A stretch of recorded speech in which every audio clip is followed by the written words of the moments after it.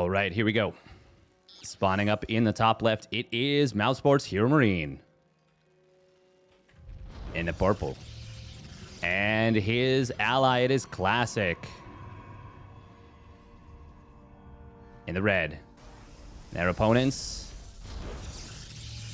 Max with a 12 pylon.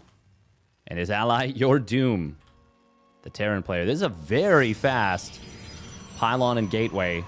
But it's actually not that much faster than just a standard timed gateway.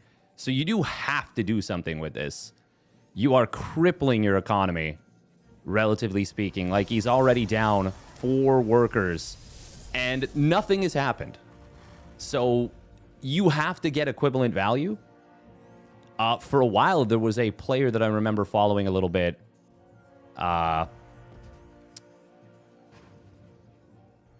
They were actually commonly in this chat. They hung out there a little bit. He would do a 12 pylon, 13 gate. And would use that to get the fastest proxy void ray. Classic is going to gate Nexus. This is a very fast cyber core here. Classic hasn't seen it yet. Actually, is this a fast cyber core? Yeah, but only 6 seconds fast. He lost. Oh, wow. Oh, pro. It's the kill on the probe, but that is a lot of lost mining time for that. It is worth it technically to kill the probe, but I don't know that it's worth it when you pull 11 workers. Yes, the 2v2 cups start very early in the month. Both Terran players opening up double gas here. It is going to be a second barracks and a factory coming in. Meanwhile, a Twilight Council and a second gateway. I feel like getting a Twilight Council isn't... It doesn't feel like an inspired use of the early extra setup. Gabe and Classic got some plays, I think. Let's see. It won't really be till next round that we see what they've got, but I'm excited to check it out. I was gonna say I wouldn't be surprised if we see HeroMarine play mech. He is a battle mech enjoyer, no doubt. Okay, we're going charge on one base. Wowee zowie. I heard something just attacking. Was the... Okay, this probe was attacking this gas, I'm pretty sure. No? No, it wasn't. Oh, he was attacking his own Nexus. Ah, okay. Chrono on Warp Gate, but they don't actually have anything on the map.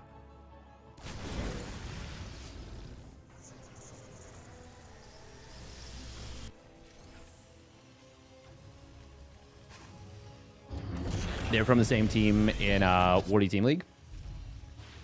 Yeah, did they play any 2v2s together?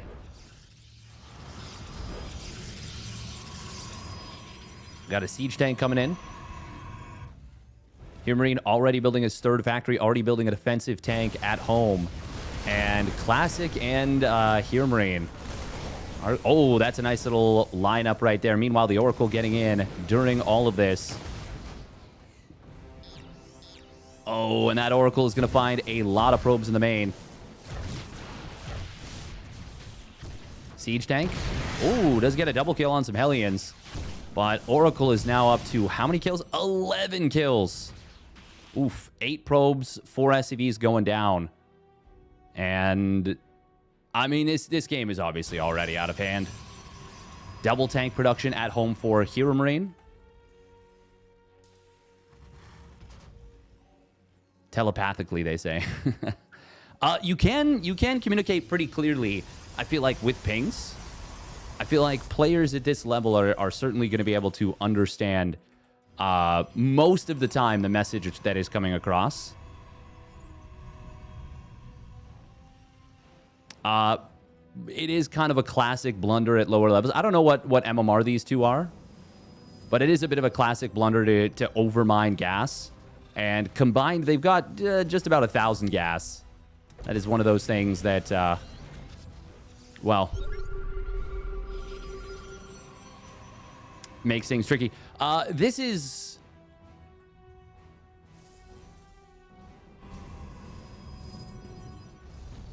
We're kind of just waiting for the death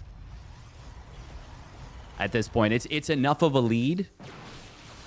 Charge lots are going to be obviously quite strong. They are going to move out, so at least there's that. I was worried that they were going to sit on one base and not really get anything done and just kind of wait until they get killed. So at least they're moving out to take a natural. It's like a purplish dark mode. Yeah. Revelation comes in. Obviously, a big stim is not ideal when you don't have a whole lot of stuff.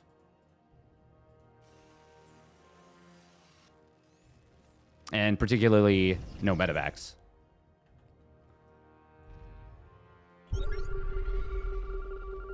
Classic and HeroMarine, I mean, they're continuing to power. We got a third Nexus nearly done. Third Command Center nearly landed. Just basically as one of their opponent's bases is set up in the natural. DT will come in. There was a missile turret made, but if Classic goes to the right, he is still going to get in here, and he will. And there is no detection. Okay. This might just be... Well, I mean,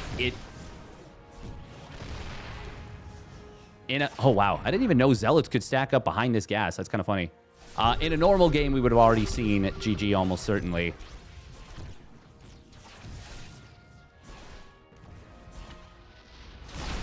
Classic just putting the DT on hold position until the scan expired. Funnily enough, this is HeroMarine scans. These are HeroMarine scans. I wonder if this is what my opponents feel when I stay in games too long. Honestly, I wouldn't be surprised. Two tanks did get some good shots on HeroMarine's tanks, but with Classic support, he's able to break through. HeroMarine now scanning for a third time. Oracle does go down, but Classic's able to break the tank. And this will be the break. Blue Flame Hellbats, Siege tanks, Charge lots, Blink Stalkers.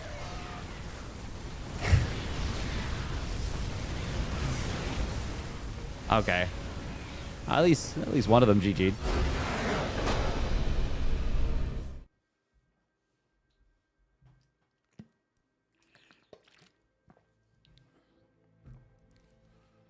Bop, bop, bop, bop, bop.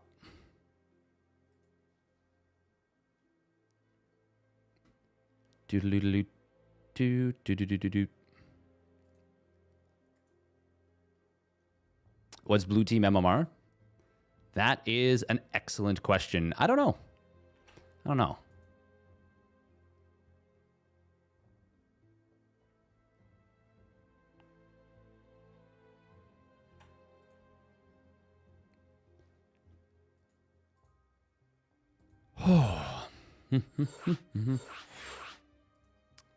Probably like mid 4Ks. It's really hard to say because 2v2 build orders. So if that is any indication of their 1v1 build orders, it's... I would say quite a bit lower than that. But if these are like just what their 2v2 setup is, like you can do a lot with one base in 2v2, especially on the ladder. It's hard to say. I really wouldn't be able to even honestly guess.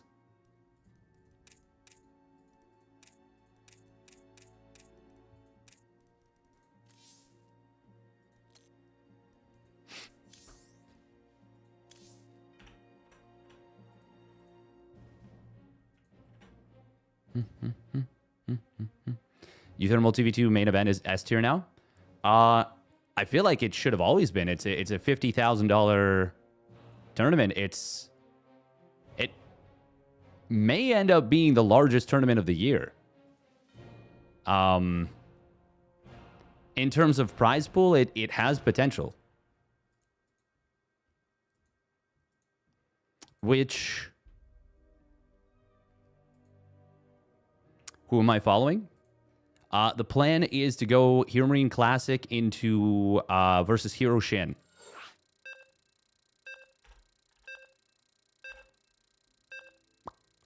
That is the plan. Ooh, Ultramarine Tiger took down Mini Zerg and Sickness. I feel like both of those teams have been pretty darn good in 2v2. Mini Zerg, particularly in 1v1, has been impressing me a lot. It's going to be Reclamation for game number 2. I would not blame HeroMarine Classic if they just decided to say, screw it. We're going to go for like a double proxy. All right, here we go. Oh, there we go. GLHF. Maybe they forgot to type in all chat for the GG last game. It's entirely possible. Because I don't think that shows up for my interface. All right, here we go. Spawning out the top right for Mouse Sports. It is HeroMarine. In the purple. And their opponents... No, his ally. What am I saying? It's Classic. I am all over the place already. Didn't sleep a ton this weekend, but it's okay. Spawning down on the bottom left, it is Max. And his ally, Your Doom. Gas first. GG, I'm dead.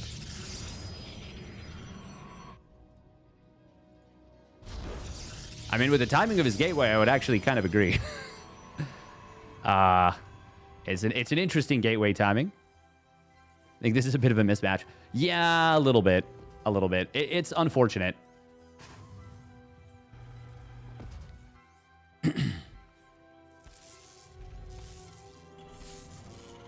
Oh. Gate Forge, but it's a little on the late side.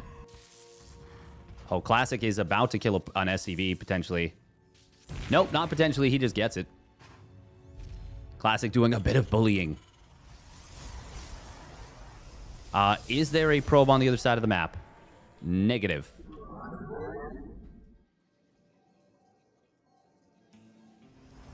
Once again, already a 4-worker lead because he goes for a 12 pylon. Doesn't build a probe for a really long time. And he's now going to build a cannon. Okay. Yeah, it's hard to say.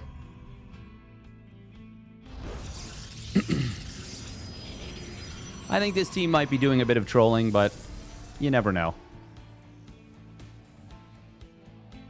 What is the quote? Never attribute malice to which can... Never attribute malice to that which can be attributed to incompetence or something like that. That's so mean. I don't want to be mean.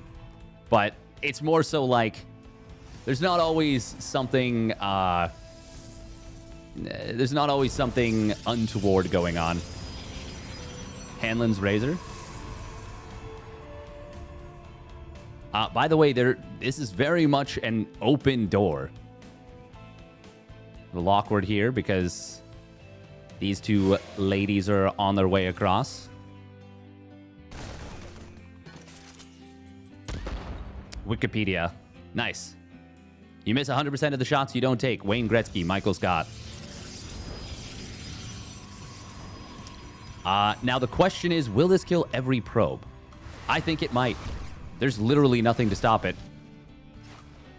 Reaper does go down, which means that the Marines can come over and help. But Classic, yeah, he can just sit in the gap. And that Zealot will get obliterated. Obviously, Adepts getting their bonus damage.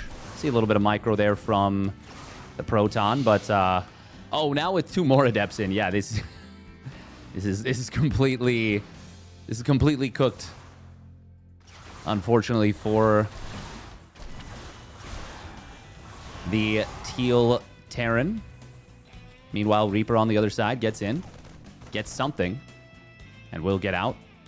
And, oh, I love it. Oh, this is actually so smart from Classic. He's like, well, you're dead.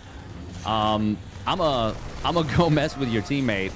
Siege tank will pop out, but I actually don't think that's going to be enough to stop this from becoming a huge problem. The Marines are already getting blasted. Tank siege is up, but it actually didn't fire, weirdly. And now this one Adept in the gap can kill just about every single probe, nearly. Finally, a Stalker going to come out, and that will allow them to theoretically clean this up. Oh, but Classic's not giving them anything. Literally doesn't lose a unit. Literally. He's got a perfect game on the line, which is theoretically not really possible in 2v2. But I think he might maintain it if as long as he's careful with his units here. Oh, if they try to break the siege tanks, it's going to be really hard not to lose at least one unit with 2 tanks sieged up. But Immortal will blast the 1. Classic. Oh, it's 1 Adept going down. And the Sentry anyways. Vikings pop out to kill the hallucinated Colossus. That's something on the bingo card. Oh, okay. Well, no. He could have GG'd. It's okay. There it is.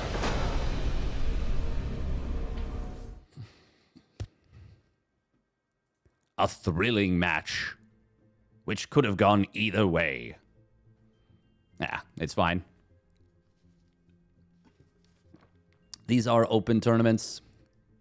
Not every match needs to be the highest level. Not every player can channel their inner Maru.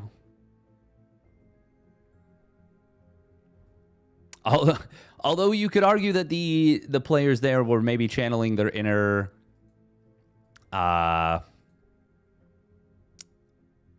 fantasy with the GG timings. But that's okay. That is okay.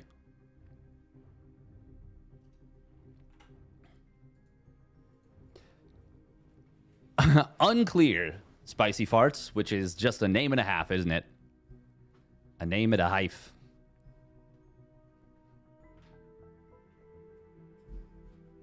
All right, herO+SHIN.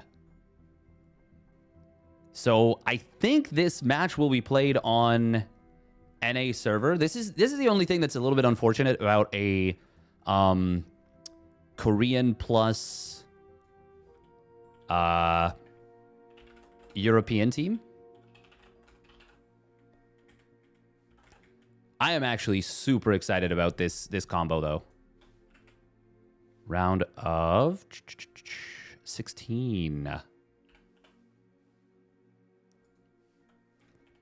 You know, HeroMarine+Classic, though, they might need a bit of a break after that one. That was probably a pretty exhausting series. Pretty tough to get through that one.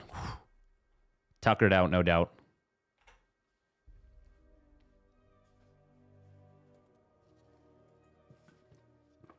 Maru versus herO, though? Yeah. The thing is, because it's herO Zhugi, because it's a double Zerg, not herO Zhugi even, double Zerg. The last time herO and Zhugi played against Maru and another teammate, they kind of got run over because there just wasn't... to be fair, I think it would be interesting to see what would happen this time.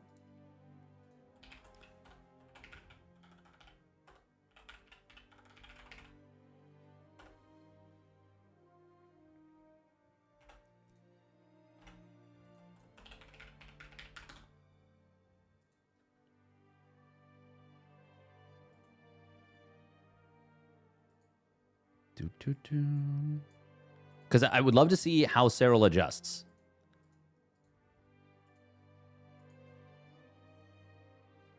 The waiting period must have been exhausting too. I'm sure they weren't the biggest fans. I'm sure they weren't over the moon about it.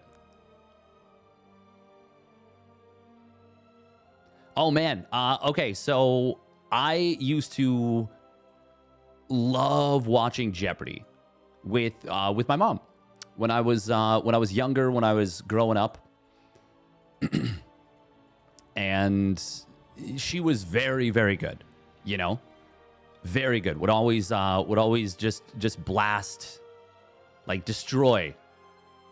You know, usually getting anywhere from like half to 2/3 of the questions right, which is quite good. Quite good.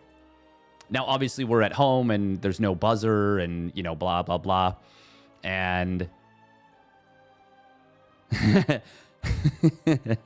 She also wouldn't say what is, which definitely was like, I was like, oh, you gotta say the what is. Oh, rah, rah, rah, rah, rah. But she's very good. And I was pretty good at quiz shows. Like I joined, in the States, I think it's called Quiz Bowl. In Canada, it's called Reach for the Top. So it was like a high school thing for that. Oh man, Rogue Cure versus Spirit Showtime is so good too.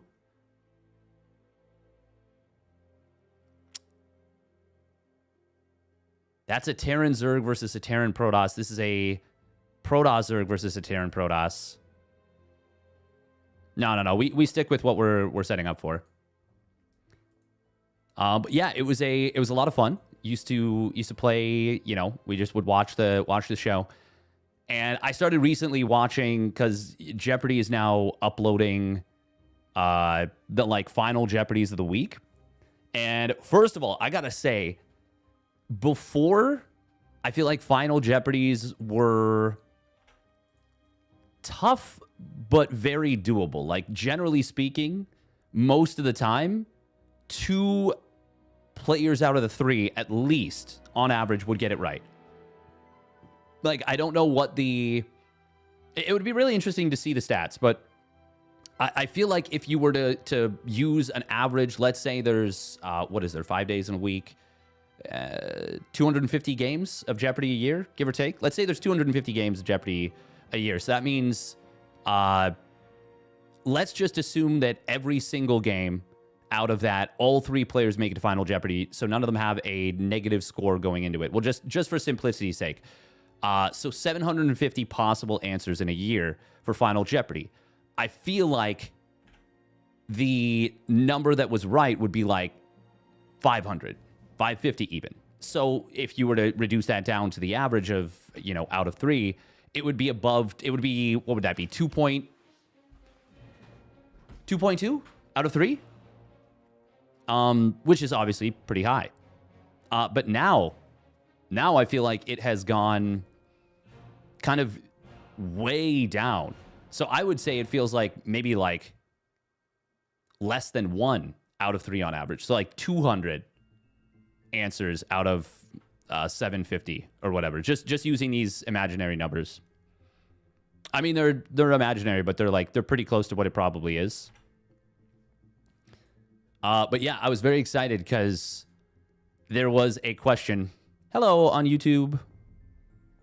There was a question on one of the Final Jeopardy things, and all 3 of the contestants, including this guy who is crazy good at the game, all 3 of them got it wrong, and I got it right, and I was like, oh.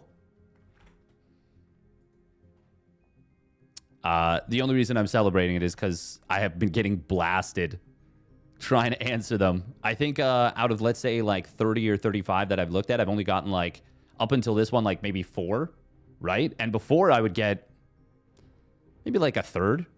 So the questions have gotten way, way, way harder for Final Jeopardy. He said yappily. Imaginary square it up when you get -1. There we go. Square it up, yeehaw.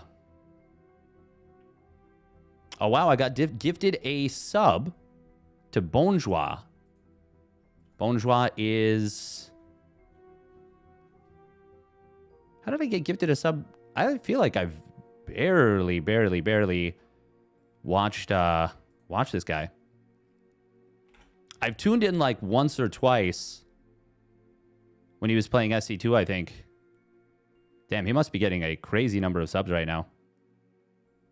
Is this Oh, he's okay, yeah, he's doing like a subathon.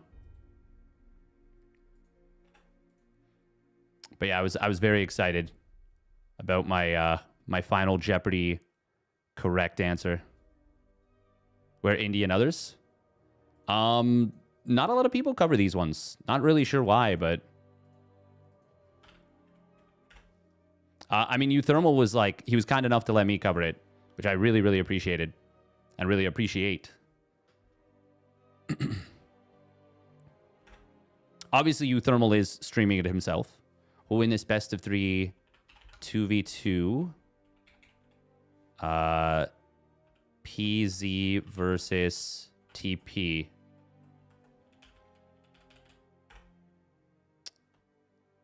herO+SHIN?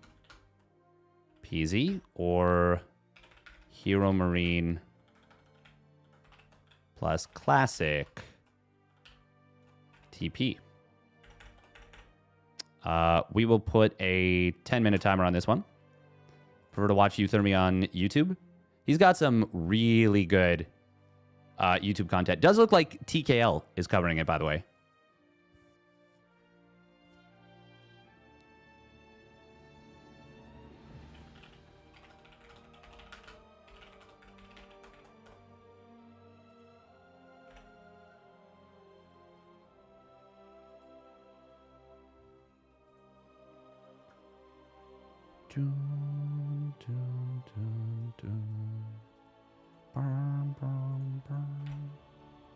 All right, we're gonna run a minute and a half of ads real quick.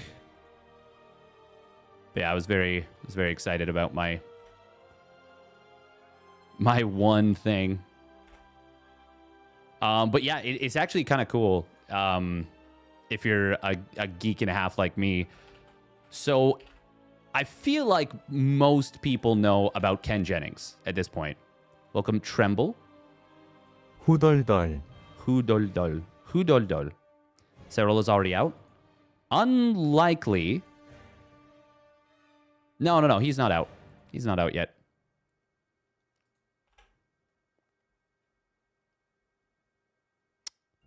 Oh, what was I...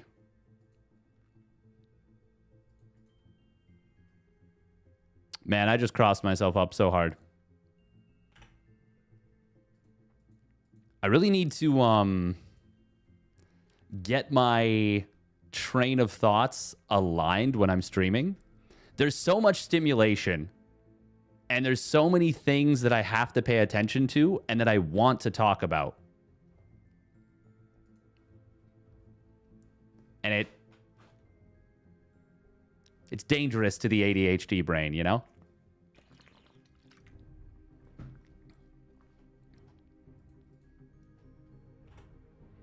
There is a lot to do. Quite understandable. It is indeed. Flamio, Hotman.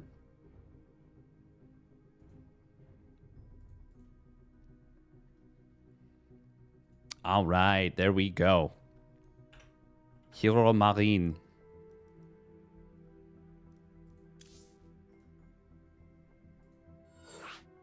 Fields of Death CE. Is it the right map? CE.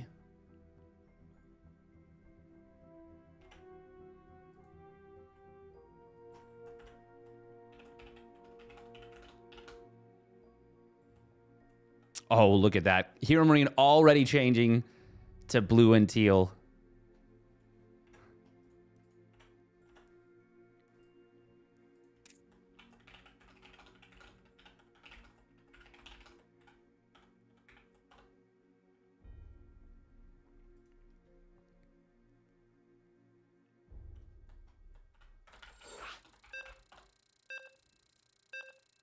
All right, Fields of Death. Oh, it's this map. Oh, it's this. It's this goofy map. Oh, man. How did this one make it in? How did this one make it in? This is the map with, like, 4 gold bases or something. Yeah, 4 gold bases on it. It is so massive. So open. I cannot believe that this actually got through. All right, here we go. Spawning up at the top right, it is Mousesports HeroMarine. With a little ping arena. Pinging, I'm taking this base. Spawning up at the top, his ally, it is Classic. El Clásico Magnifico. And their opponent spawning down to the bottom left. You know him as Shin, but he used to go by Ragnarok. In the orange. And his ally, it is Hero, the madman from Busan. Is he from Busan? I really should know that. Yeah. Orange on purple creep is such a... Oh, it's such a, like, weird soft drink. of color combo, you know? Did anyone... Okay. So, I'm sure not everyone does this. By the way, Command Center first out of HeroMarine. And with an in-base setup, you can totally go for this. It's double in-base setup. So that might be why HeroMarine and Classic were like, yeah, this is what we want.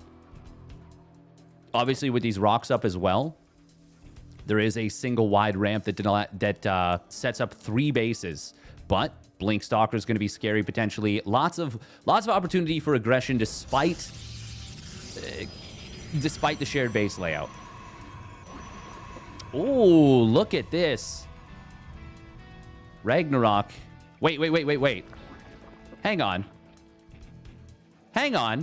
Okay. I was like, Hero should be able to mine from this gas.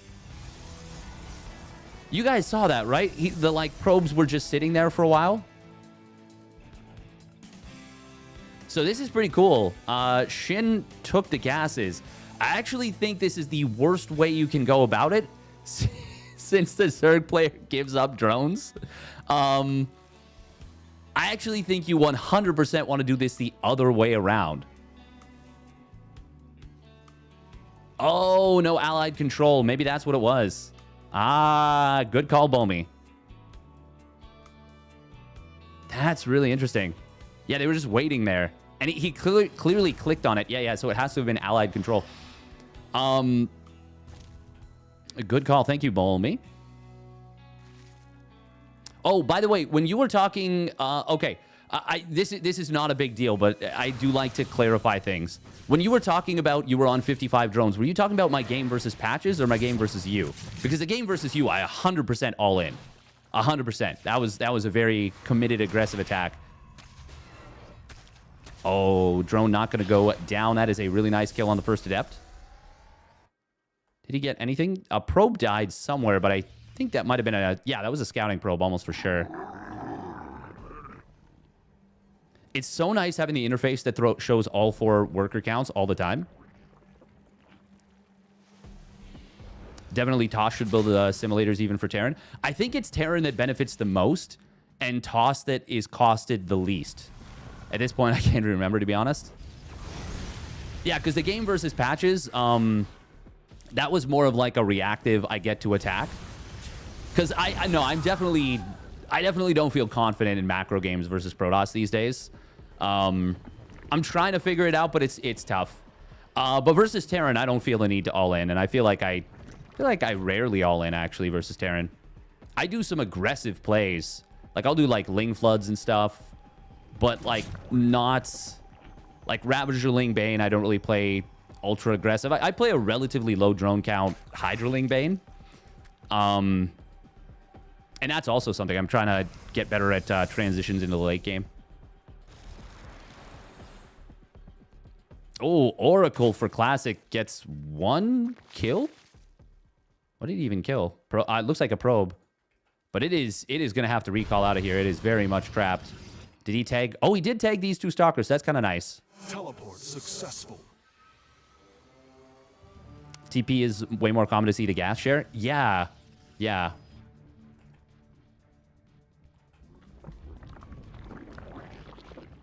Oh, what were we talking about? Soft drinks? Yeah. Thank you for putting me back on track. As we do have a double Stargate Phoenix play out of Classic. I can't swap the... No, I can't swap the locations. Do you remember the drink, if you ever went to those fountain drink things as a kid, and you would mix like 5+ different flavors, and it was called Garbage Can? Oh, hold that thought. We got a Hellion run by into the natural. Stalkers looking for the Phoenixes. They are going to get drawn away. How many Lings do we have for Shin? Not a whole lot. Oh, and they kind of take a bad angle here. But drone pull is so far pretty good. However, there's still 3 Hellions alive. And this is going to be roasty, toasty, Zergy hell. 9 drones and 15 Lings. Wow, that was way worse than I thought. Way worse than I thought. A good little 1-2 punch here from Classic and HeroMarine. Spore Crawlers are going to be very good. Oh, look at this. He gets this into the corner and now recalls everything. That's kind of cute. How many Phoenixes died? 2 Phoenixes. So that's actually... That's pretty substantial. But with double Stargate Phoenix, obviously, you're going to be able to pump Phoenixes very hard. Take all the drinks. You think you've done that once? Oh, yeah. That one's super common. Still do that sometimes in buffet restaurants. Damn. We do see Hero playing Blink into charge. No surprise. Classic is already going for the Fleet Beacon. So, I mean, this is a good map in terms of size for trying to play carriers. Not to mention, honestly, I feel like the power of the mothership could be very strong here for potential recalls. Oh. Hold that thought. We are going to be seeing a Phoenix getting picked off. Nice blink right there from Hero. Meanwhile, Hellions getting into the main. Blue Flame is now done. Drone split from Shin is pretty decent. Oh, right up until then. Good lineup shot from HeroMarine. And he gets another 7 drones. That is pretty darn solid. But looking at the worker counts, Shin is certainly in a position to recover quickly. And, well, even with the losses there, he's going to have a gold base coming up. But Classic also firing up his own gold. HeroMarine, is it single or double armory? It is single armory. But second one just now starts up. And he has finished up his +1 weapons. Just finished up. There are the first 3 carriers on the way. Classic will want to start up +2 ship weapons, but he is going to be able to find a couple more drones. Unfortunately, Shin not able to really get on top of that Phoenix. Oh, Hero's going hunting, though. He wants that wounded Phoenix, you know. Actually, he might be able to get... he gets a higher HP one. That's pretty nice. This is still, I would say, a good start for HeroMarine in Classic. But Shin and Hero are not dead yet. Classic really needs to start that +2 air weapons, though. Carriers, like, they really hinge on those upgrades. And especially against Corruptors, I feel like. Corruptors with their base 2 armor, but it looks like an attack is coming in now. Classic wanting to prioritize everything to static defense, and that may end up being 100% the correct call, as there is a lot of cannons here. Stasis Trap. Oh, catching 2 of those Archons. That's going to be really, really big here, but the dive on top of carriers will get 2 of them very quickly. Third one is going to get saved by the shield battery. Siege tanks in the back. Man, that Stasis Trap plus all the static defense, really what the Doctor ordered here. Immortal getting lifted. HeroMarine siege tanks surviving very long, thanks in large part to the Stasis Trap, but Zealots reinforce. The Archons wake back up, and the carrier will go down. Hero has lost a lot here, but he is starting to break through. And, of course, Shin is going to be able to reinforce a little bit, but it's mostly the Corruptors right now. Oh, can they get this gold base? It is going to be important. Siege tank friendly fire! Siege tank friendly fire might have actually just killed that Nexus. I think it did. Without that, I think the carriers can probably clean up the Zealots in time. If these 2 tanks on siege, maybe the Nexus lives. Very unfortunate. Oh, that would have been so good for Classic and HeroMarine if they keep that Nexus alive. As it is, I still feel like they are... I mean, look at HeroMarine's supply right now. He's got so much mech. 93 SCVs, and it's Ghost Mech, too. He did start up his 2-1 a while ago, so it's going to be 2-1 mech upgrades pretty soon. Hero does have 2-1 for his ground. Classic did start up the +2 ship weapons kind of after setting up all the defenses at this base. Oh, these Hellbats these Lings do not want to engage on top of the Hellbats. The Hellbats will go down rather quickly, which means the tanks are exposed. Time Warp is not amazing. But it's just the carriers and the mothership itself. And in fact, the cloaking field is actually a real problem to deal with, because you can't scan. Overseers are going to come in. We will see the mothership getting targeted down. It does get taken out. It's a good little dive, but the carriers are just doing so much damage. So much damage. How many kills do these carriers have? Fair number. 8, 8, 4, 3. And these are relatively new carriers. HeroMarine Classic are getting closer and closer to maxing out. HeroMarine did not lose this base. Classic has resecured this gold. And even with the loss of the mothership, this is still a great position for HeroMarine and Classic.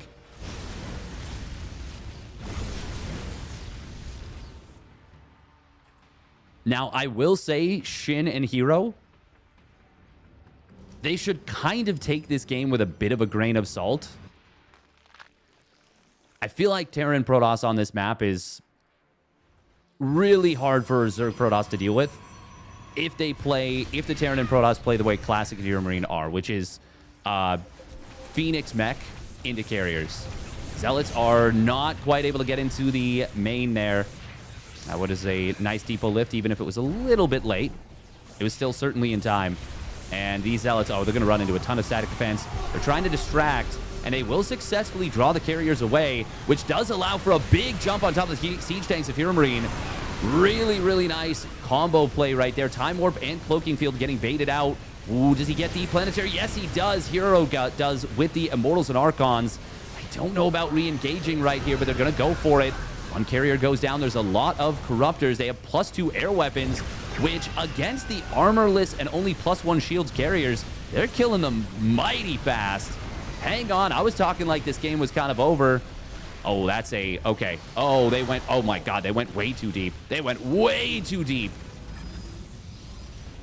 Oh, the Corruptors. There was so many Corruptors just died in such a short amount of time.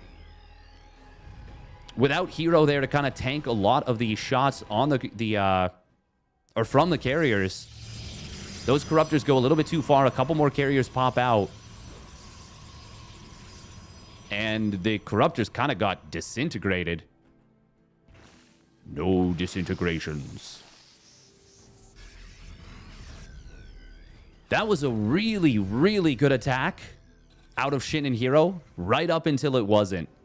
And then it went from being phenomenal for them to very quickly disastrous. Oh, Classic trying to get the interceptors out. He's going to attack his own gas, perhaps? No, he's just going to clump up, and he is going to kill this Nexus. Got to be careful, because there are a lot of snipes available.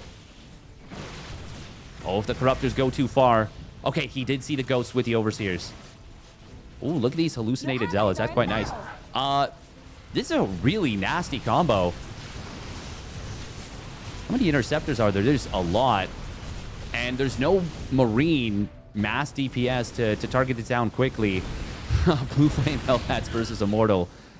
Kind of a funny one. Zealots do get into the mains of Classic and Hero. Actually kills the main Nexus of Hero, or of Classic, and depowers the Stargates. Okay, that is all 5 Stargates depowered. Really big play right there from Hero. But is it too little too late? It very, very well might be. Stalkers on the right side are going to try and take out this Planetary before it can finish morphing, and he will force the lift, but it's actually not going to be enough to save it. Those are +3 blink Stalkers.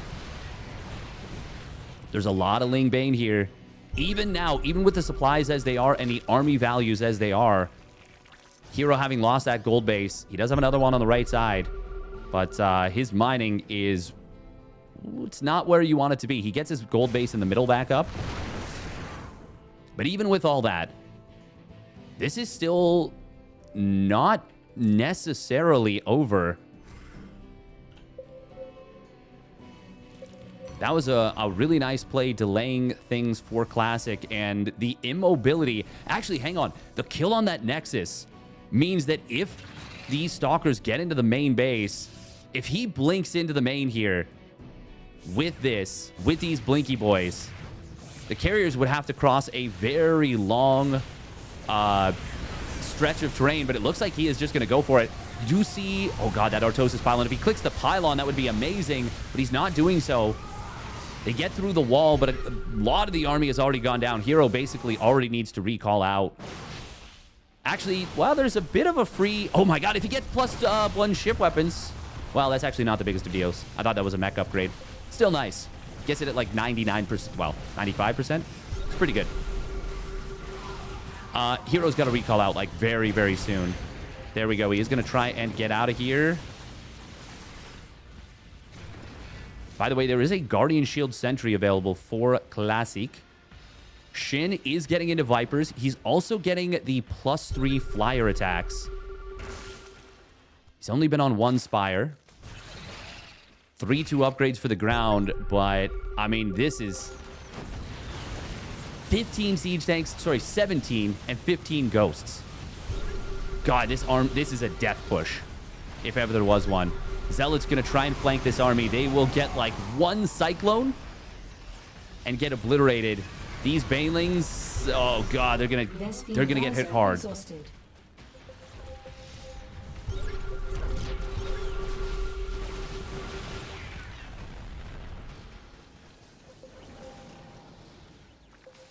Yeah, I don't think that there's a whole lot that can be done here.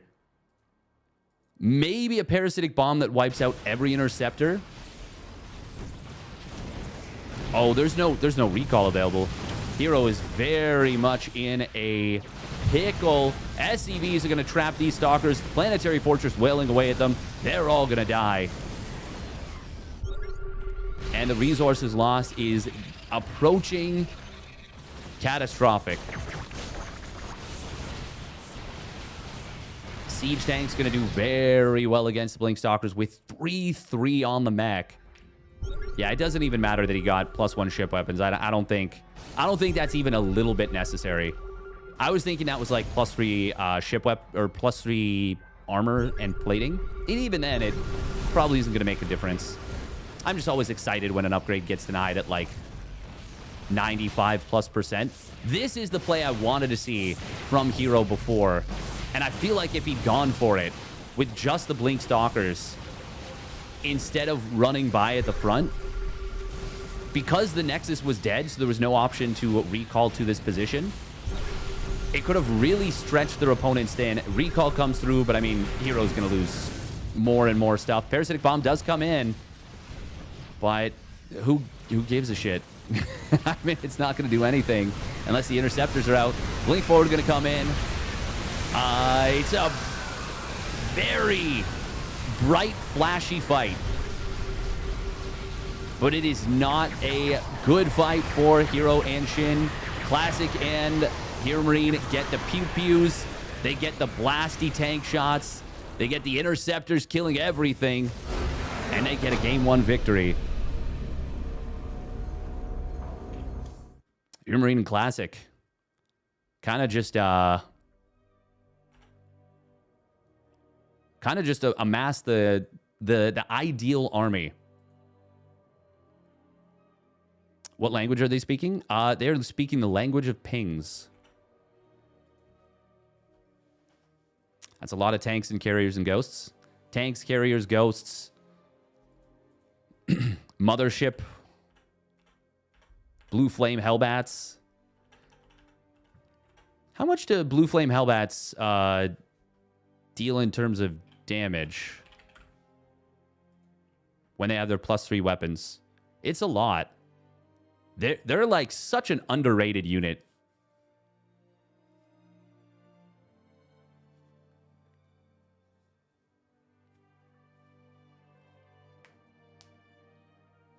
+18 damage, +12 versus light with Infernal Pre-Igniter.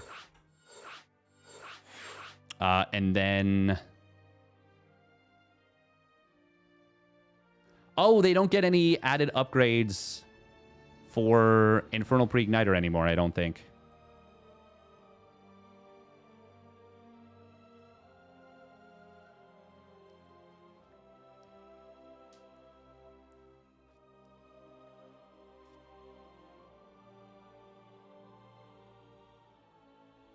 What is it? They do 30 damage, 32, 34, 36?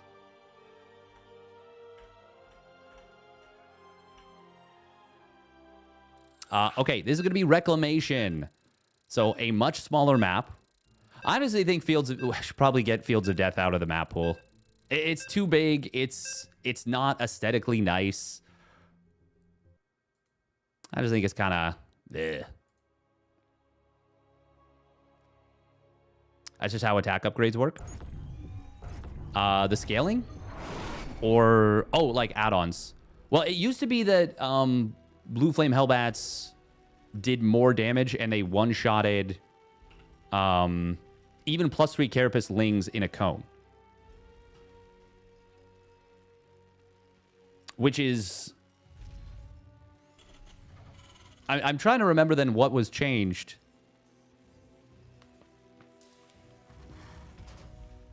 Because that was changed in a patch not too long ago. All right, here we go. Spawning down in the bottom left. It is Mousesport's HeroMarine. And his ally, Classic. And together they got a very nice army. And able to withstand the onslaught of these two. It is Hero. Or T1 and his ally, Shin. Going by Ragnarok. Double gas from Classic. Is that going to be double gate?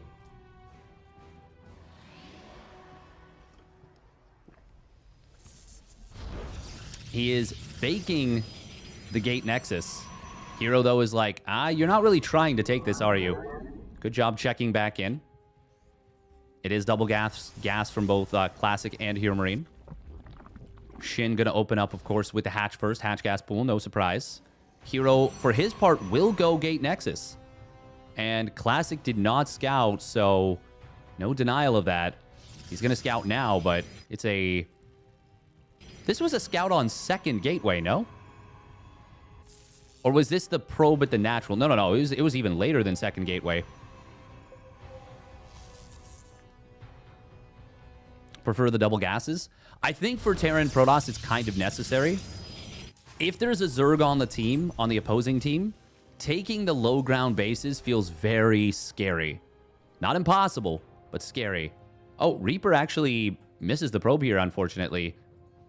Which means that, at the very least, Hero gets to see that there's no Stargate at the moment. Will Classic go Stargate now? He certainly can. Yeah, there we go. Wanted to keep it secret. Keep it secret. Keep it safe.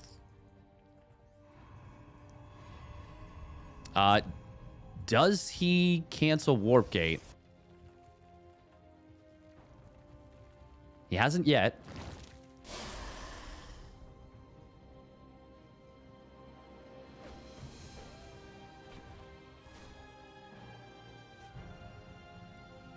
Okay, I was like, I definitely hear a Reaper shooting. Oh, it found a Scouting Ling. Single Ling going down. More Reapers being added in. It is going to be 3 Reaper, 2 Hellion, plus Quadradept. Oh, that's fun to say. Quadradept. Ooh, Double Adept going to get into the natural. Meanwhile, the Reaper's getting into the main. Oh, that's a clutch wall right there from Hero. And this is already so much damage, though. Damn, the double aggression. Hero was talking about Zerg aggression. Oh my god, the Hellion. Okay. Oh, great grenade just as the Stalkers were about to fire, and that allows the second Reaper to get out. 9 probes just died. HeroMarine and Classic finding mega damage. Shin is going to have to do some big protecting. Do you shade forward? I think you do. Yeah, with the lead you've gotten. Oh, but that's a really nice force field. We are going to see a recall. Actually using the force field kind of against the units. And now HeroMarine gets, I think, 3 drone kills on Shin. He might be able to get a couple more in the main base. Gets 1. Can he get a second? Oh, yes, he does. 10 drones go down. Oh, my God. 10 drones go down right there. 17 probes. The Oracle finding 6 more kills. It is a probe and drone massacre here. Ay, ay, ay. I mean, I gotta say, it's not as good as it looks on paper. Because it looks on paper like the game is completely over. Just based on that damage alone. And the only reason it's not totally completely over yet, actually it might be right here. Oh, that's going to be another 5, 6, 7 probes going down. Oh, he could dart back in. Yeah, he juked him again. Sheesh. Okay, now the game probably is actually completely over. At the very least, Hero is so far down in this game that recovery feels impossible. Ay. What I was going to say before all this is it's a really good position for HeroMarine+Classic, but it's obviously an economically set up opening for Hero versus a relatively aggressive opening. But in this position, now HeroMarine has 3 command centers. He's already landing one of them, or the third one. Classic has found additional damage on top of that. He's kept most of his units alive, just 3 adepts going down. This has completely hamstrung poor Hero. And since it is a shorter map, we're not going to be seeing the Phoenix mech. We are going to be seeing a proper bit of aggression. To follow this up, we got Blink Stalkers. We got +1. We've got Stim Combat Shields. Bio. We've got the tools to end this game for HeroMarine+Classic. It is just a matter of will they be... well, will they go for the push? And I don't really see a reason not to be honest. Shin, of course, still has some decent supply and decent economy. But even still, he is behind HeroMarine in terms of workers and barely ahead of Classic. Oh, now this is actually really, really nice. This is the kind of play that actually could potentially get them back in the game. Classic losing a lot of probes in the natural. Oh, that's a nice little wall. Oh, unfortunately, that Blink not able to fully wall out these Lings, but HeroMarine able to get a lot of the Lings on the way out thanks to the stimmed bio. Okay. That...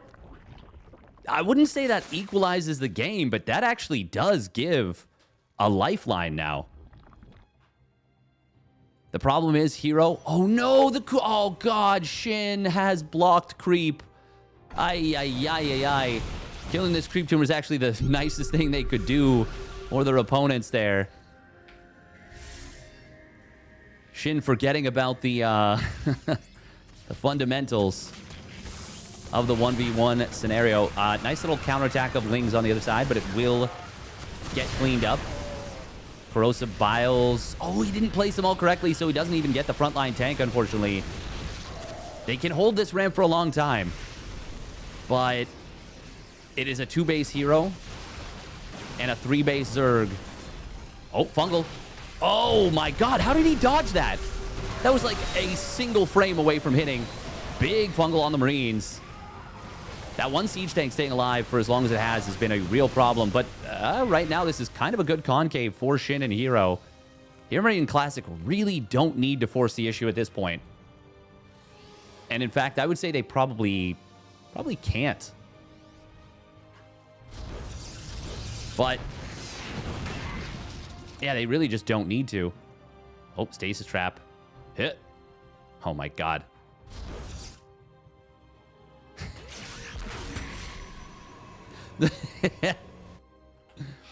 That's actually a real problem. Well, is it? Oh, yeah, it is. Oh, yeah, it is. Classic on the left side will get a kill on a Ravager, but he goes very far forward. However, that stasis trap is really nice. HeroMarine going to be able to find a few units here. There is Storm available. DT. Oh, God, that's a big Storm. Whose DTs are those? Those are... Okay, those were Classics. What did they scan for? Oh, it was the Overseer. That was so weird because there was a scan from HeroMarine. Oh, Corrosive Biles actually do connect on Classic's army on the left side, getting a decent number of kills. All of a sudden, this is very much a game. I still feel like it is really, really unpleasant for Hero. Classic's on 4 bases very soon. And Hero is struggling. Has been unable so far. Oh, that's not a blink forward you want to be going for. Not at all. Storms are going to be good on the bio. Really good, in fact. But there's a lot of bio, and he doesn't connect the storms on the majority of it. These ones do connect. Hang on, this is kind of an amazing fight for Hero and Shin, considering what they had going into it. One more storm. That's not a good one. But that was really clunky for HeroMarine+Classic. However, Hero just doesn't have any supply left. I mean, since it's basically just mass marine at this point, storms are an answer to the vast majority of HeroMarine's army. Oh, but this is a lot of bio here now. Fungal growth will connect. Blink Stalkers are going to go aggressively forward. That was a really nice set of bios. They were dodged. There was nothing to hold the units in place. They were very well spaced. But HeroMarine and Shin, or pardon me, HeroMarine+Classic were just able to get out of range. It is 2-1 upgrades on the Ravagers. Well, not just Ravagers, Roach Ravager, but feels like it's mostly Ravagers. HeroMarine, though, starting to add more power units in the form of those siege tanks, getting into ghosts. And now it is Classic who is going to have Storm. Corrosive Vials this time will connect on the tank. We'll be able to take it down. Oh, Sentry. Ugh. Does go down there for Hero. Oh, that's a very far step forward to try and get this tank. He does get it. Zealots on the right side. God, this is a 5th Nexus from Classic. Finally, Hero, by the way, up on 4 bases. Or 3 bases. 3 bases. Oh. Fight on the left side. Yeah, no, the economies are just way too good. Hero got his... He got just absolutely hamstrung at the beginning of this game. Fungal growth will land with some corrosive vials. Storm going to be decent as well. The ghosts are, of course, going to be really good for EMPs. Zealots of Classic kind of coming in from a bit of a funky angle. But now it is Classic's turn to start landing some storms. And even on Roaches, they are decent. EMP did get dodged, I believe. Classic gets a little bit too far forward with those high Templar, but they're able to land some very nice storms on the Roach Ravager. And Shin's supply, even with the 2-2 Roach Ravager, it is going to get hit very hard. And they cannot really afford to give up this base. But at the same time, they can't really afford to do much of anything. Oh, nice snipe on the Infestor there by the couple of Zealots from Classic. There's the money, EMP. Blink Stalkers were probably going to kill all those Templar anyways, but it means they don't even have to worry about storms. And GG is going to get called. It's a 2-0. Wowie zowie. Damn. Very well done by Classic and HeroMarine. Hero and Shin, kudos to them for fighting from a pretty unplayable position. And if not make it super close, make it kind of feel a little bit close.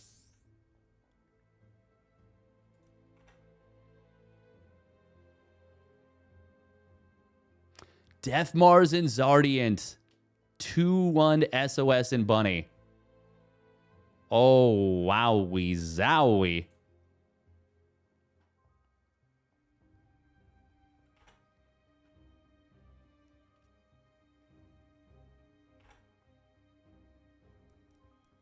Sorry, I just gotta find a next game. Best one to grab. We could join Lambo Hearthstone versus Maru+Creator in progress. Maru+Creator did 2-0 Cyril Zugi.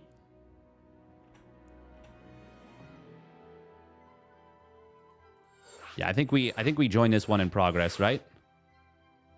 Yeah, for sure. Yeah.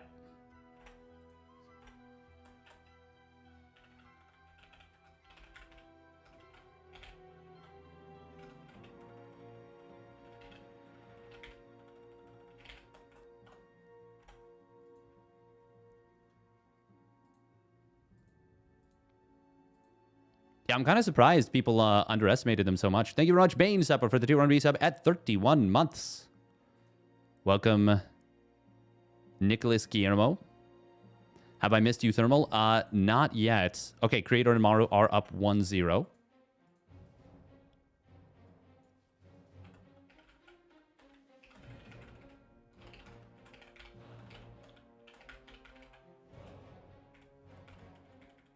Terran Protoss versus Zerg Protoss.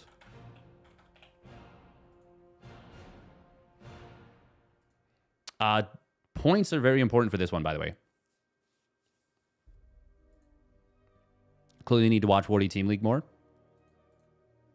Maybe, maybe.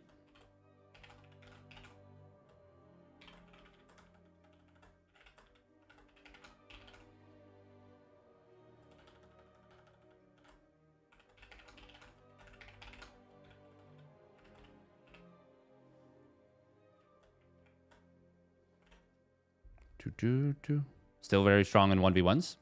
Yeah, of course they are. They are incredibly strong. But I think a lot of it does come down to synergy as well and unit comps and whatnot. But when you get that kind of damage early, I'm not going to say it doesn't matter. Because we obviously saw some decent fighting back.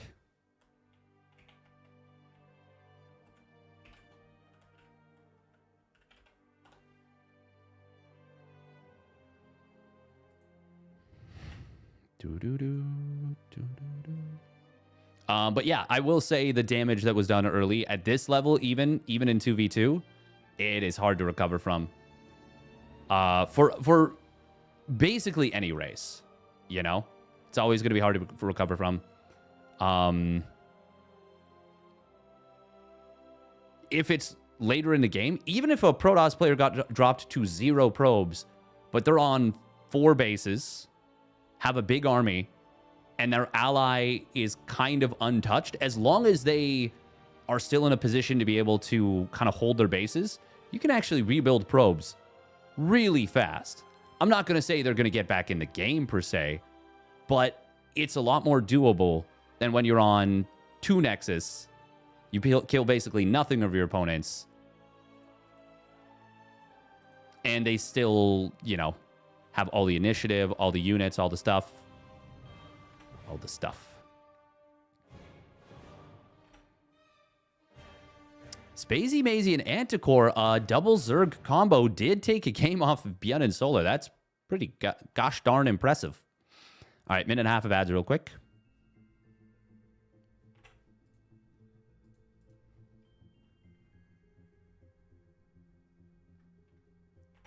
Yeah, Lambo's PC just crashed, so they had to, he had to restart it.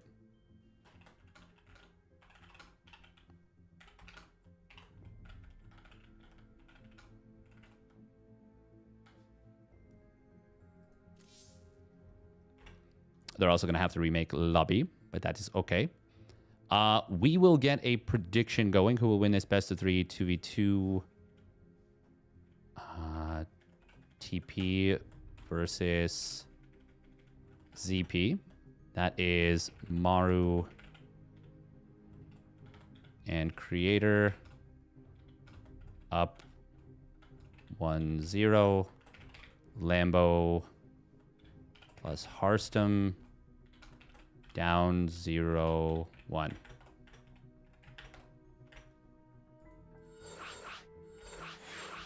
Rip Lambo Pooter.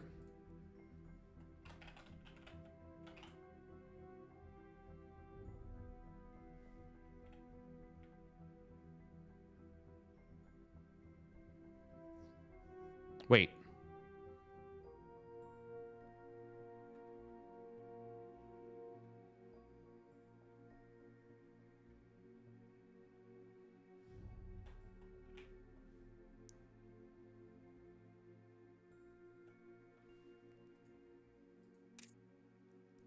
What the hell?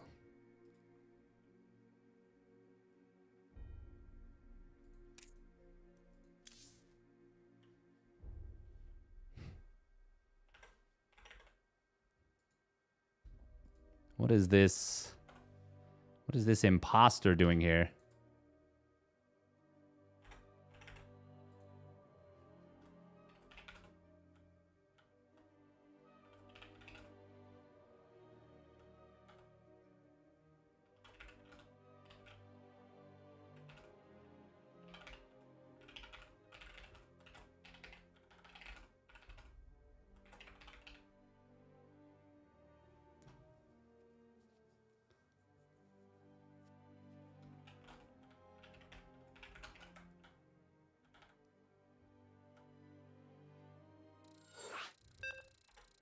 At first, I thought that was a fake Lambo.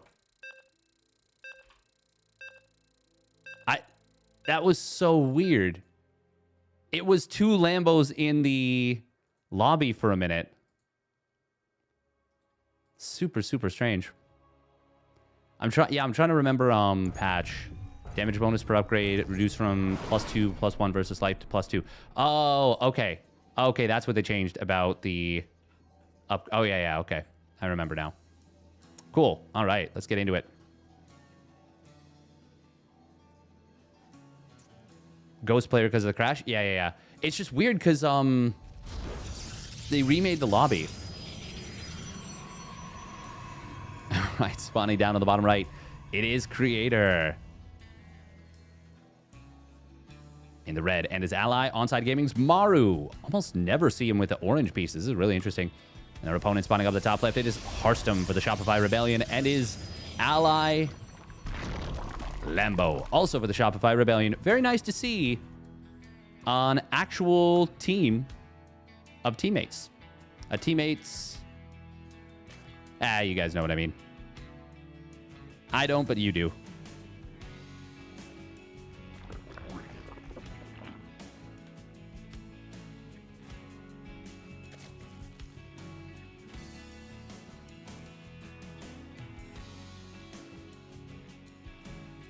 It is going to be an Extractor Trick 15 hatch out of Lambo. He did not want to get blocked. Ooh, meanwhile, Maru going for the command center first. Double barracks? It is. Oh, no gas. This isn't going to be command center first 3 racks, is it? No, it is not. Double gas or single? Should be probably just single gas. Oh, okay. No, double gas. So then what's the game plan for this? Are we going super fast stim? Are we wanting to build a second factory very quick?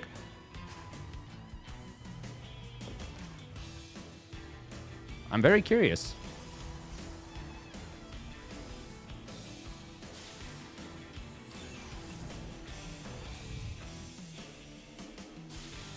Fast factory or quick stim? Yeah, that's what I'm thinking.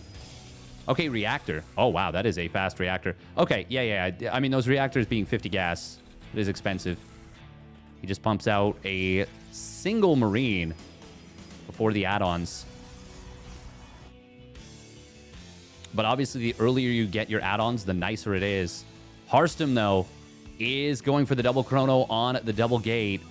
And this is something that can be very strong.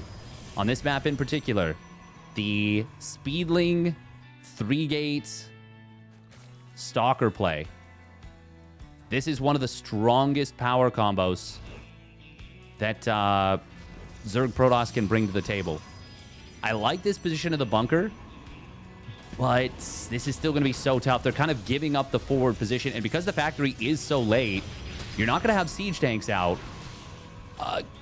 I don't really think Maru can significantly contribute to this fight. Hearthstone getting a Twilight Council. It is not the 3-gate. If it were, this would be a dead Nexus almost for sure. Now, they are thinking about the next stage. There's an Immortal in production. Creator doesn't have Warp Gate done yet. Hearthstone just now finishing his Warp Gate. He's going to be able to expand, as well as warp into slow warp in Stalkers. Creator's not contesting this yet. Is he going to try and even shield battery heal it? If he doesn't, it will just die. Oh, Lings. I don't think you want to commit to this. There's a lot of shield batteries, but they are going to go for it. The firepower is going to be good enough. SCV's getting a hit by the retarget from Lambo. And that will be a dead bunker potentially. At the very least, they are going to get this Nexus. Marine count has gotten big enough to start really being a problem. And with the Immortal out, they're able to get a couple of Stalker kills. Okay, Creator supply blocked by this. That is probably the only thing that keeps this from being actually kind of fine for Creator and Maru. Lambo, third base is now done. Roachborn on the way. He's getting up to 3 gases. Oh, look at this. I didn't even notice this. This really empowered this 3-gate speedling play. Lambo didn't have to spend a drone early to make a gas. Hearthstone will have Blink very far along. I do feel like Hearthstone and Lambo get a lead out of this, but it is by no means an insurmountable lead. Immortal's Barrier does get put on cooldown. But even with that, unless Blink was done right now, I don't really think there'd be a great option to get a kill. Hearthstone's going to have to be very careful. The good thing about not committing to more than just the pylon, by the way, is they're only going to lose 1 pylon. Maru does have Stim done. Combat Shield's getting very close. Ooh, Overlord on the high ground going to get taken out. Lambo going for the Roach Ravager. No, he does have an Evo. Okay. Snipe on a Marine right there. This is West server. So ping is not going to be exactly ideal for Lamstum. Harambo. Harambo? Harambo. It's Harambo. It should always be. Hearthstone adding on a Robo facility. What's the worker count right now? Lambo powering reasonably nicely. He's up to 53 drones and counting, 6 more in production. Oh, stock. Hearthstone with a bit of an oopsie on the rally. Loses a 3rd stalker.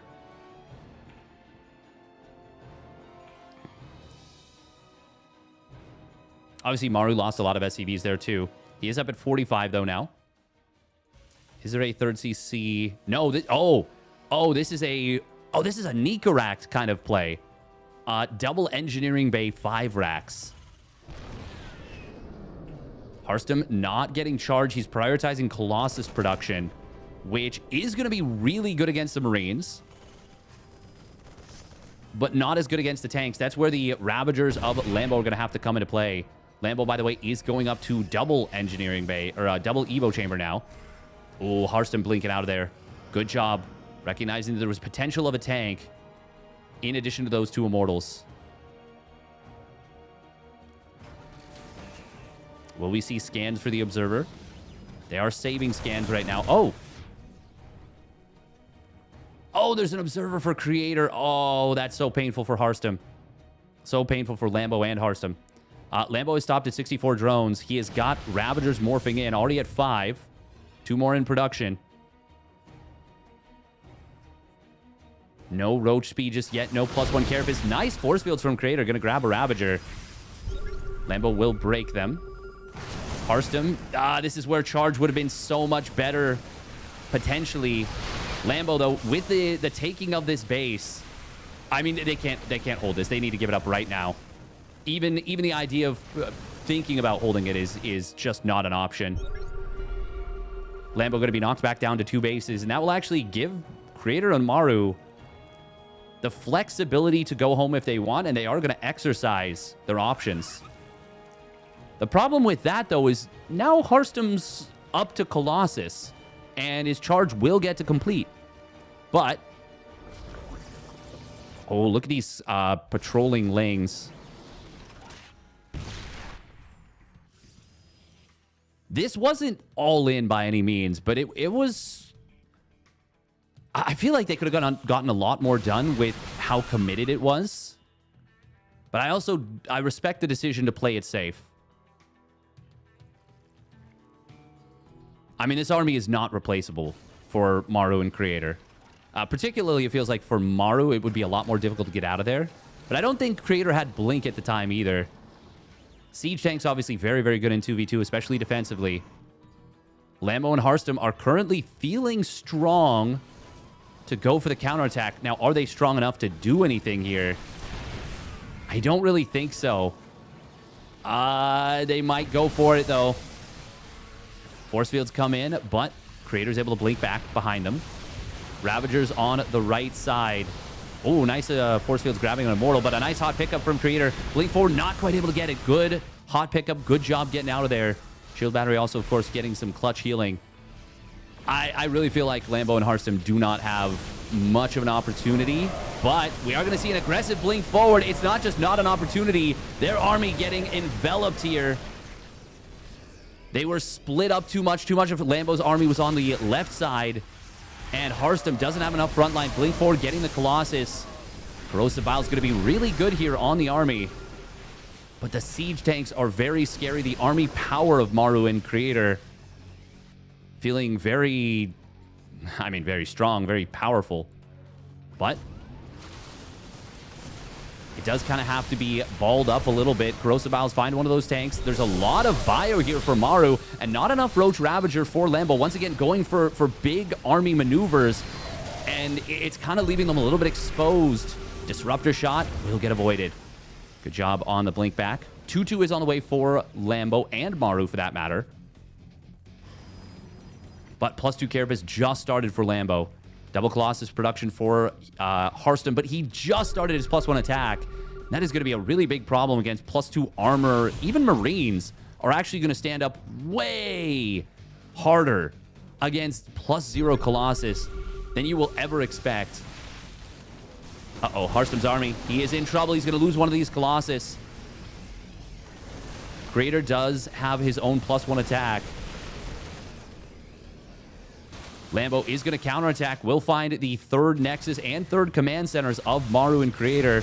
Going to kill a lot of workers, but can Hearthstone possibly hold? He has some really nice force fields on the ramp. That's going to buy time. But I don't know, man. I feel like we need to see Lambo fully kill both players on the other side of the map. I think he should have maybe committed in with everything. Oh, if he can find the Corrosive Biles on the Prism, that will be nice. And he will get it. That's going to be no more reinforcements, at least for Creator. Not right away. Hearthstone, okay, does pull the probes away. Nexus goes down for him. Roach Warren did not yet fall for Lambo. He's pre-replacing it. I like that. Another blink forward sniping, another Colossus. 2 may go down, yes, because they are high ground. They are air units as well as ground units. Creator will be knocked down to 1 Nexus, but Maru still has all 3 CCs alive, of course, able to lift and get them out of there. Hearthstone building a Nexus on the bottom left. Lambo, he's done a good job of cutting off reinforcements, as well as crippling the economy of Creator and hurting the economy of Maru. At this point, though, it is going to be tough. Oh, that is so much stimmed bio. Creator doesn't have a lot of army supply, but he's got quality army supply here in the form of those 4 Immortals.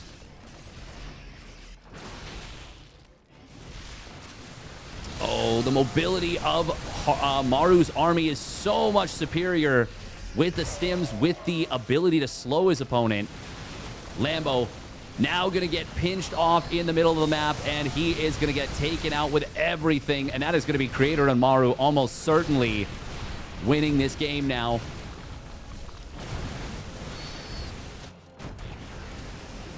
Lambo and Hearthstone, it felt like they did a lot of things well. But Maru and Creator were too damn strong here. And Maru with, I think, his first opportunity to get some big points in this uThermal 2v2 circuit. Great job, great execution from him.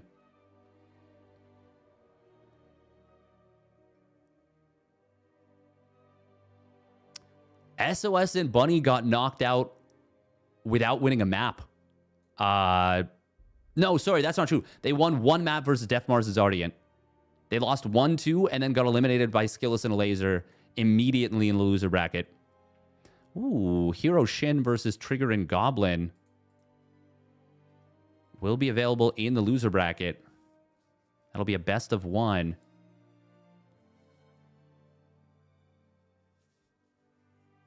Beyond Solar and Rogue Cure. Is that happening already?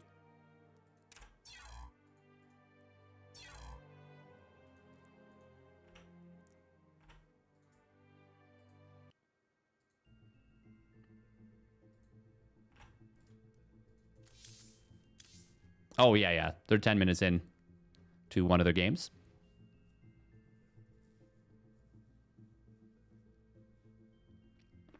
That was, Yeah, no, Creator made some really smart, sharp blinks. Oh, looks like Beyond Solar Cure Rogue just finished their game.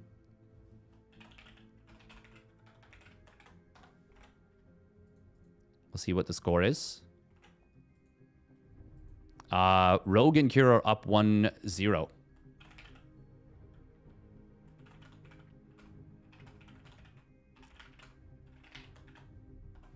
Okay. Yeah, we're gonna go for this one.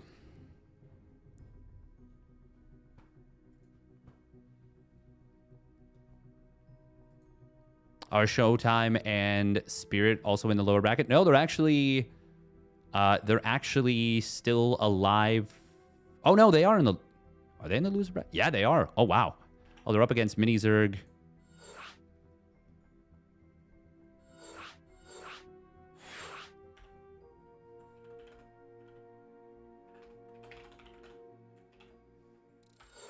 Oh.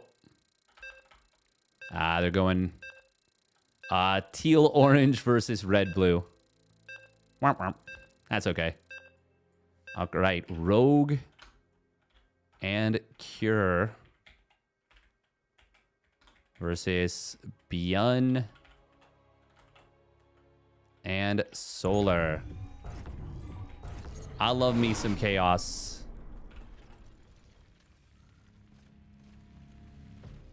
This could be a banger of a winner bracket final, potentially. Oh, God, the colors. The colors. The colors. All right, here we go. Spawning up at the top position. It is Solar. And his ally, I'm going to have to remember this. It's Beyond. Oh, oh my God, this build. Yo, yo, yo, yo. Okay, okay, we're taking both of our gases for our ally. We're 12 barracks. Oh, this is cool. This is cool. We're saving money. We're mineral maxing. Spawning down on the bottom right, it is Rogue. And his ally, Cure for Team Liquid. Oh my goodness, this is cool as hell. Game paused. This is cool. Oh, oh, they don't know. Oh, they didn't know. They had the same thing. You can see it right here. Game resumed. They had to turn on allied control. This mix of colors? Yes.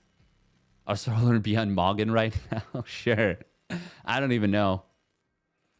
Yeah, so it was the same thing as before. Bulmy. Bulmy had the knowledge.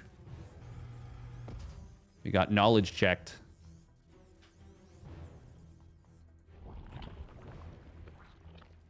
You up, mate? All right, it is going to be a Speedling opener as well from Solar. Oh, this is so cool. Beyond gets these Reapers into his opponent's main so damn fast. He is going to get them in here before the pool is done for Rogue.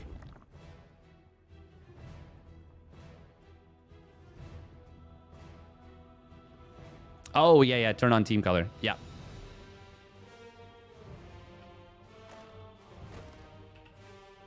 Thank you. Yeah, I forgot about that. They're going to be like, how the hell is there a Reaper in my base at 2 minutes? The Queen just started. Just started.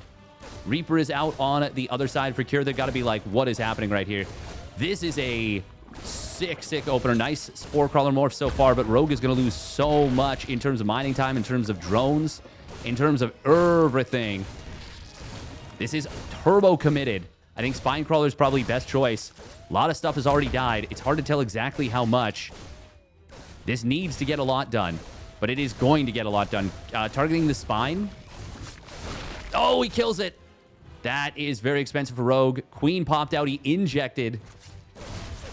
Oh, using the lack of vision through this smoke. Going to help a lot. Gets another drone there. Not quite able to one-shot the Lings, but killing so many of them.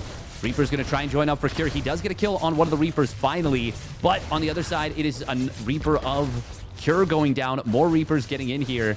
Queen is going to die.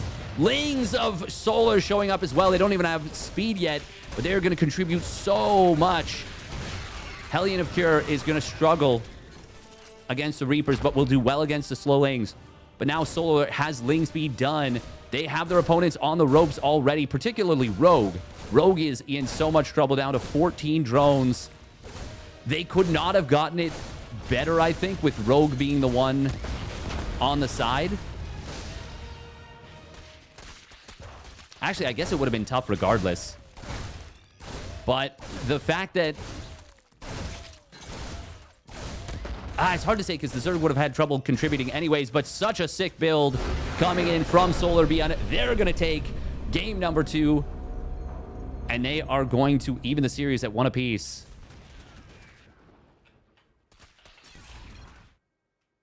Oh, that was so well done. That was such a cool build.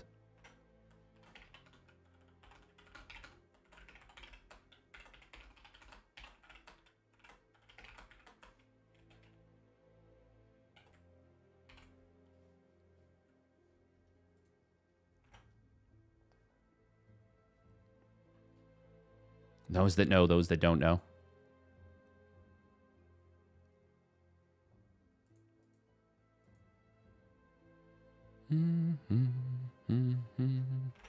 Oh, that was such a freaking cool build.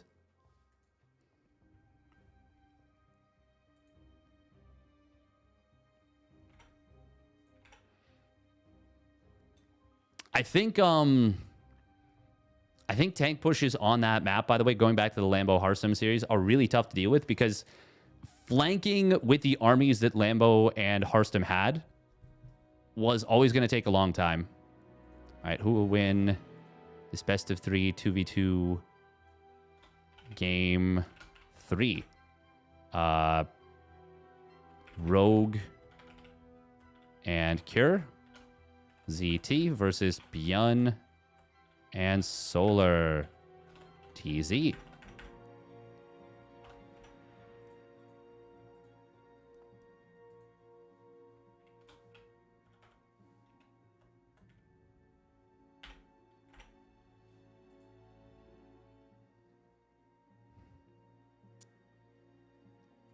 uThermal and Clem gave up on the double Terran. That's too bad.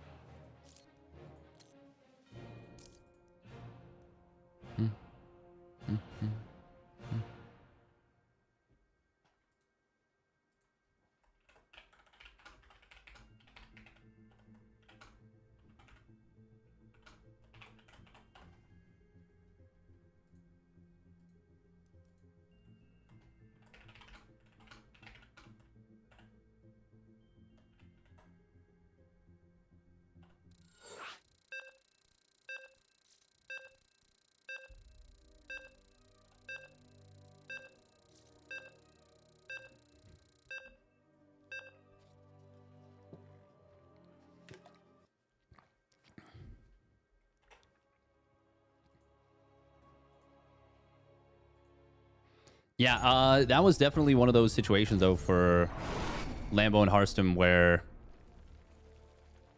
it's always going to be tough to deal with the setup of their opponents, I feel like. But kudos to Maru+Creator.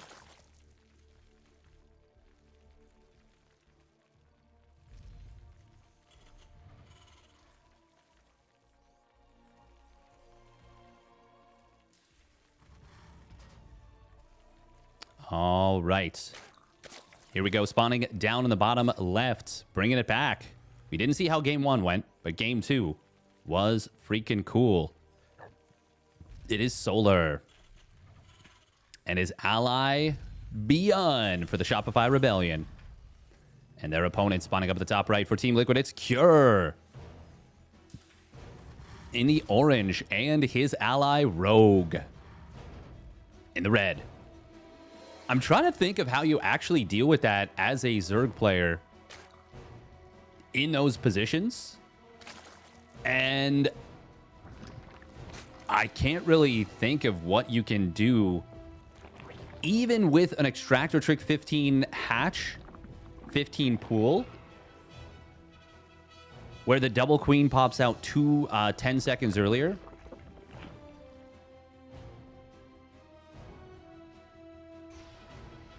Yeah, I'm not really sure what you do against that. That is going to be rough, regardless of how you look at it. By the way, reactor first, gold base first, out of Beyond and Solar. A very... So this is really interesting, because it is a really greedy play that can very quickly pay off to get very aggressive fast. Obviously, a gold base powered opening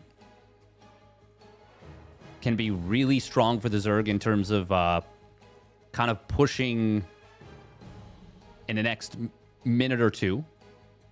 And the reactor, allowing you to build 2 Reapers at a time right out the gate, also gives some very aggressive potential. But it does look like Solar... Okay, no. Now he is going to transfer some drones. Oh, okay. I was going to say, this is very rare to transfer so few, but it looks like they wanted to make sure that there wasn't anything crazy going on before he committed to this.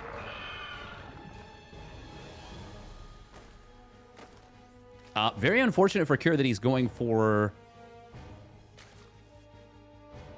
Well, getting 3 Reapers out is actually kind of good against the fast reactor, but it's also kind of awkward, too, because it delays your own reactor so much. Good job saving the SCV here. Queen will look for a pushback on the Overlord. Not going to be able to go hunting for it. Meanwhile, we do have a Lingbane set up. This is kind of what it was alluding to. 12 drones on the gold. There's a triple stack here. Oh, okay, he will fix it. Nice job. Very nice job from Solar. Excellent. Beyond is expanding. But he's also getting a second barracks while continuing to pump 2 Reapers and a Hellion at a time. They don't see really anything about this attack. Now he's going to see some Lings. Banelings will morph in from the back. Oh, bunker being started up before a creep timber was dropped. That's very nice. But unfortunately, the bunker is going to get denied. This is looking really good for Solar and Beyond. What do Rogue and Cure have to stop this? Almost nothing. They've tried to go up to a very quick Blue Flame Hellion. Not even Blue Flame, just double factory Hellion. Maybe panic response not adding the add-ons, which is a good panic response, by the way, but it is not going to do anything, I think, against this amount of Reapers and Hellions. Banelings, of course, going to make it so that SCV repairs are difficult. And this is going to be Solar and Beyond punching their ticket almost assuredly. Rogue is building 7 roaches, but he's already lost so many drones down to single digits, and he's gonna tap out because he's got nothing left. Banelings also going to be hitting on the middle line of Cure. And Rogue... Pardon me, Solar and Beyond will advance on to the next round. And once again, proving why they've got that #1 seed.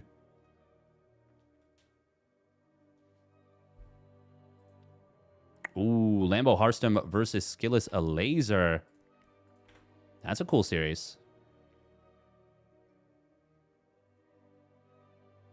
Loser of 32.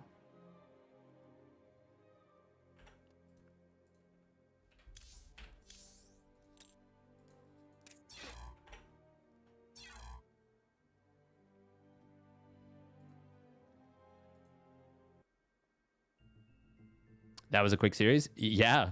The funny thing is we came in and just saw Beyond and Solar kind of dismantle them in the 2 games that they played. But it was just straight for the throat, right out the gate. Yeah, I agree with you, Smoke Cotillion. By the way, if peeps are enjoying the stream, make sure to follow if you haven't already done so.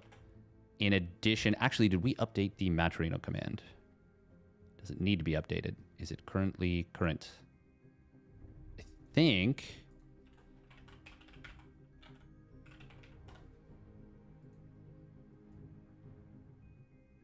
Okay, yeah. So there's still 30 coupon codes. So if you have not yet claimed a coupon code, would be very cool if you guys could do so.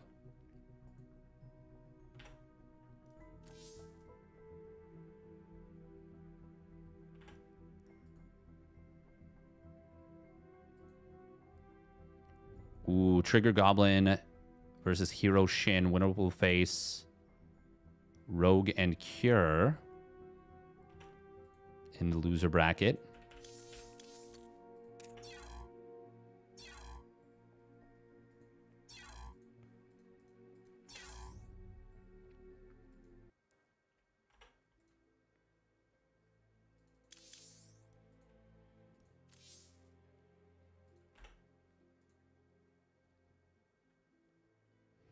Right out the gates. Right out of the gate? Right out of the gates? I guess right out of the gates makes... Does it make more sense?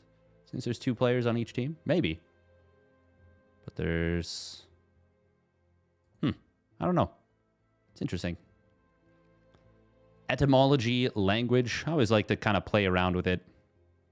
I imagine it is like a fidget cube in my hands. Not that you really need to imagine me fidgeting around. I'm just doing it. I'm just out there fidgeted. By the way, if you guys are enjoying on YouTube, would very much appreciate if you like the video.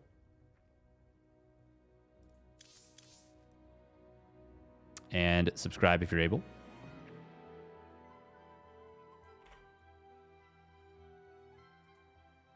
All right, we're gonna run. We're gonna run 3 minutes of ads, and we are going to. I'm gonna stretch my legs. I'll be right back. We'll toss up the standings. Currently going into today's tournament.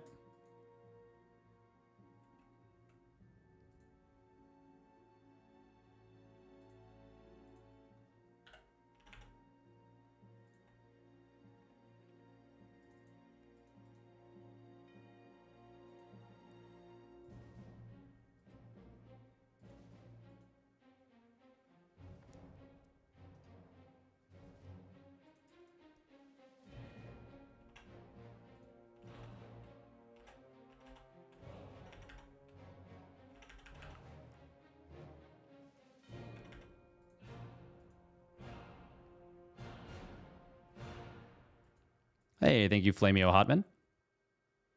Flamio Hotman. Nice, down to 29 codes. Once again, would be cool to use up all the codes if we can. Oh. Goblin just popped out a game. Oh, man, this is why I'm like, I don't want to take breaks. I don't want to miss anything. Bah. Okay, herO+SHIN did win, which means it is going to be herO+SHIN versus Rogue and Cure. Oh, God. That is so good.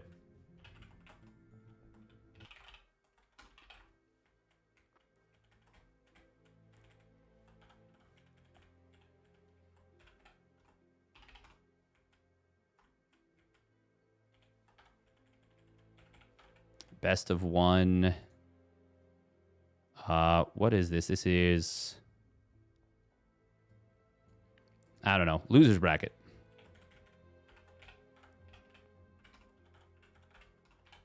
Loser bracket. I'm going to call it loser bracket, or try to instead of losers. I feel like losers bracket is a lot more mean. One of the best of one, 2v2. PZ versus ZT. Rogue and Cure versus Hero and Shin. Okay. We will be right back.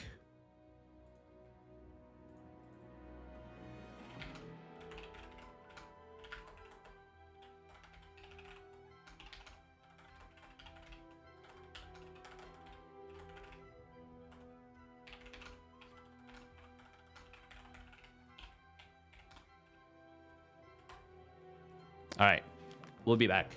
You guys can look at the standings.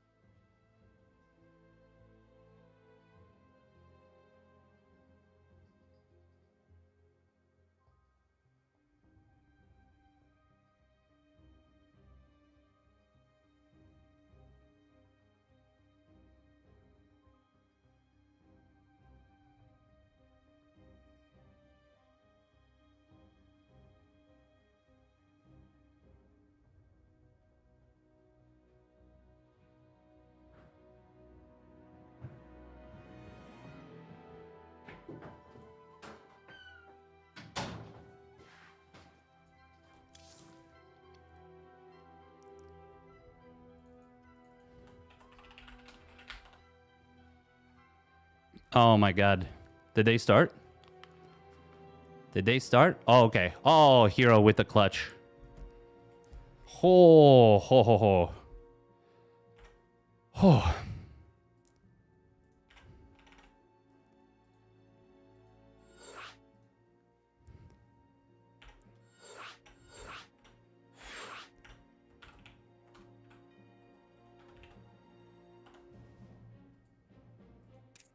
Oh, that was so close. Whew. It's going good now that we got into the game.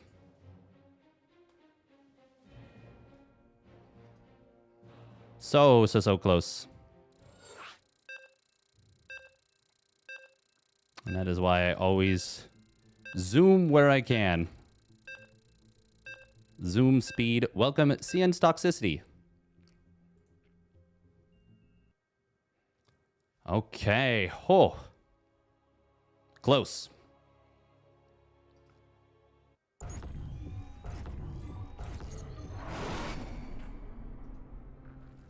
All right, here we go. Spawning up at the top left of Rust Bucket.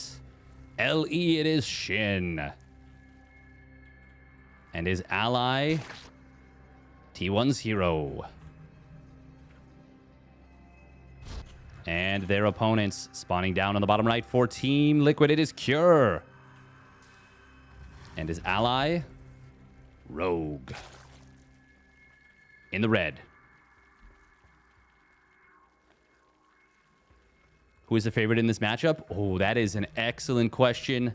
In a best of one, it could go either way.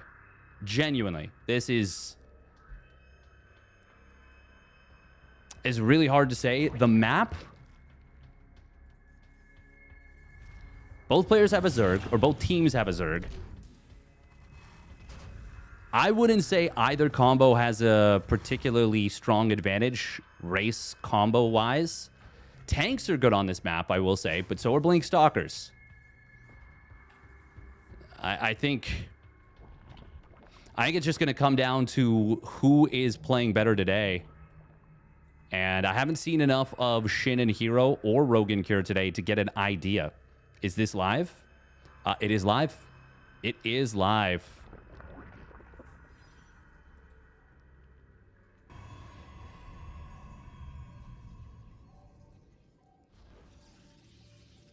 Welcome, TBD Forever. Yeah, happy Easter to everyone celebrating. Get them eggs. Egg maxing. All right, what do we have so far build order-wise? It is a hatch first.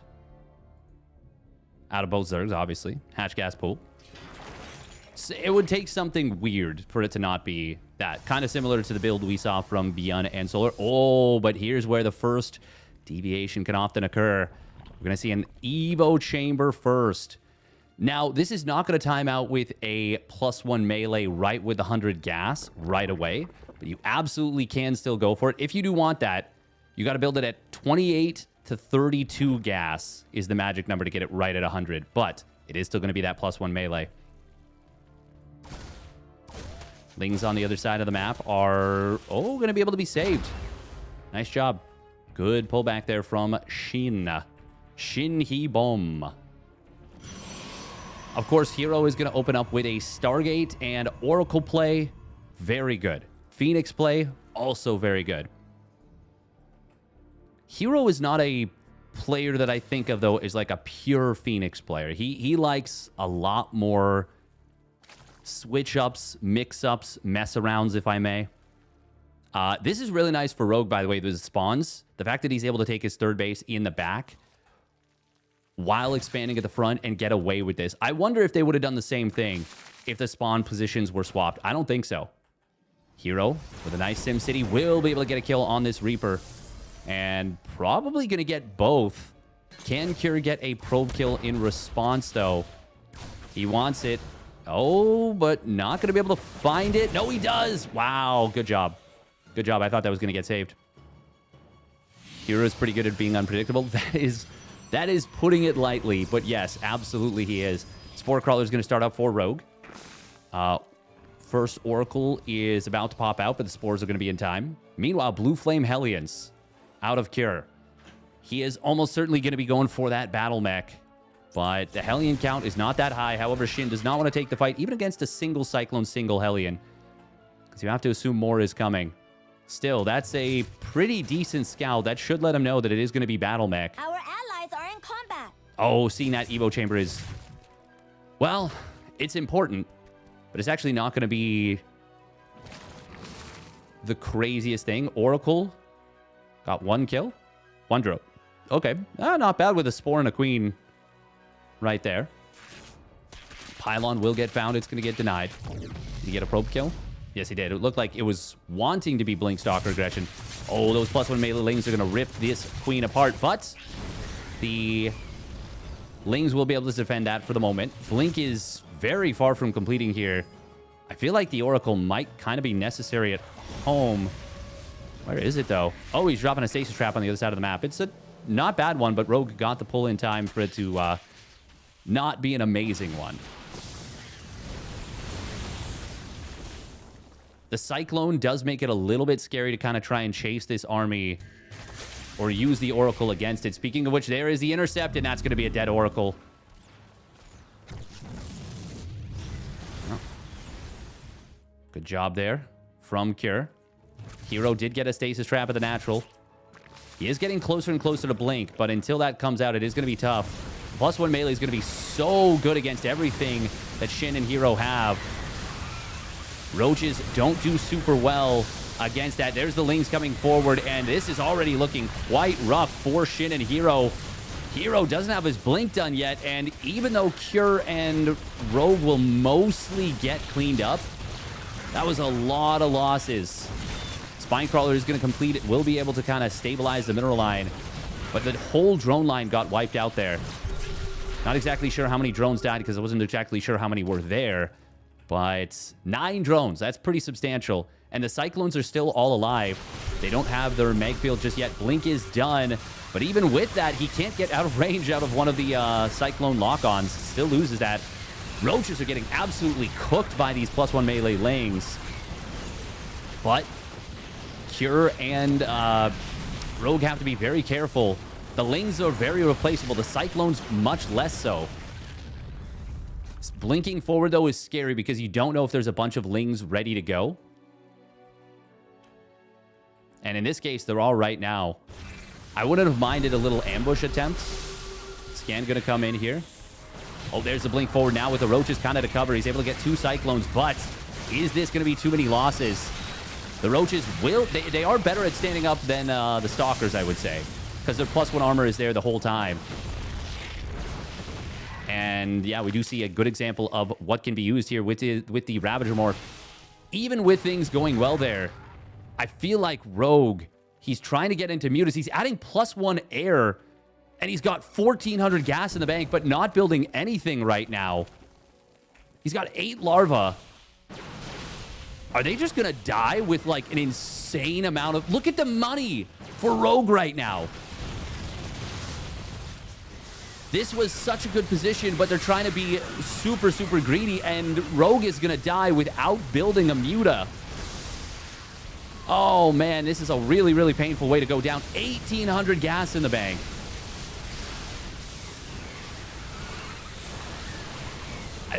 Shin and Hero just attack. And they are going to win this game. Wow. Wow, wow, wow, wow, wow, wow, wow. Now the Mutas start up.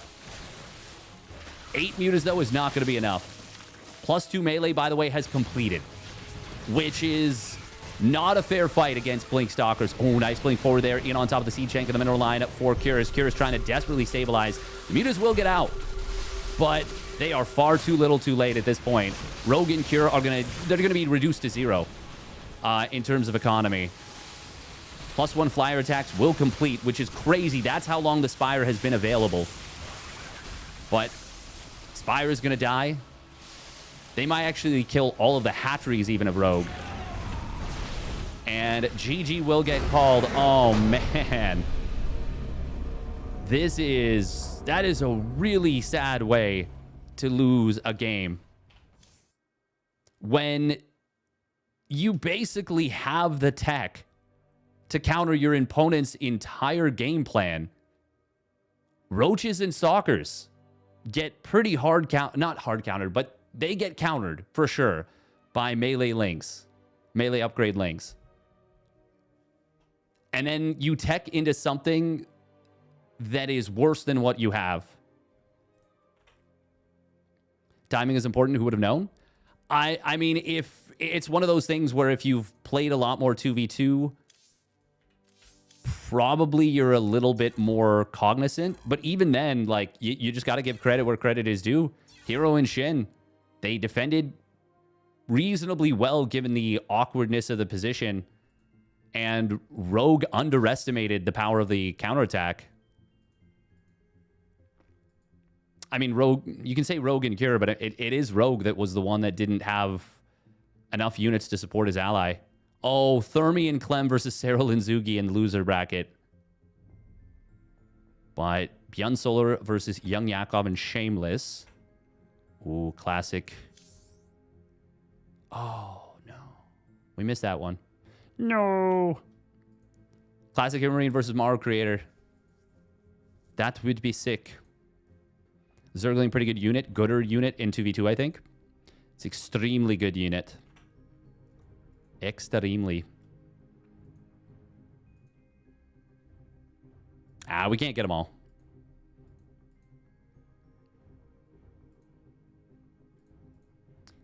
I think it's more so just that there was too hard of a tech.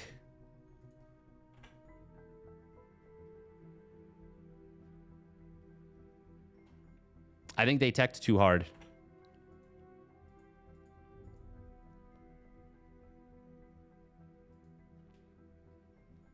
Skitless and a laser did beat Lambo and Harstem. Yeah, we're going to go Cyril Zugi versus Clem uThermal. Hey, thank you, my friends, calling me coach. Welcome back, welcome back. Clem plus uThermal versus Cyril plus Zugi.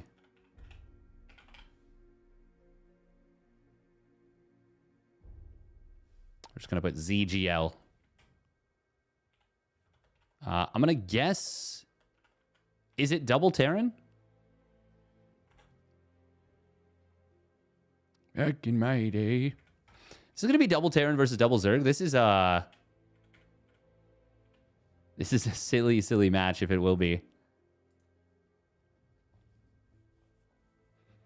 You need Hive Upgrade to get Lurkers? Well, you don't need Hive Upgrade to get Lurkers, but you need Hive Upgrade for the Lurkers to be effective.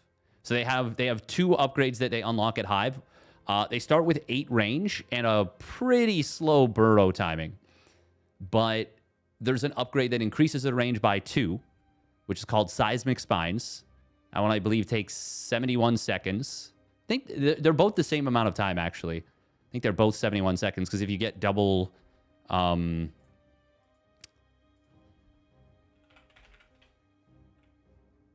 double Lurker Den. Oh, 57 seconds. 57 seconds. So, yeah, Seismic Spines increases the range by 2, which is incredibly strong. And Adaptive Talons reduces the burrow time from 2 seconds to 1.07 seconds. So they burrow very quickly. So it makes them a lot more difficult to be caught out of position.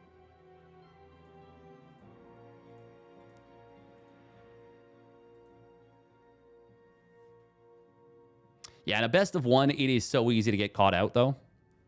Thank you, Gremlin. Lead JHF. Yes, exactly. Exactly, my friends call me coach. 100%. Yeah, you can do a lot of, like, very early lurker timings in Brood War. Whereas in SC2, you really can't do a whole lot with lurkers until they get their Hive upgrades. And if you go for that, you're going to have a tough time doing much of anything. Oh. Wait, who is Solar up again? Oh, yeah. It's winter bracket. Solar. This may be a higher quality game is the thing. Solar Beyond versus Young Yakov Shameless. Classic HeroMarine did go up 1-0 over Maru+Creator. Oh, wow. We could go for that one. Adaptive talents did get nerfed big time. Lurkers, I think Lurkers might be 7 in Brood War. Or are they 8 in Brood War?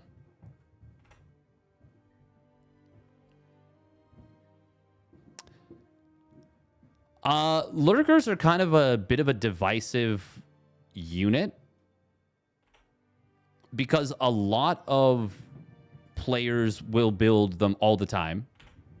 And then a lot of Zerg players are like, no, I don't want to build them at all. Or I will build them under very specific circumstances. Realistically, the best player with Lurkers is probably Dark, actually. And that may be a very controversial opinion. Oh, man, I really want...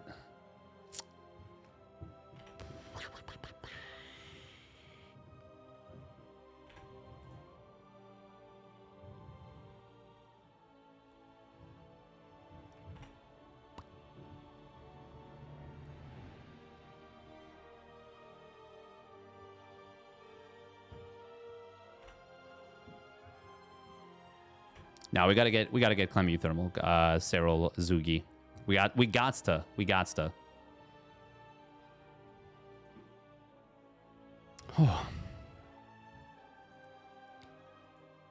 I believe Colossus used to be 6 and 9.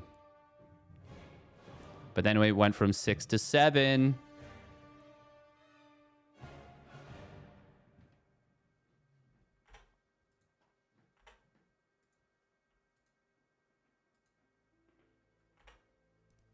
Unsub for that one. Reasonable fare.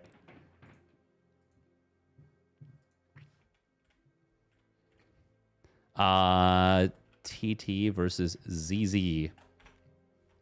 Chat after my most recent shenanigans. Clem plus uThermal.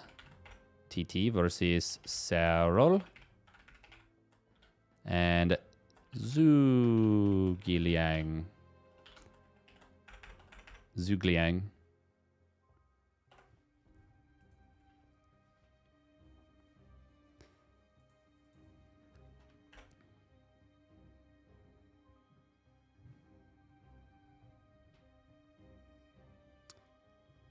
Against Protoss, Lurkers are super good when you can kind of make the game weird.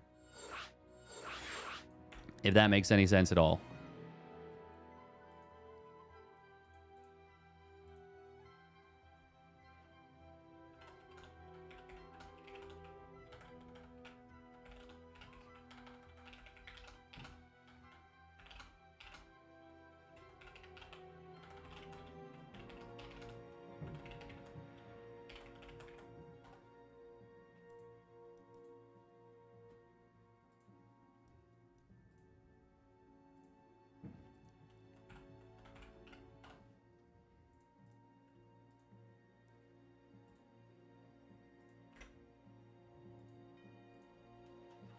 Cloak and nuke, but no lockdown? Correct, but they can also EMP. Snipe, nuke.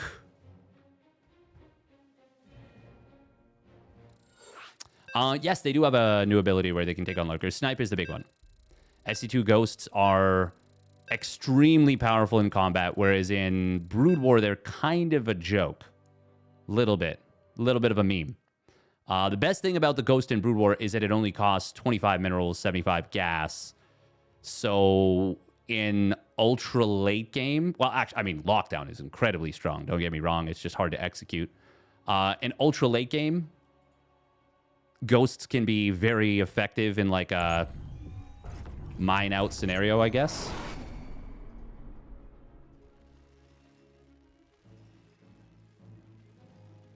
All right, here we go. Spawning down in the bottom left for himself, but also for Terrans everywhere. It is the cheese maniac, uThermal. And his ally, Liquid clam. Malem.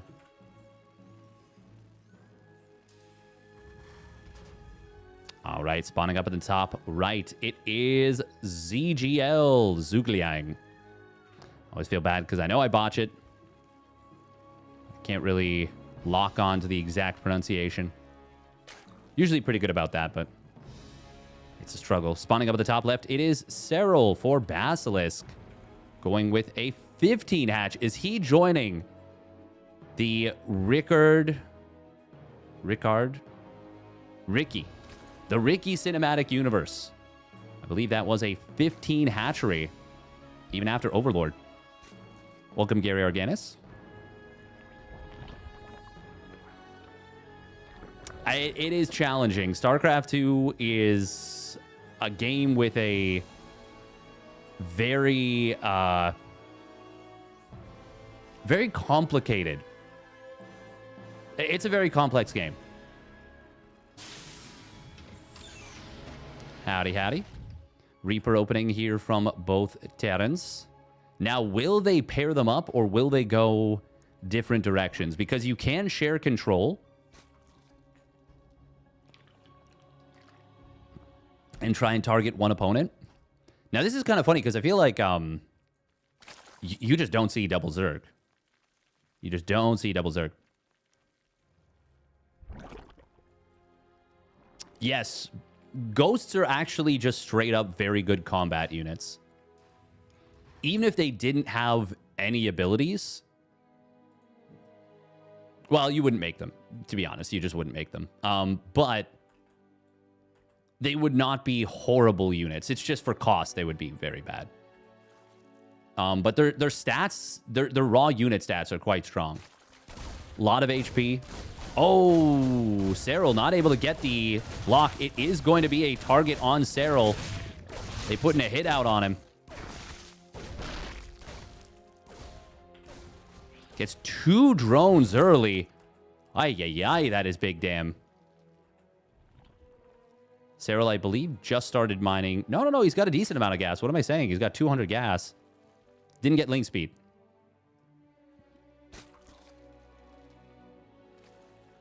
Is that like vultures on a bio unit? This is the Reaper. That is the Reaper. It can jump up and down cliffs. Has regeneration over time. Oh, this is going to be an ultra aggressive play. We've got a Baneling nest. Okay. This will actually be very difficult to deal with for Clem and Thermi, potentially, unless they get a scout on the Roach Warren. That is really good info. He does lose that Reaper, but seeing the drones pulled like that, it's almost a bigger tell than scouting the Roach Warren. Because that means they should know how committed this is going to be. Oh, Banelings are... No, don't lead him to the Banelings. Ah, that's a very unfortunate set of Lings. That will give up the setup. Now, these bunkers are stacked on top of one another. Baneling's going to try and split. Roaches are very slow to cross the map. We've got a big drone setup coming in from herO+. Zugi is going to continue to rally in Lings. herO+ going to be supply blocked at 60, but he is morphing in a Ravager. We've got a lot of Banes here. Hellions are going to be good at dealing with the Banes. They're lined up. They get a lot of those Banes. That is going to mean the bunkers are not going to be able to be busted by any means. This is going to get not a whole lot done. Corrosive Biles come in. They don't kill this one set of SCVs. Oh, he could have hit the SCVs right away, but he will take down the bunker on the left side. uThermal is a little bit isolated, but the army of Clem kind of baiting to the right. Banshee is out. Hang on. This is actually looking pretty darn good in terms of damage compared to how it felt like it was going to go. But they're going to lose everything. The Marauder swap from Clem. The Banshee. Good cleanup. And now, how do you possibly deal with the counterattack? That is 11 Hellions out. I think they might even need to morph some Banes. Zugi, that is. herO+'s up to 37 drones. That actually doesn't even put them ahead. I feel like this was just the best of a bad situation for herO+ and Zugi, considering how well Clem and Thermi responded. Look at the juke there from uThermal, but He has to go very far onto creep, and that is actually going to be really good for Zugi and Serral, taking out basically half the Hellions. Clem's Hellions were just sitting at home. Banshees are out. They do have Cloak. Serral, no Spore just yet at his third. But he's got a Spore that is ready to swap over Zugi. Does have Hellion or Lings ready to deal with these Hellions. Spore Crawler will reposition. It's actually a little bit out of position right there. Oh, Zugi is Spore so late. Ay. Meanwhile, Lings of Zugi looking for the fight against Clem's Hellions, but the Hellions were pretty far off creep. Zugi taking absolutely crippling damage right there. We're going to have to see how many drones he lost, but it was a lot. Oh, and he's still losing so many more. The Banshees of Thermi. Striking gold. 17 drones dying for Zhugliang. And Serral. Oh, he can't go it alone. It can't be done. They need to find something on the other side of the map, but I just don't see how that's going to happen. Clem's already got stim done, by the way. His first two medevacs are on the field. And it's nothing that he's got concussive shells with the two Marauders here. Serral with a really nice... Oh, that's fantastic right here. The Evo chamber blocks. Unfortunately, it is not going to matter. Yeah, GG gets called. Zugi was dead. Completely dead. And Thermi and Clement move on in the loser bracket. At one point in Korean scene, Double Zerg was banned. Oh, do we have the opportunity to get into classic HeroMarine? Oh, they just won. Okay, so we go to Beyond Solar, Young Yakov, Shameless Game 3.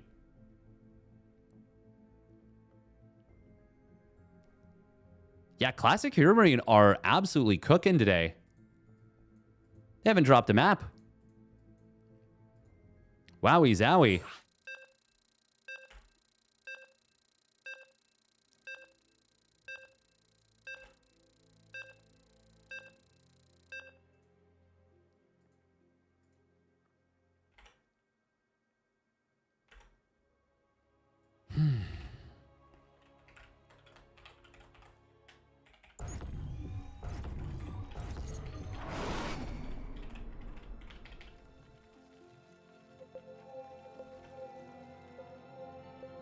Okay.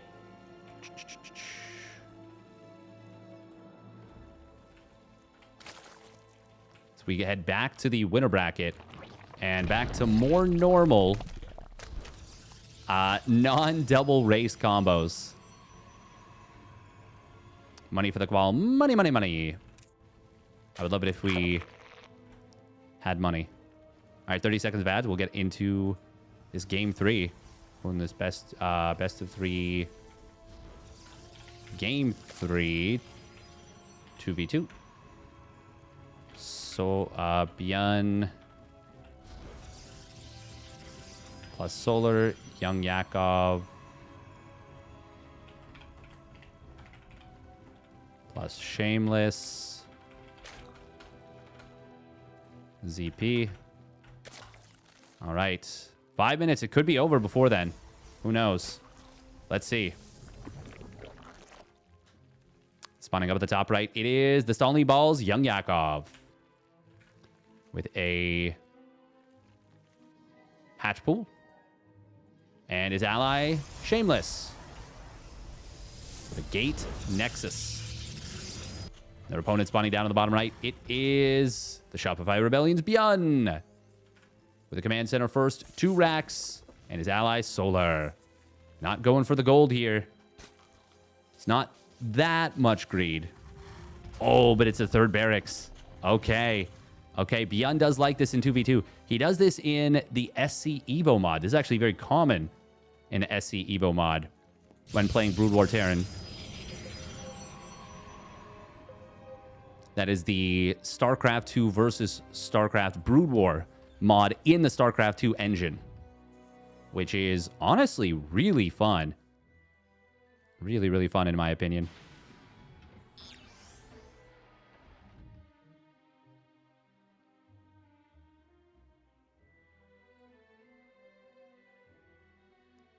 Do, do, do, do, do.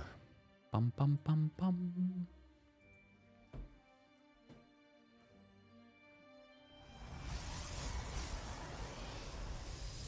Need points. I only have a few 100,000. Heh.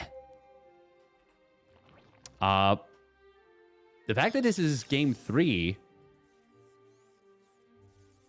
is pretty cool. I believe it's game 3. Let me double check that by checking the other stream.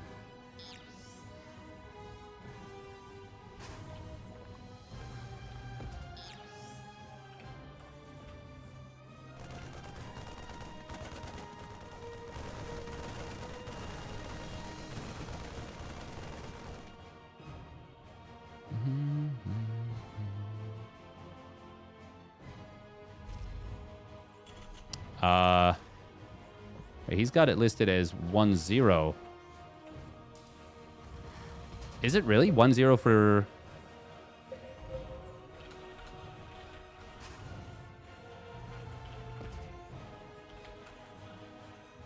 Oh, it might... so we would have to change this then. Oh, Ling's looking for the Stalker of Shameless. Young Yakov, does he have enough to cover this?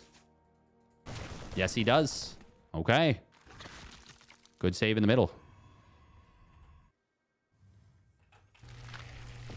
So we might be wrong then. And if that's the case, then obviously we're going to change the... channel points bet.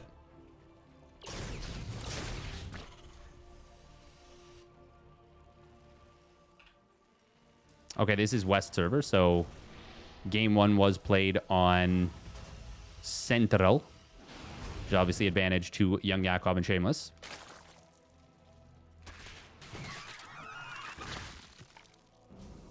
Young Yakov going to be playing Spire. Solar, meanwhile, is building a lot of Banes on the right side. Young Yakov doesn't have units in position, but he's got a couple of his own Banes. He's going to morph in a couple more. Solar. Oh, he tried to manually detonate. It did not work out well. He got dodged. He got juked. Beyond, though, moving forward. More Banes from the back. Oh, those Banelings complete. That's a huge detonation. Young Yakov got a really, really big set of Baneling detonations. Is that enough? I think it might not be, actually. Okay. There is still a lot for Solar and Beyond here. Baneling's getting into the middle line of Shameless. Those are some dead probity probes. That looked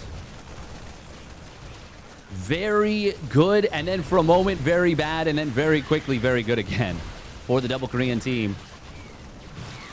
Those two Banelings finishing up for Young Yakov, still not quite enough. Good spreadies from Beyond here. Young Yakov will still be able to get a couple of the Marines, but it's not going to be enough to slow this down just yet. That is good dodge on the Baneling. And Shameless, he's got a third base ahead of this, but he's lost all his probes. He's going to lose his natural nexus. And if they want, they can back away and just kill this base. But they can also kill off this base of Young Yakov. However, it would allow Young Yakov's mutas to pop out.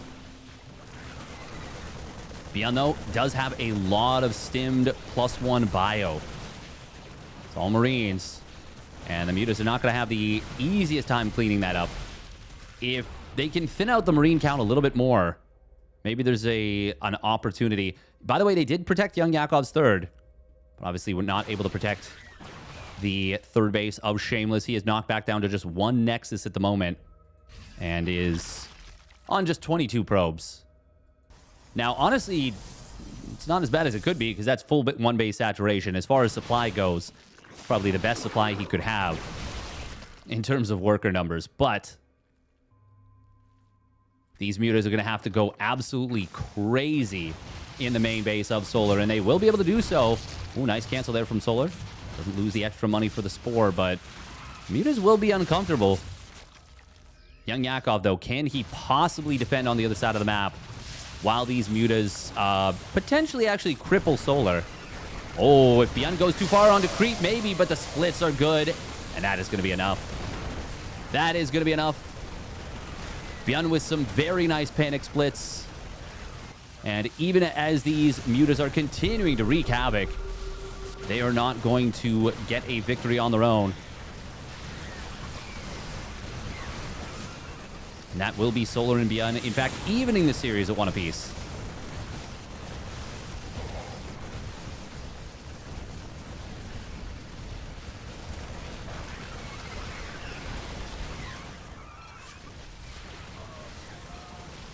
Shameless wanted to blink forward and kill that tank. Game Oh. resumed. Shameless with an oops. Sorry, Mitz. That's cute that he wanted to, like, no, wasn't on purpose. Sorry, guys. Didn't mean to. Didn't mean to.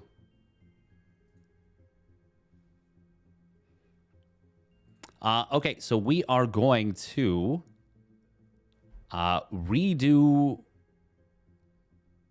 Yeah, we're going to redo this prediction.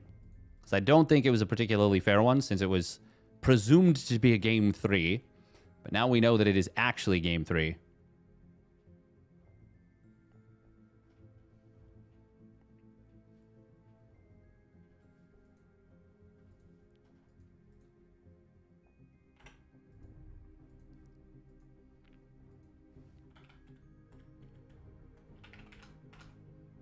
Who in this game 3 2v2?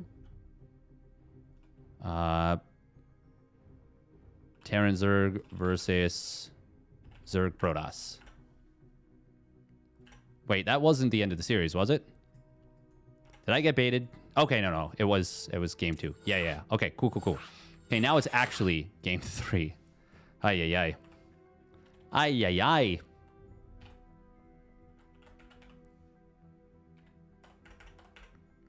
I do apologize.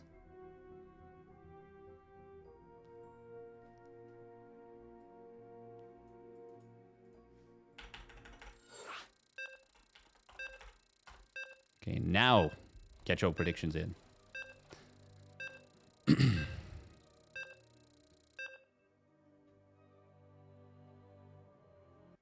uThermal says that he already figured out the aggression because of 300 mind cast. Ah, nice. Nice. Oh, I forgot to ask Shameless to change to orange. It's fine.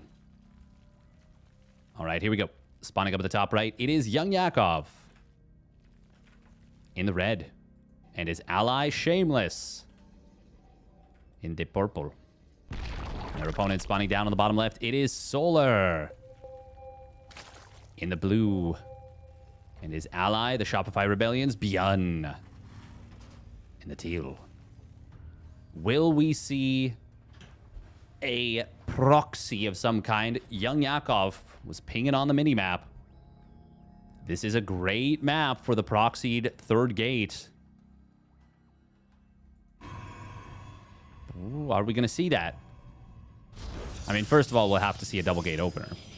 You know.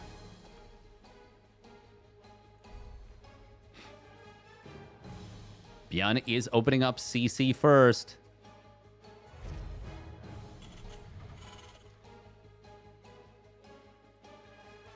If it's CC first into the 3 racks, I actually feel like that is gonna have a pretty tough time.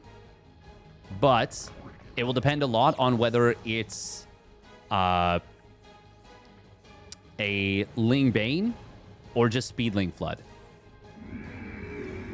Now, if it's super fast factory follow-up behind this, it's very different than if it's the same 3 racks we saw from Beyond in the previous game. If it's 3 racks, we have a lot of Marines, but they're very basic. Cannon Rush. That would be really awesome. I'm actually a little bit disappointed that we don't see anyone going for Cannon Rush in 2v2 at all. Because I do think there are situations where it's a lot stronger than people realize. Not every map. Not every situation. But the thing is, there's just no one really left who is like a dedicated cannon rusher. Do cannon rushes work in 2v2? They can be successful without necessarily killing opponents, but not always. They are not always successful. And they are obviously a big commitment. Okay, seeing no Nexus is already a big tell. Baneling Nest coming in for both players. It is going to be Solar building a Spine Crawler. That will be far forward. We do have a bunker here. The problem is the entrance on the right side. You can just bypass this ramp entirely, and that should be exactly what they aim to do. Oh, Shameless. I was going to say, we got to make sure we're going the correct direction. That's the biggest thing. Solar and Beyond. I like the spread on the bunkers. I like the Spine Crawler. I like the fact that it is 2 bunkers. I don't know that I like the second gas from Beyond right now. Okay, he's already giving up the low ground. And, I mean, they know that it's no expando just yet. Our forces are under attack. They won't know when the expansion does come down. The interesting thing here is this is going to function as a 3-base versus 3-base situation, but with Beyond just kind of having double Mule, double SCV production. And, of course, if he's able to secure the low ground at any point, I actually really like this from Solar and Beyond. This is such a smart choice. Baneling's going to try and come in. Solar, oh, not going to be able to get the Baneling detonations on his opponent, but one of the bunkers is saved, even though the second one does go down. Nice job right here from Young Yakov, or pardon me, from Solar, I should say. Kind of intercepting the reinforcements as best as possible. Oh, Solar fighting before the Banelings complete. That's actually a really, really nice little move. With a bit of a better concave, Young Yakov had to kind of run along the lings of Solar and give a bit of free damage there. Oh, Marines, they've got to be really careful here. Queens are off creep, so they're not able to transfuse. They didn't have the energy for it anyways. Nice snipe. I believe Beyond targeted down a last Baneling just before it connected on the Marines. Now recall is forced out, and that is a very good defense here from Solar and Beyond. And Solar says, I think we can break this position. He saw that the Banes just morphed in. There's 2 more Banes coming up behind this. Baneling does manage to connect on the morphing Banes. That's going to be enough. There's a big Baneling detonation on one of the reinforcing Banes, but this is still an extremely good situation for Solar and Beyond, as once again they break the position. You can see the resources lost. Solar is losing on par with his opponent, but Shameless has lost so much more than Beyond. And Beyond's Marine count just continued to rise. He's now got Stim done. Combat Shields is on the way. Got a chance to build some add-ons. He's now mining from this natural. Did he even lose an SCV? Oh, yeah, he lost plenty. But they were repairing SCVs. He could certainly afford it. He is, in fact, the highest worker count player in the game. And that's not even taking into account the fact that he's got multiple mules saved up. And is even mining with a mule. Stim going to come in. He can just kill all the Banes, basically. That is exactly what's going to happen. We've got some Morphing Banes trying to come in. One of them gunned down immediately. Second one, that's going to get killed off. The other one just started. It's got no chance. Beyond magnetically drawn to clicking down Baneling eggs. Shameless does still have Stalkers, of course, in large numbers, but there's no Nexus. This is as all in gets. And Beyond and Solar, well, Beyond in particular, is just getting much stronger. Solar has actually been enjoying the worker lead just ever so slightly over Young Yakov for a while. But the big difference is Beyond versus Shameless right now, and it's just not even a close comparison.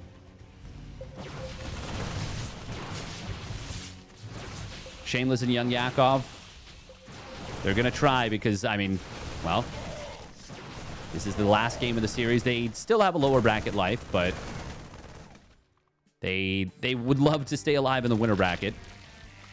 Okay, expansion, DT Shrine, drones. Went behind Dark Shrine, but when this behind, I think GG.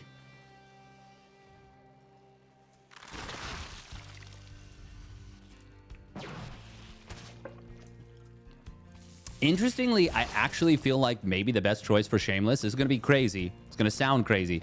Best choice would actually probably be Storm. Straight into Storm. Solar is not wildly ahead of Young Yakov.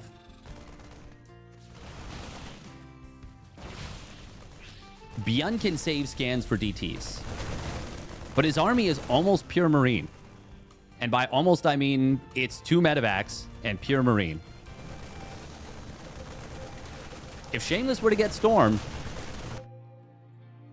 I mean, there's a small chance. Oh, this Baneling trap. Oh. Oh, my God. Oh, he showed it. He didn't need to. He didn't need to. He could have stayed at the top of the ramp. Oh, that's unfortunate for Solar. Still. I feel like that's more of a, would have loved to get you, as opposed to actually needing to. On the other side of the map, oh, Baneling does get a big detonation. And GG will get called. Solar and Byun just walk to a victory. I don't even think they were going to have time for Storm anyways, realistically. But I think it was probably the best choice. But realistically, I don't think there was a choice that wins them that game. +1 stimmed bio with medevacs against everything that their opponents had. That wasn't going to be enough. Now it's going to be Byun and Solar versus Classic and HeroMarine. Meanwhile, Maru+Creator versus Hero and Shin. Oh, man. Oh.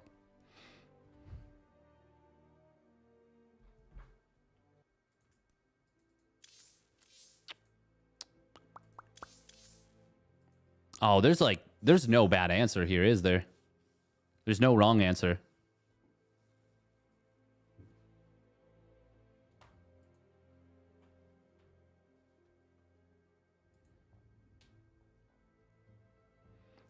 Stupid question, but how did the Zerg pumped out Zerglings so fast with only 2 hatcheries? So injects allow you to pump units very, very quickly.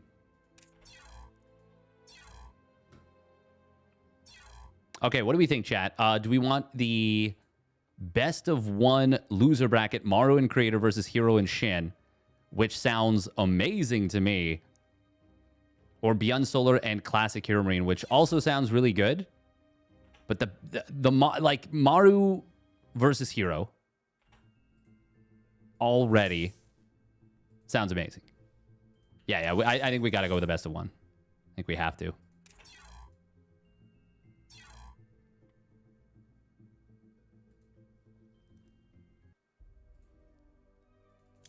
Especially, I think Thermi is... Well, I don't know what Thermi is covering. That's true. It is just 1 game. You are right.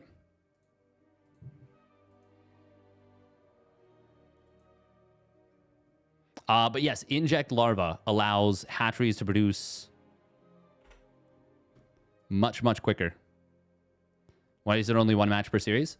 For the loser bracket, there's only 1 match per series. But for winner brackets, it's best of 3. Winner bracket and grand finals plus potential black bracket reset.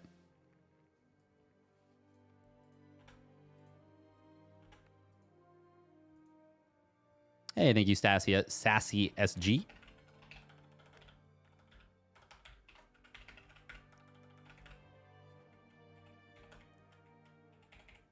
I also really, really like, so far, Terran Protoss versus Zerg Protoss. Or in this case, Protoss Zerg, but, I mean, same diff.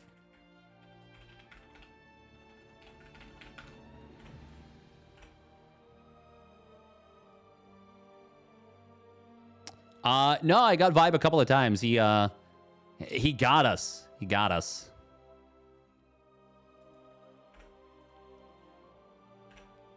Vibe's got some pretty darn good mechanics, even when he steps away from the game for a while. ZVZ ZVZ one where speed and mechanics are huge. I mean, he definitely got a pulled the wool over my eyes in the first game we played.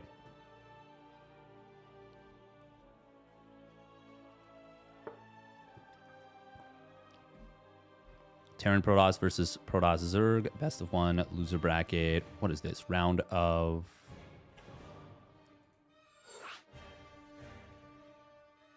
Oh, okay. Cool.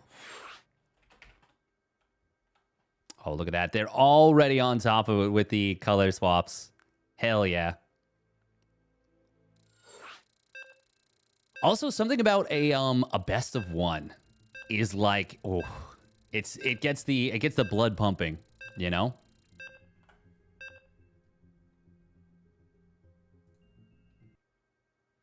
Okay, uThermal got knocked out there, which means that this is round of 6.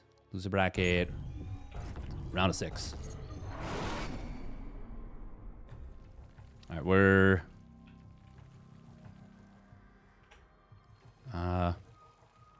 we'll win this game 3 2v2. Maru+Creator.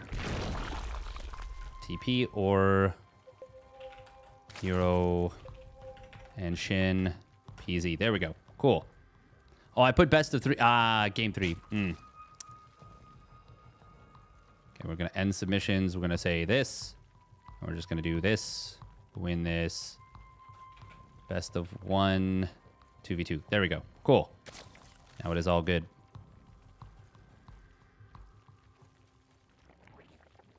All right, here we go. Spawning up the top left, it is Shin. In the orange.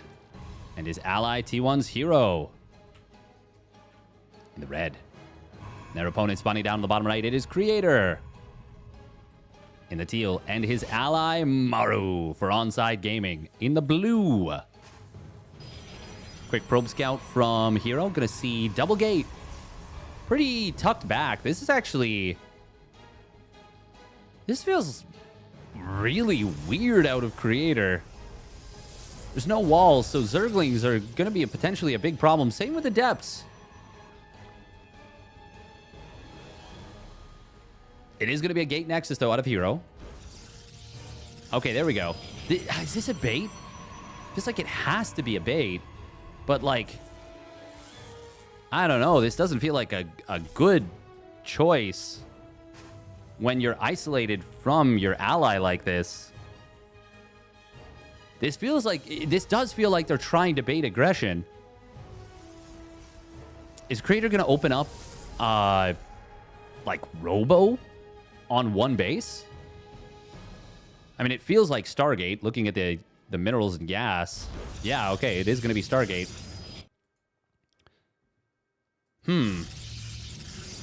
I mean, it did scout.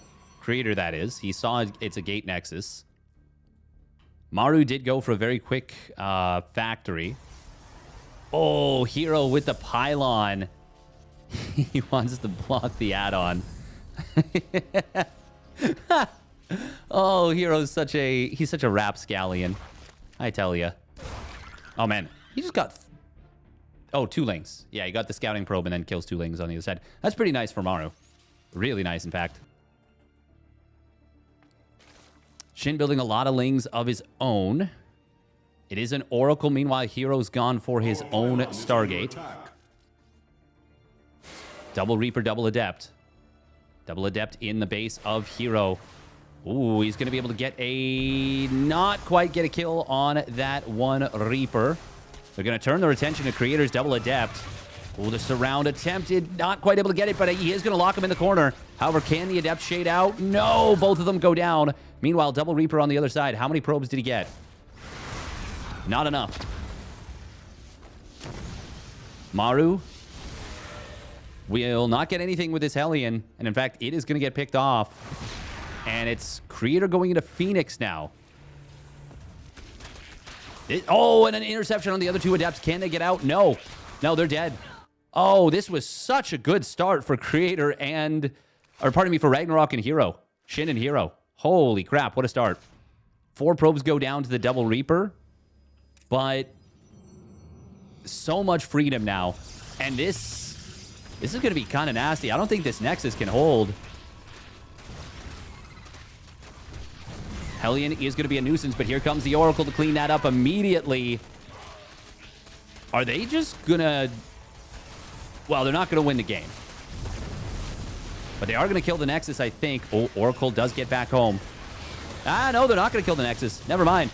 Never mind at all.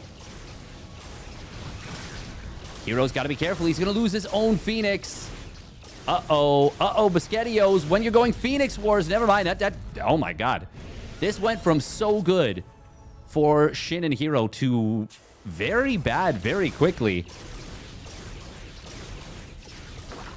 Losing the Oracle was unpleasant to the Cyclone's lock-on, but losing the Phoenix for Hero is ridiculously bad. Like, that is actually brutal for him. The Adepts are replaceable. And now Hero's kind of forced into Twilight Council.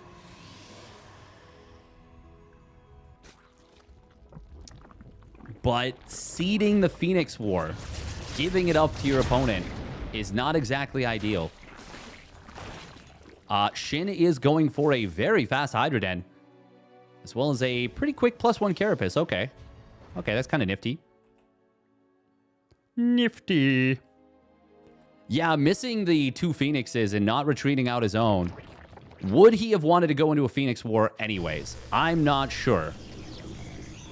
But now he just can't, is the tricky bit. And Double Stargate Phoenix has so much freedom in 2v2.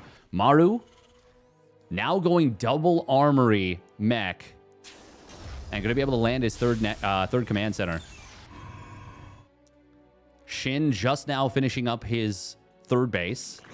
Just now going to start to mine from it. Yeah, I feel like the potential for Shin and Hero to just get a huge eco lead, do a bit of damage on the other side of the map, but mostly just kind of put themselves in a really, really strong position. There was huge potential for that. But instead, they overcommitted trying to kill this base. And, well, they didn't even try and kill the base is the unfortunate thing. Ooh, probe in position. We'll spot this. Oh, but he could lift these Stalkers before they warp in. Won't do so. Phoenixes are going to get dove. He gets 1. Oh, but it's 1 for 1. And obviously, when you're outmatched in the Phoenix count, being able to kill the Phoenixes is nice. But he did lose a couple of probes. And it was maybe more than a couple. It was like 3 or 4. Might have even been more than that. Hero now up to his own third base. Creator just starts his own. So Shin and Hero do enjoy the lead. We got to point out, by the way, Hydras are not going to do well against Blue Flame.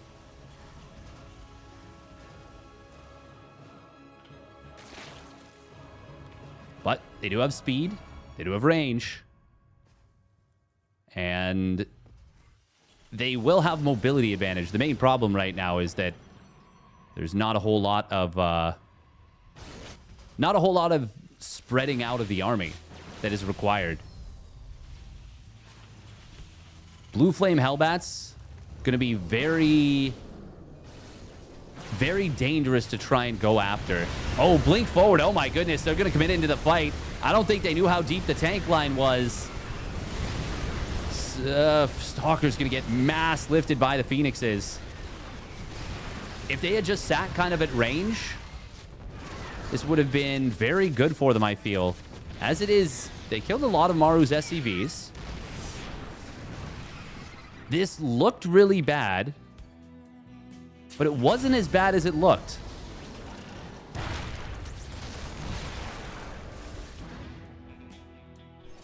Maru can rebuild. He's got his 1-1 done for the mech. Oh, Creator's going for the carrier swap. Got to be careful. Stasis traps could be anywhere. And there is one here. It gets 4 Hydras. Immortal going to be saved by the battery and the rotating units. And now the Phoenixes come back home. Shin is able to snipe down a couple of them. Oh, he wants to turn on this Phoenix. Does get it, but it will cost him even more Hydras. Stalkers for Hero are not able to cover this. Oh, but he does get the Oracle. That's actually really big. There are only 2 Stargates. There are. Oh, wow. This Hydra surviving. That should not be happening. Oh, Hellions on this left side. They've got their +1. They've got their blue flame, but they do not have an opportunity to get much. However, they somehow slip past and get 2 drones. Shin kind of let that happen a little bit. If he was a little more on point, could have probably saved everything. Vipers. Vipers in 2v2 are incredibly strong, and part of the reason for that, of course, is that what we're seeing can be done. In 1v1, you rarely, if ever, would want to go for 5 Vipers, because that's way too much supply. But in 2v2, you don't need as many fighting units, because your ally can go heavier on the fighting units, and you can just build Vipers. 15 army supply out of, let's say, 130. Or maybe even 120, because you might have, let's say 75 drones, 125, yeah. That's a lot more than 15 army supply out of 250. Let's just say, yeah, 75 drones, 75 probes for a max out. Now, we're not maxed yet, but 75 probes, 77 drones, so at least there's something to that logic. My setup is kind of explained. Hero is going into Tempest. Oh, that's a lot of blue flame Hellions. This time, Shin's got nothing to defend his third base. Drones are going to get absolutely roasted and toasted. Oh, God. Oh, the drones, they stack up. There is not an opportunity to build an Evo chamber wall, but a good splitty. Pretty decent. Still, Maru going to be able to click down a lot of drone arenos. And what was 80 drones, or got up to 80 drones, is now down to 61. That is some good damage. Creator now getting up to his own 4th base. Tempests, of course, will outrange the carriers and be a really big problem for them. But you need revelations. You need to be able to see where the Tempests are, and you need to be able to kite with them as well.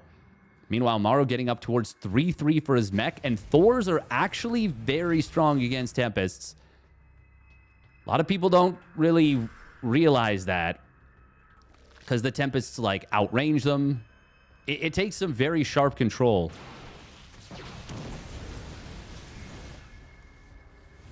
Part of the reason why mech is kind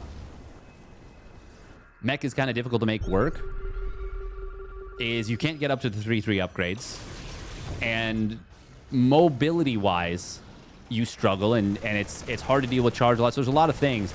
In 2v2, it is kind of tough to punish that. Oh, that's a really nice find here on these Hellions, but seeing the Tempest is maybe more valuable than the loss of all those Hellions. More and more Thors being added in. Their high-impact payload mode, once again, it hits hard. Now, if you can keep the Thors from getting on top of the Tempest or getting in range of them, then all that I said is a moot point, and the Tempest will absolutely obliterate the Thors. But that is easier said than done. Hero is now going into carriers. The main problem, once again, is going to be those upgrades. Observer looking for a potential blink on this tank, but there's another one behind it. Hero stopping his ground upgrades and going double cyber core. Ooh, meanwhile, Microbial Shroud. Looks like Shin. He's got the Simulant Zerg, so his buildings are on fire. Even though they're biological, they're biological mech. It is going to be Microbial Shroud. Microbial Shroud Marine is like the most OP, by the way. We're not going to see that here because it's not possible. But it is so busted in 2v2. Mass Overseer, by the way, for the Mass Changelings. God, this is such a strong army. Oh, approaching this is terrifying. Shin, I mean, I don't even know what you're going to do here. He just has to walk away from the army. Hallucinating carriers is kind of funny. We're going to see Blinding Clouds attempted. Abducts on the Thors into the Blinding Clouds. Beautiful combo. Unfortunately, It is not going to kill much of anything. I don't know if Cloaking Field was in time to save those units. I think they just kind of had to back away. Is there Neural Parasite? There is. Scan comes in, sees where the infestors are. There's lots of Neurals available. Oh, recall. Wait a minute. Oh my god, we're abandoning Maru in his hour of need, but scans come in. They kill a lot of the infestors as they try and escape. He abandoned his ally. Oh man, Time Warp gonna get dropped on top of so many siege tanks. Will there be enough? Oh god, the Hydras get absolutely obliterated. Shin just lost everything. Shin just... He didn't need to move those Hydras in. They just all died. Shin, why? I know why. It's because Mech is a brain breaker. It's because Mech happens to a Zerg player, and it hurts. It hurts. It's a tilter. Creator now the one with more Tempests by a lot. And now he is going to have the ability to counterattack Hero. He's already killed one Nexus. Another one goes down. Even with the recall. So, okay, that should not have worked the way that it did. Shin should have been able to get his Hydras away to the bottom side. But shoulda, coulda, woulda. Didn't work out. Fungal Growth on 2 Thors. Going to do a miraculous 50 damage. Completely useless. We will see these Thors. Are they enough against this air? Oh, with 4 more Thors on the right side. Yeah. 4 Thor and 7 beers ago. Meanwhile, Creator pushing in. Shin is just not able to contribute. The Hydras they're just useless right now. The Infestors, if they could neural stuff, maybe. They're not able to neural. And shit, yeah, Hero's going to lose the fight badly. All the carriers going to get obliterated. Even the Tempest's going to go down. And you see the power of 3/3 Thors. There is not a lot of units in the game that stand up to 3/3 Thors. They're kind of the Viltrumites of StarCraft 2. And GG will get called. Maru+Creator. Get it done. The Phoenix Mech into Carrier Mech. Even with the recall that felt wrong. It felt like a blunder. It was not. It was not at all.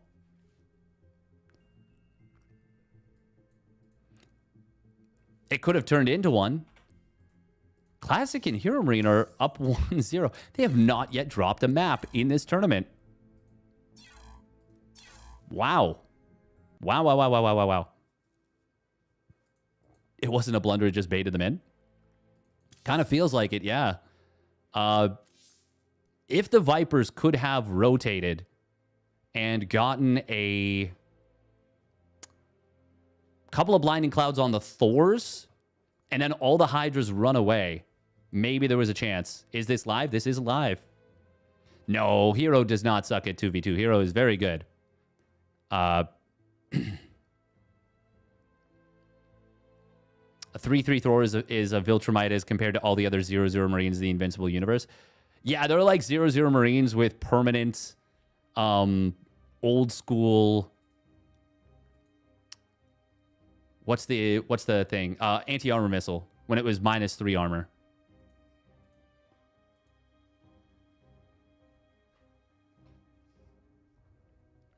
Those siege tanks, Thors, carriers, and those flying disc-looking things. Yes, the flying disc-looking things are Tempests.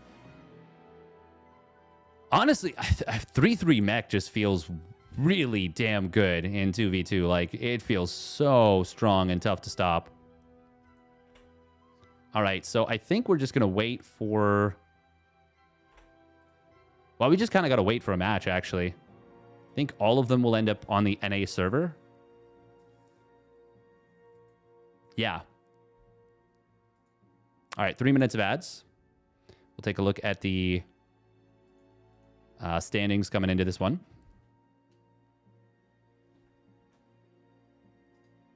Since we got a bit of downtime at the moment. So we'll see if we can figure out who the kind of big winners are on the day.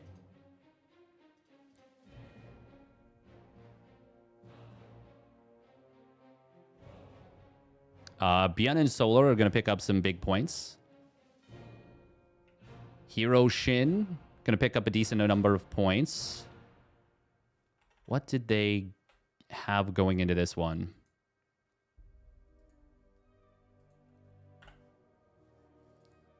Okay, so they're going to pick up 2 points.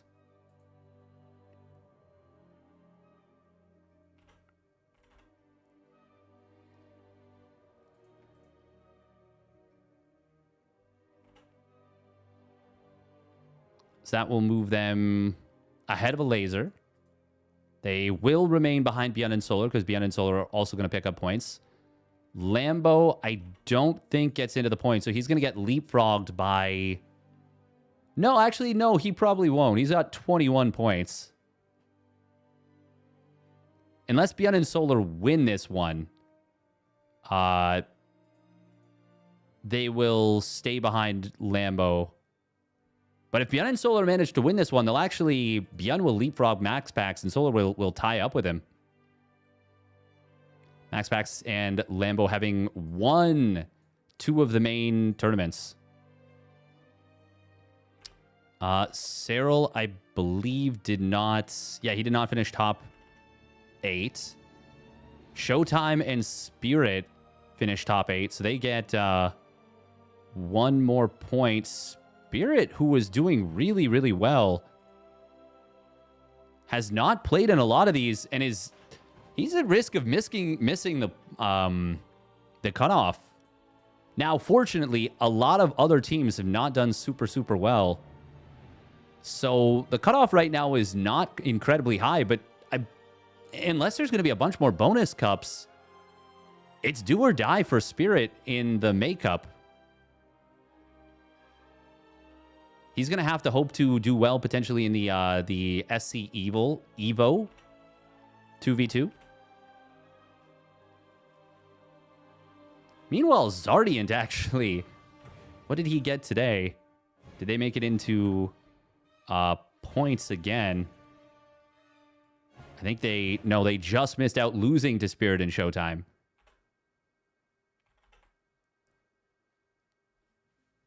Oh, Skillless and a Laser are still playing today. Okay, so a Laser might not actually get leapfrogged by Hero and Shin.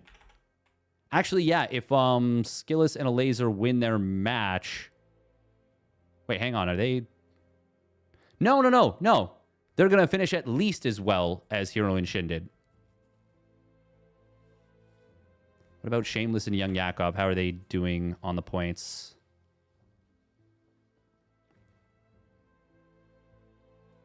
Oh, this is a big one for Shameless and Young Yakov. They both only have 1 point a pop. So they're really, really hoping to win this one. Because you only get, I believe, 1 point for top 8. But then you get 2 points for top 6, 3 for 4th place, 4 for 3rd. This is a really, really important tournament run for Shameless and Young Yakov.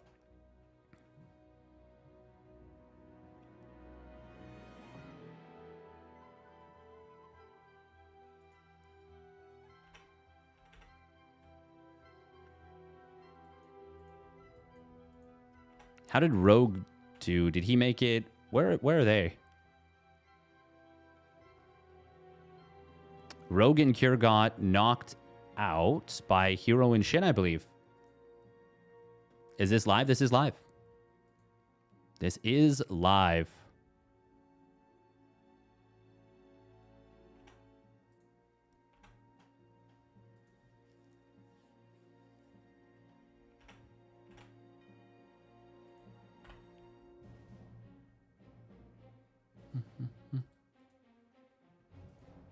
If it's live, then say a naughty word. A naughty word. Pew. Got him. I use my brain. All 7 cells. HeroMarine with oh man, he is going to be the biggest winner on this bracket for sure. If he wins the winner bracket finals, that will put him into guaranteed top 2. And that's going to be 6 points, which will springboard him straight into the playoffs. Same thing with Classic. I don't think... Yeah, he's not on the leaderboard yet. Oh, wow. Yeah, he hasn't even had a run yet. So that's going to displace, I believe, Zugi and Cure, because Maru's going to get some points today, too. So we're going to see Zugi, Cure pushed out of playoff spots. Rogue, Ryung, Deathmars, Zardiant pushed further down. Top 18 players make the playoffs. Wait. Oh, this is a super... Yeah, this is a huge tie. Never mind. Never mind. It's not going to displace Zugi and Cure. It is going to push Zugi down, but he will still remain in a playoff spot. And then there's going to be potentially a 5-way tie between Cure, Deathmars, Rogue, Ryung, Zardiant. Oh, wow. Okay. Is there anyone else who will or could supplant them? I mean, Shameless and Young Yakov are the two that could.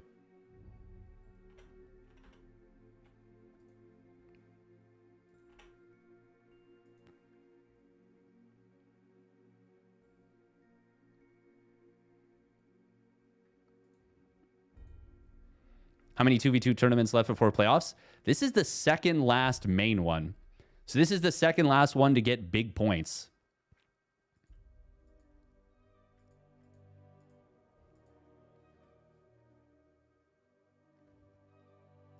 By the way, what do people think about having a weekly... a weekly... Bippity boppity boo? A weekly bippity boppity boo. Sorry, a weekly replay review. Or replay analysis stream. Or even bi-weekly, potentially. Thors are so easy to get slept on. Yeah, I think it's crazy that people... I mean, realistically, kind of everyone knows how strong Thors are. It's just getting up to them. But, like, they are so freaking strong. Their biggest weakness by far is getting neural parasited. At least versus Zerg. Versus Protoss, Immortals, and Charge Lots. But Immortals are the big one. And then... I mean, versus Terran, there's a lot of things that are really good against them. Marauders, Siege Tanks, even Marines. Liberators with range. Depends on the setup, but can be good against them. But also the Thors, depending on the setup, can also be good against the ranged Liberators. Yeah, Thor's biggest weakness is almost definitely mobility. Or immobility. In general, you love the analysis stuff? Nice. Let's see what's happening on the other stream.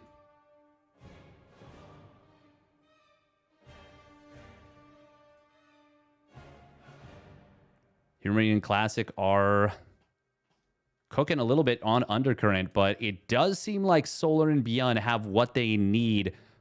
No, they don't. What am I saying? Beyond supply is so low. Yeah. Oh, okay. Never mind. We just saw GG. Yeah, Solar and Beyond just tapped out. I was going to say they have what they need in terms of tech, and I was just looking at the Zerg, which is having Corruptors as opposed to the Hydralisks that Shin had.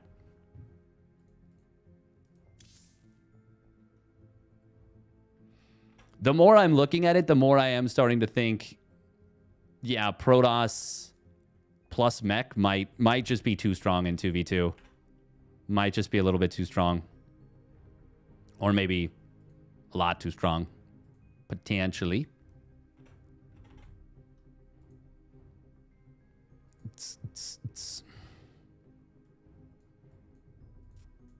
Oh, wait. No, we're going to be waiting regardless. Yeah, so...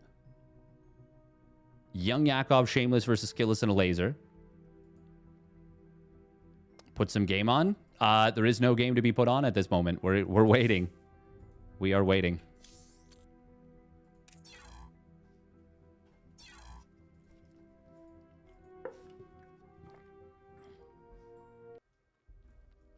The ghosts just melt corruptors.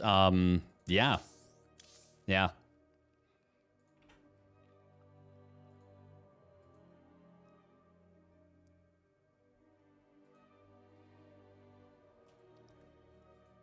I wonder what uThermal, if uThermal is going to do anything to try and potentially curb Phoenix Mech, because that would be the kind of thing that could really kind of not ruin 2v2, but it could definitely take away from a lot of the enjoyment, I think. I do have a potential new setup for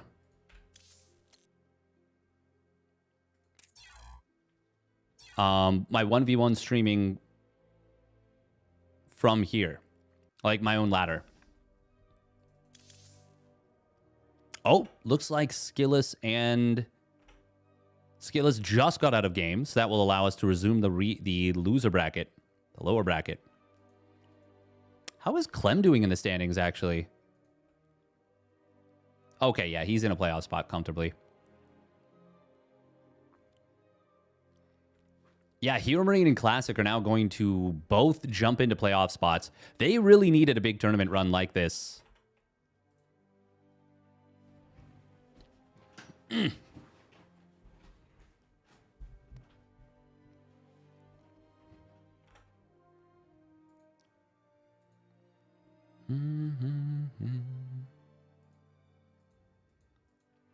Feel like the Zerg teams just really have to snowball and pressure hard early game and get ahead. I wouldn't necessarily say that, but I would say that it's hard to say. It's really, really hard to say.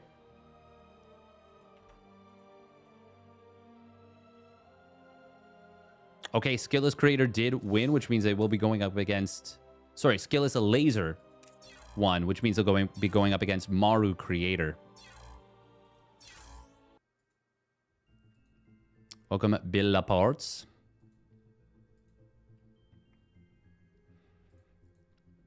It feels a little bit rough. I think it's less so that the Zerg Protoss armies are super weak, and more so that the Protoss Terran armies are insanely strong. And by that I mean Mech and Skytoss. Which is funny because those are kind of the nightmare of Zergs on ladder. And you put them together, they become the nightmare of everyone. Everybody.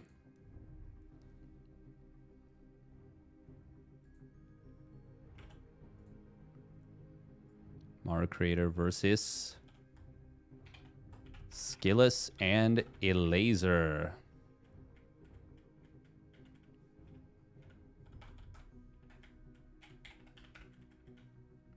TP versus PZ. Best of one. This is loser bracket round of 4.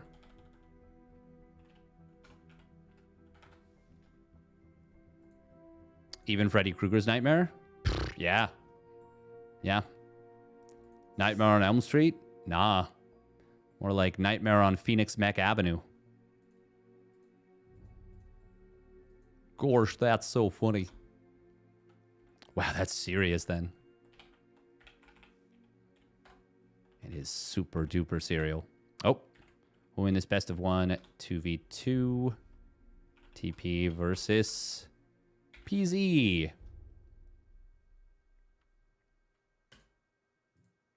All right, quick minute and a half of ads on Twitcharu. players are no doubt going to be doing some vetoes. Vetoes. Do do do do do do do do do.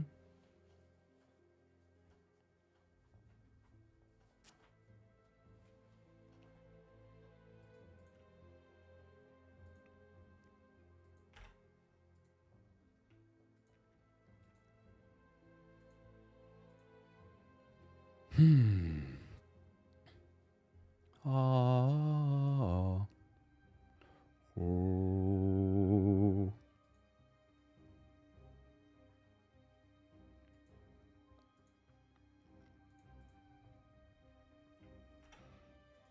Yeah, this is a phenomenal day though for Classic and HeroMarine. With what could end up being one of the biggest tournaments of the year. And funnily enough, yeah, a 2v2 tournament. Going from on the outside looking in to in a playoff spot. And if they win this tournament today, they will almost certainly guarantee a playoff spot. Almost certainly.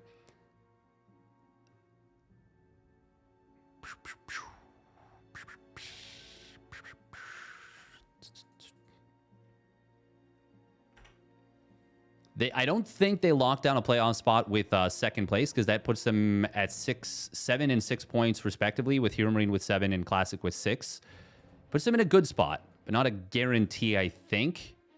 But at 11 points for HeroMarine and 10 for Classic, there's too many players that would have to pass them for them to miss the playoffs at that point.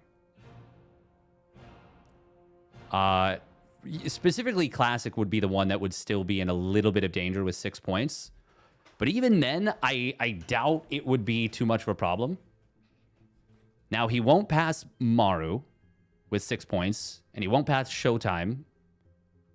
But Classic would pass Zugi, Cure, Defmars, Rogue, Ryung, Zardiant. That would put him in 15th? Wait, what is happening? 15th place? That would mean 4 players would have to pass him to knock him out of the playoffs. Which is still possible, but not super likely.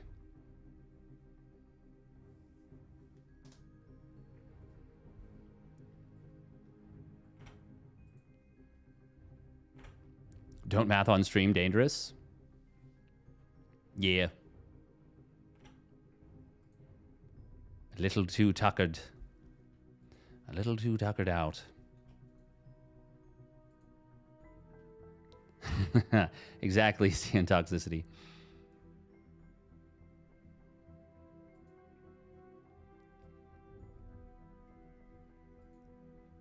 I kind of understand that, Thorn. I kind of understand the logic.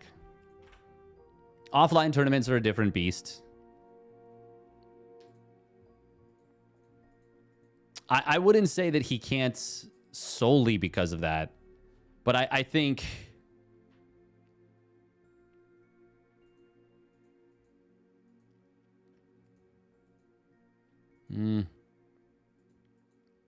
I don't know. I think it's a hard...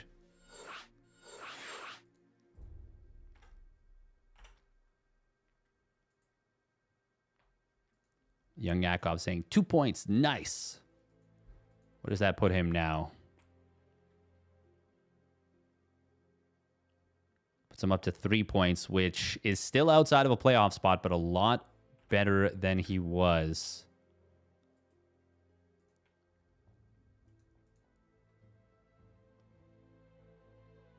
Yeah. And actually does pass Spirit.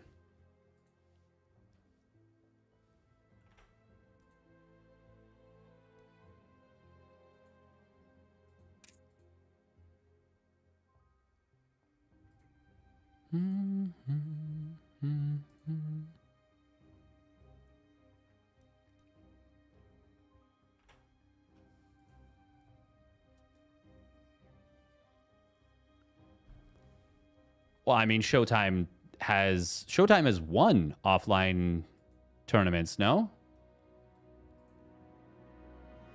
Or an offline tournament? I believe that he has. He's come super close to winning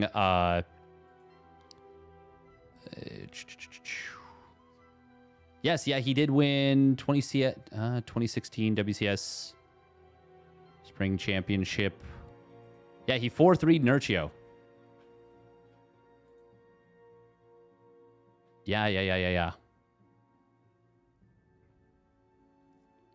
Man, he did quite well in that tournament. 3-2'd sort of, 3-2'd Guru, 3-0'd Violet, 3-0'd Masa, 4-3'd Nurchio in the finals. Did this take place in Montreal? No, France. Tours France.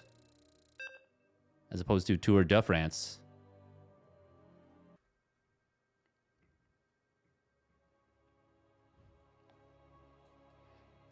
Masa had himself a hell of a tournament run there. This might have been the first tournament or one of the relatively... No, I think at that point people realized how good he was. But he got top 4. Anyways, let's get into it. Oh. Bye-bye.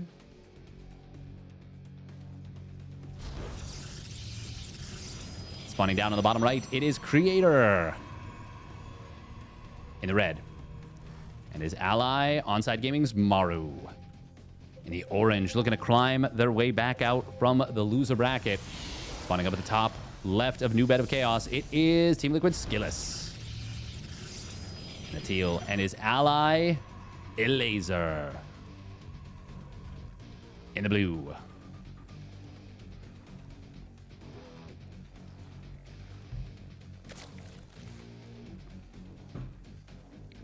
I wonder if there's anything that will... Yeah,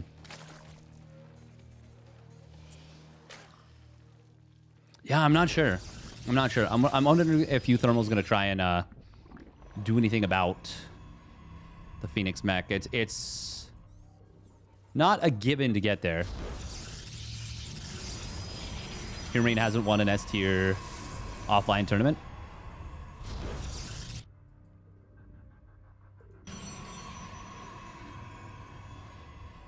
I mean, it depends on like what you're talking about. Top 10 Europe all time.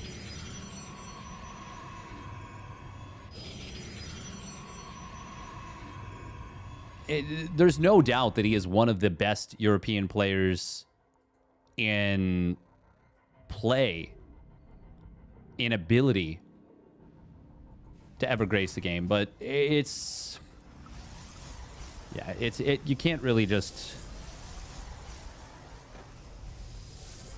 You can't really compare the comfort of playing from your own home and at your own setup to the, the pressure, the lights, the cameras, the action. Oh, Skillos. Cheeky. It's a double gate opener versus a double gate opener. Stargate versus Stargate. Maru is opening up with a quick expand in a barracks factory barracks. Of course, they know that the potential of an aggressive play is very strong. And what they don't know is that it's not necessarily an aggressive all-out attack play. It's an aggressive tech play. Okay, Skillus does find this double adept. That's good. Oh, but the probe. Wow. Okay. Okie dokie. Artichoke. Creator is going to lose this adept. Oh, unless Skillus stops target firing it, in which case it will escape. He had it. That was dead. Very unfortunate right there. Oh, Reaper in the main base of Skillus forces a recall and should not have gotten out, but it will. That is a big oopsie.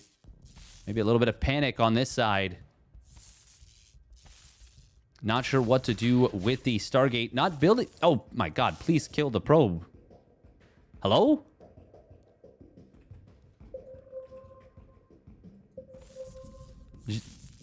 A laser went over to defend it and then just left. Oracle from Creator is going to get across the map. There is, of course, an Oracle out. Nothing beyond this. There we go. Now the Ling finally kills that off. That was kind of goofy. I was like, if the probe can access a location, then the Lings can access the same location. Getting an SCV kill, not bad. Maru forced to pull the SCVs for a moment. Gets out with, I think, only losing one Ling. Gonna lose another, but that's still fine. Does scout the Phoenixes, which is good information. And it is a quick Spire out of a laser. He is going to be going 2-base Spire, not necessarily 2-base Muta.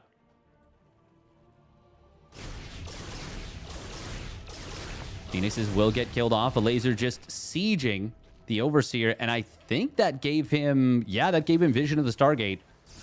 Now, what he doesn't know is that this is single Stargate Phoenix pump. This is not double Stargate commit. This is kind of a bait. Did they see the Spire? No, they didn't. It is going to be fast +1 Carapace, not fast +1 attack. Now, you have to assume it's double Stargate Phoenix here. You absolutely have to, but it's not. It is single Stargate. Now, will this end up being a little bit self-defeating? Because if you get outmassed in the Corruptor War badly, they can start pissing down on your structures. Now, of course, if he commits too hard to the Corruptors, there is an opportunity perhaps for the bio to just kill. The bio of Maru. And Maru did go for a very fast 1-1 upgrade setup. It's actually a very similar setup to what we saw versus Lambo and Hearthstone. And in fact, they're even adding he's even adding a 4th and 5th barracks. Yeah, there it is. 5th barracks in production. Oh. Oh, God, it's taking a while to get around here, but there we go. Could have just pulled an SCV from the main, but didn't. Oh, we're going deep with these here Phoenixes. Stalkers are not in the right part of town. Otherwise, this could have been a lot of losses. There's no spore, so he's actually able to pick up a unit on the way. Skillis is focusing on the main army of Maru as it tries to move out here. One Stalker does go down. Oh, a Phoenix lift. Not able to get a kill.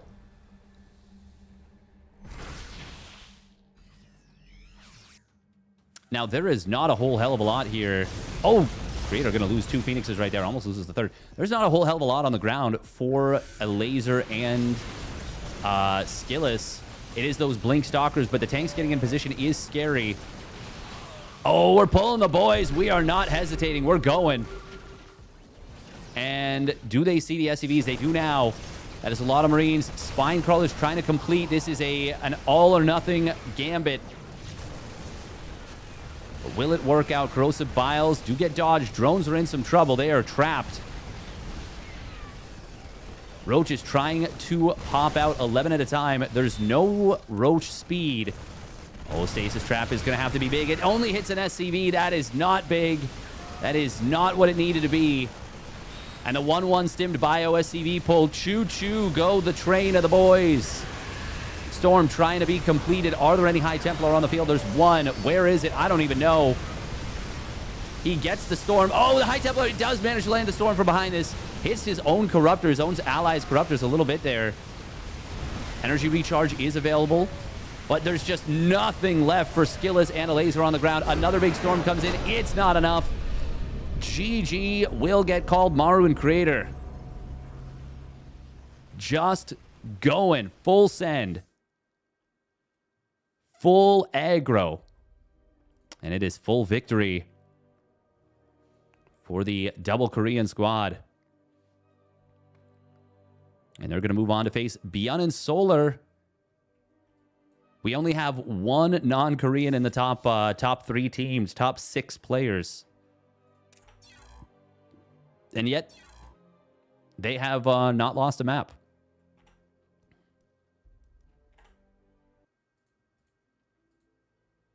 Oh, wow. A lot of belief in Skillis and a laser from Flamio, Hotman. But unfortunately, the faith was not rewarded. It was Maru and Creator who won this one. Piercing Freak with the bet. The Betterino. Easy 10K points. All right, minute and a half of ads, and we'll get into the next one. Pretty convincing? Yeah. Flamio said he wanted to lose points. Mission failed successfully. That was just a great decision ultimately to go for it.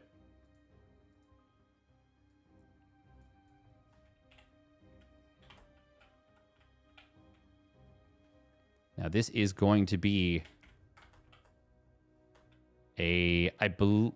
actually, did they play? Did they play in the upper bracket? I don't think they did. No. Beyond and Solar actually, all of their series until the winners finals went to game 3. You're all in. Thanks for points. Noise. Grats on the points. Grats. Losers round of 4. That was actually losers round of 3, semifinals. This is losers finals now.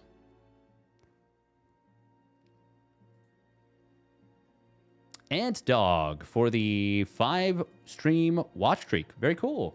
Welcome.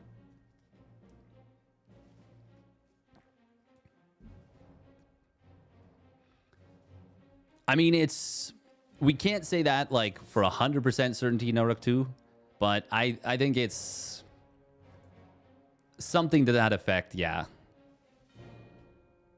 It is unfortunate because obviously he is an extremely gifted StarCraft 2 player.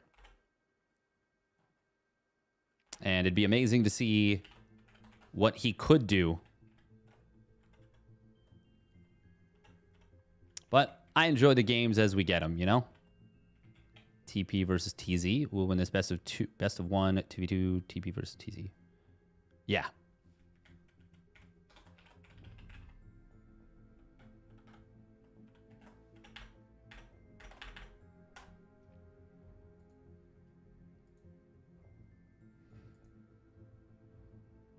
That's a good way of looking at it. You got the points, may as well use them. Terran can 1v2. Not quite. Because a laser kind of... So the Phoenix is actually baited a laser really, really hard right there. And it was more like a little bit of 1v1. But like... So Maru was full commit to the ground army and ground attack, right? That's the full one. And then Skillis was obviously blink stalkers into Storm. That's another full one. But a laser wasn't able to get into the roaches in time. He was switching into them, but he wasn't able to get the time. It wasn't able to get the spine crawlers out. So he was going to be able to contribute maybe in a minute. Meaningfully contribute. Contribute a little bit in like 30 seconds. But meaningfully contribute in like a minute. Whereas Creator had already gone into the Robo, so he had an Immortal, he had a couple of units. Obviously, 1-1 stimmed bio with tanks, with medevacs, with combat shields. It's really strong. But it's pretty cool. Pretty cool. But I wouldn't just say Terran can 1v2. It's more like there was a really nice mind game with the fake double Stargate Phoenix that baited out the Corruptors.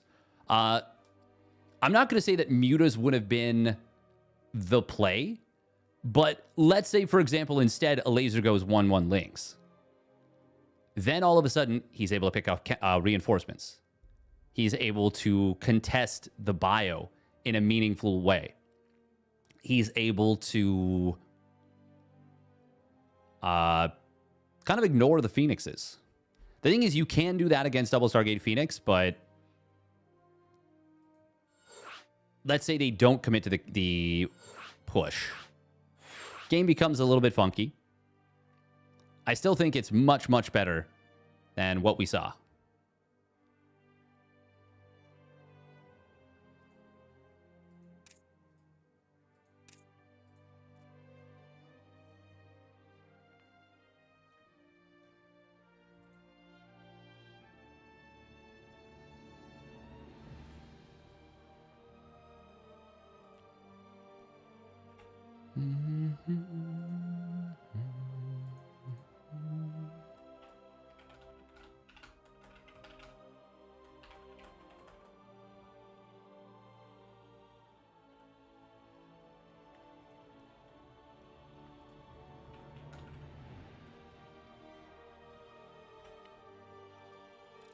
Dun, dun, dun, dun, dun, dun, dun. I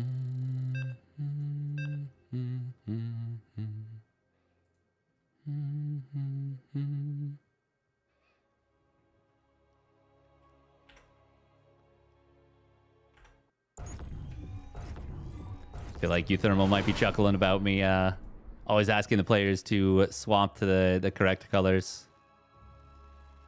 Okay, this should be a best of one. I just want to confirm for sure that it is. Best of three, lower bracket matches, best of one. Yeah, okay. Yeah. This is a best of one for the right to potentially get a bracket reset and reset everything. Okay, spawning up at the top left. Okay. We got a bit of shenanigans right out the gate. Onside Gaming's Maru pulling 2 SCVs across the map immediately. And his ally, it is Creator in the teal. Spawning down in the bottom right.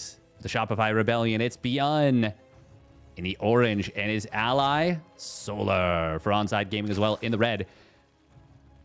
Beyond's been opening Command Center first really often. And if this was a Command Center first, this would just be a build order win. So in one sense, it is maybe the most fortunate that Beyond did not spawn down here, because I think he's going Command Center first if he does. It is going to be double gate out of Creator. Solar. Of course, he's not going to drone scout. Beyond, he's not going to SCV scout, but he is opening up double gas. Will be double proxy Reaper. And I will say, while Beyond... okay. No, I think this is probably the best setup they could have gotten. Without scouting, without blind countering, without knowing for a fact what was happening. It's a double gas opener. Oh, they see an SCV come back home. Is it ping? Do we ping it? The second SCV does remain hidden. That's pretty darn important, but that should be... there should be a conversation happening about something wicked this way comes. Okay, there's no barracks at home. Reaper. Oh, okay, he sees it now. Factory just completes. Second Reaper is going to pop out in a moment. Beyond didn't actually lose the first SCV. Doesn't lose the second either. Finally, one going to go down, but the second Reaper pops out. And this is already great for Beyond and Solar. But Maru steps forward. He loses the Reaper. Doesn't kill his opponent's Reaper. Loses the second Reaper, but he will go 2 for 2. Still, that's pretty darn good, I would say, for Beyond and Solar. It could have been amazing, but it is still good. It is still good. Now, lane speed is 30 seconds away. I'm just going to assume it is. Double Adept. Oh, he's going to shade forward. 2 Hellions and a Reaper. The other Reapers of Maru getting into the main. They want the kill on this Adept. Solar. Oh, can he get that one Adept? He actually didn't click it initially. That means that these do survive. Oh, wow. Maru is taking a low ground. What? No, we can't be doing that. Oh, unless we send our units back home, in which case we absolutely can. Adept will go down. That's the one that should have died before it shaded out. So unfortunate that Solar wasn't able to click that down. 4 Reapers at home. This is actually going very poorly for Solar. He's losing a lot of lings at a really pivotal moment when they could have potentially just outmasked their opponent. Oracle on the other side of the map is going to get deflected. Ultimately, even with the Reapers surviving so far, this is really bad for Maru. The Hellions could get some big lineup shots. If he can get these, it could be over. One Hellion, or one... Oh my god, they all get pinned. He gets all 4. Ay.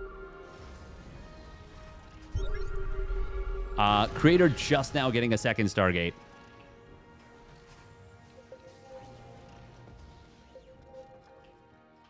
Do Maru and Creator even know about this army on the right side? If Maru was in position Research with tanks, complete. there might be an Upgrade opportunity complete. to hold at the very least. But not going to be an opportunity at all. I actually think that Widowmine might be a little bit of a liability. Corrosive Vials are going to come down. This army of Solar is not going to have the easiest time. But this army of Maru can't fight two armies at once. Widowmines, I think it maybe did get Mind Dragged on top of the bio. Beyond will have a tough time, but it doesn't matter. Maru, once again, cannot really 1v2 this. And even with the Phoenixes providing a lot more support per supply than about anything else could, it is not going to matter. Beyond and Solar will get it done. Just too much damage early on. Cool. I don't know what the tipping point was exactly. Where it went from, okay, this is a little painful, this is going to be tough to recover from, to, no, we have no chance. But it went, or not even we have no chance, to we have, this is a huge pit to climb out of, to now we have no chance. I think I'm trying to think of where the damage was. I think it was just Creator losing too many probes, not having the Oracle at home.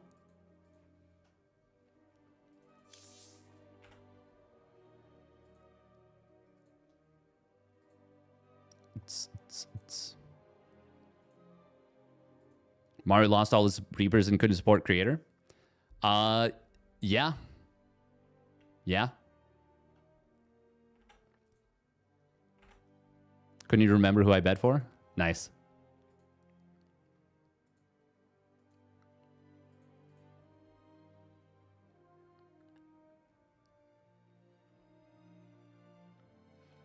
I actually think maybe Terran Zerg is better against Terran Protoss than Zerg Protoss for preventing the turtle, because of the presence of the siege tank with your ally. You can't just easily go up to mech.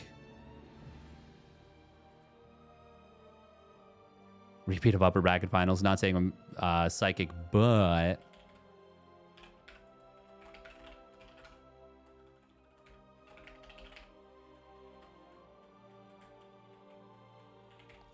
best of 3.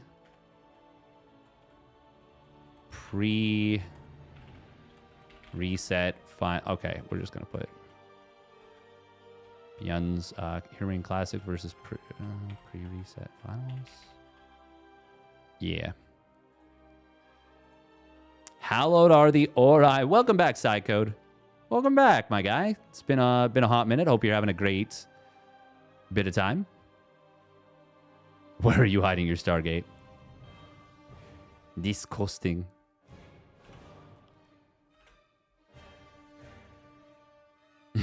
I love the thematics of sticking to the Stargate. We do an 8. We do an 8. We are getting into the win this best of 3 2v2 reset finals. Okay, so explanation time. Very simple. I don't know what I'm doing with my hands. Does anyone ever? In order for Beyond and Solar to be able to win this tournament, they have to reset the bracket, because HeroMarine+Classic are from the winner bracket, which means that they have not yet lost a series, whereas, of course, Beyond and Solar have. So if Beyond and Solar were to win this series without some kind of advantage to HeroMarine+Classic, it would kind of be unfair, because team would have won the tournament losing the same number of series as a team that lost.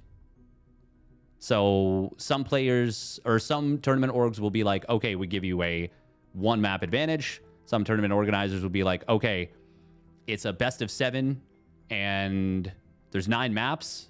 The player from the upper bracket has both vetoes.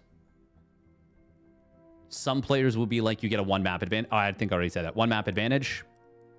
But a lot of orgs will just be like, you have to win 2 series. So, bracket reset. So basically, by winning, you drag your opponent down to the loser bracket in order to give them an opportunity to be eliminated. Pop, pop, pop, pop, pop. Casting the bracket reset spell. We were trying. We were trying.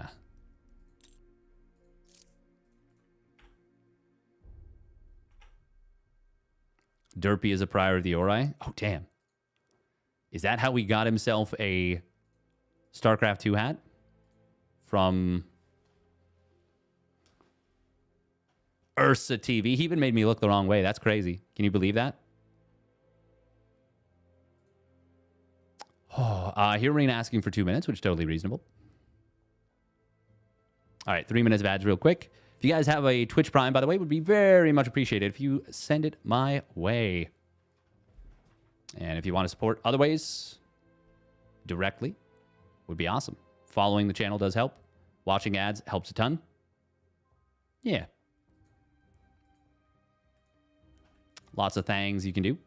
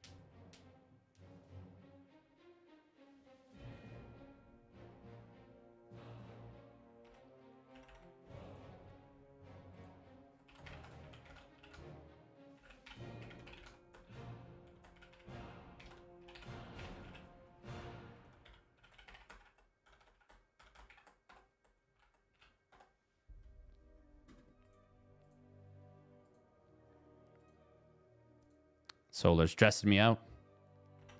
Trying to click start, and I'm like, fix the things. Blah.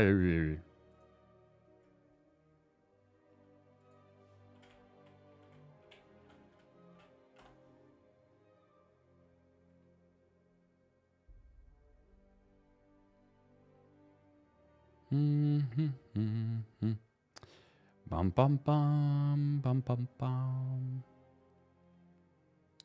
Do do do do do do do do do.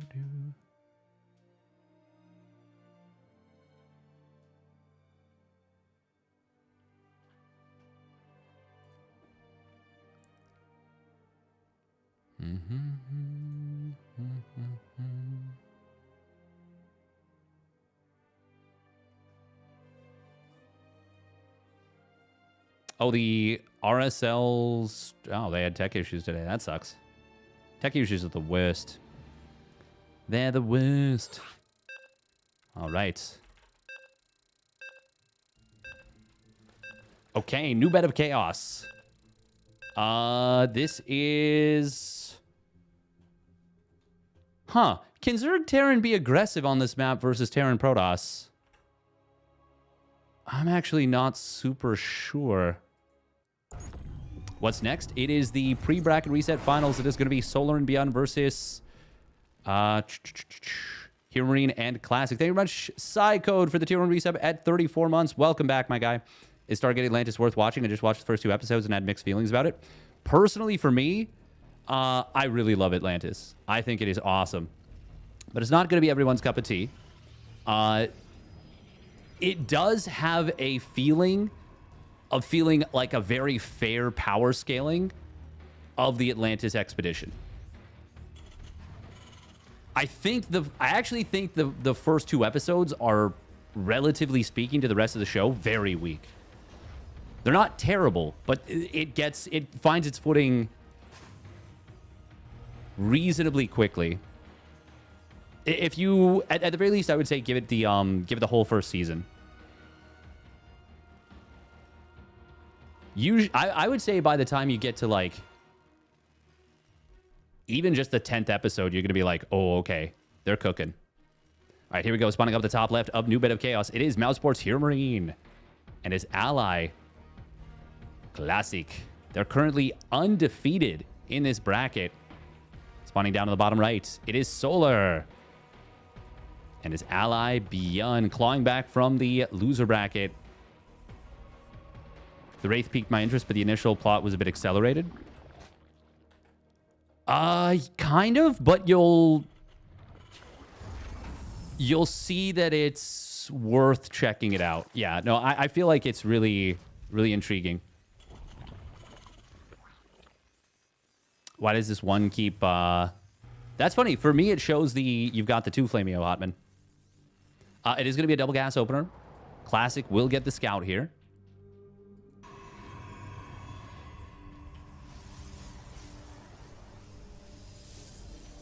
Yeah, not to get lost down the rabbit hole of Stargate and all that. I feel like Atlantis is...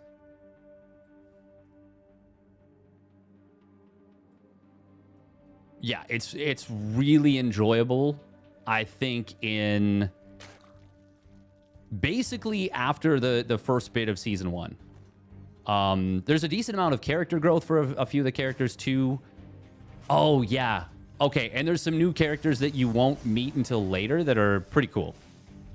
Pretty cool. It really feels like it should have lasted a lot longer than it did. Feels like it honestly could still be going and would have been pretty good. But you can make your own judgments, obviously. All right, 2 Reaper Hellion. And we're swapping out a bit from Beyond. Adept just got to be a little bit careful. If he can hide this... Okay, not going to be able to chase this down. I wouldn't have minded chasing the Adept a little bit, but then you reveal it and then they just shade forward. Can he get the kill on this? I don't think so. I think this is going to easily get back. Yeah. Oh. HeroMarine now going to go hunting.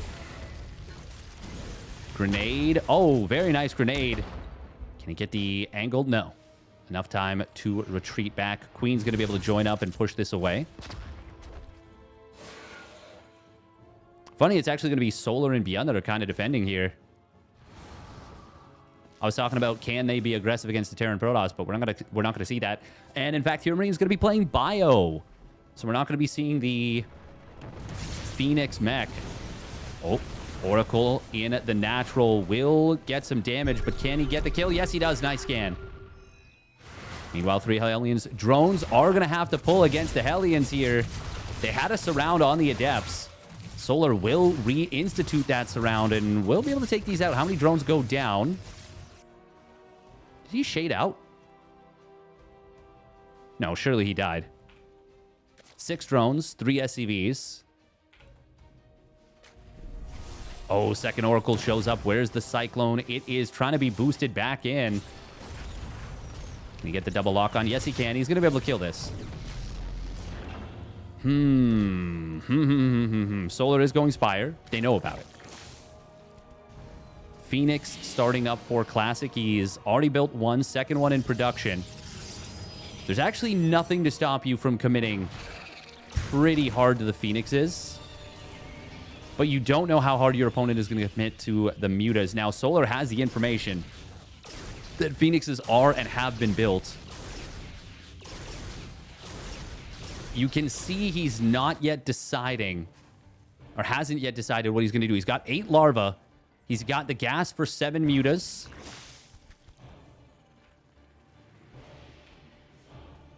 He's going to throw down an Evo chamber, a Baneling nest. Okay, it's going to be 6 Corruptors. That can be good. Did he start? Oh no, Link Speed just completed. Oh, transfuse on the drone. Hey, look at that. Baited into the double lift. Oh, and almost got the kill on one of those Phoenixes thanks to the Cyclones getting back over there in a hurry. Reaper of HeroMarine going to try and get in here. Will actually get a kill on one of the wounded SCVs of Beyond. And will get picked off now. Nice little move from HeroMarine. Getting some value well after when you expect to be able to.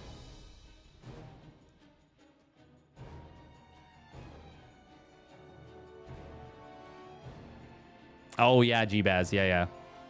You just finished FC1. I find it was very enjoyable to watch. Nice. That is awesome. It is... It's good. It aged, I would say, pretty well. The main thing that's a challenge for me is just the quality of some of the video in the very, very early series, but the writing is very good. Siege Tank's in a really good position. Solar and Beyond with a very nice opening volley on their opponent's armies.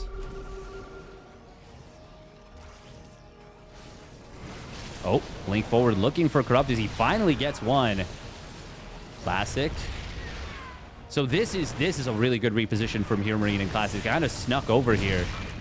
And I feel like Beyond and Solar really didn't want to let them get this position for free, but now they kind of have. And now they need to find a way to deal with it. Bane speed wasn't done, so maybe that's why they didn't want to commit for that. Do we have... Yeah, we do have Storm nearly done. Oh, High Templar on the other side. It is going to get taken out here. Banelings will be able to find something, but the base has gone down already for Solar, so it's going to need to be a lot more than something. It needs to be huge damage, and it is not. It is not, but they are going to go for the break attempt here. They will get... they'll get some value.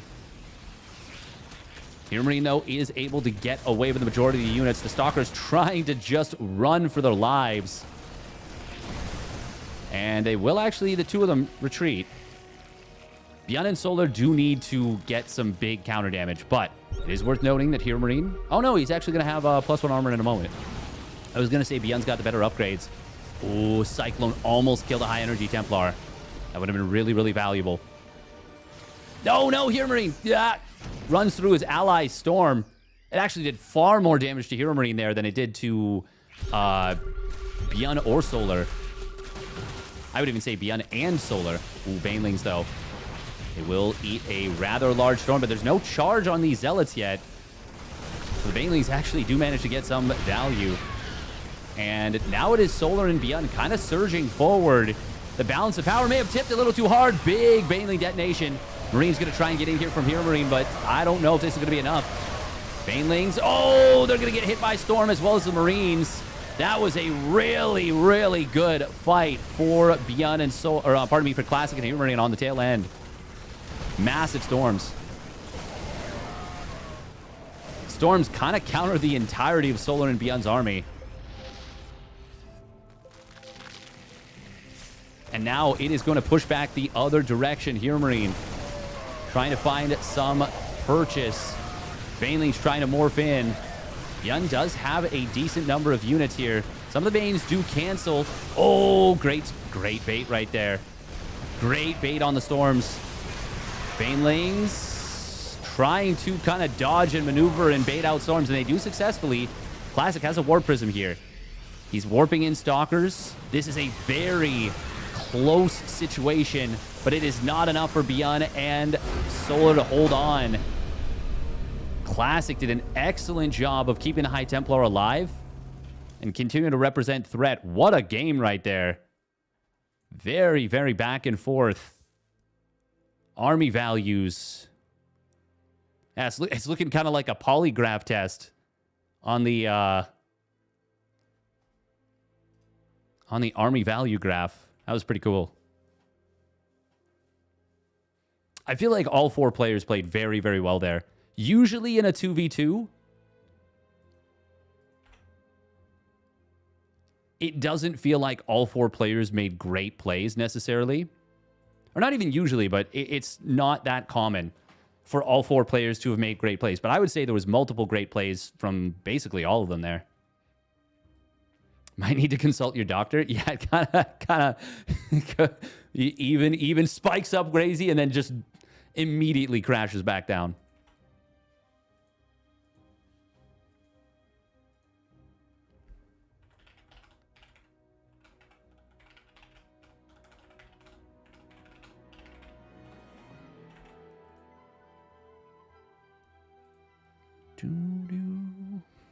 So right now we're in that funny little spot where 1 game in the tournament could be over, or we could potentially have 5 more games. We can have 1 more, we can have 2 more, we can have 4 more, or we can have 5 more.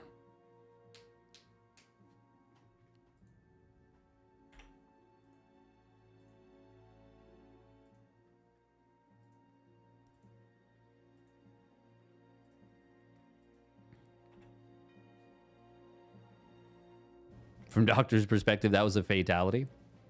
Medivacs cannot pick up allied Protoss units, but they can heal them. That's obviously super well known, though. Still, it's worth mentioning.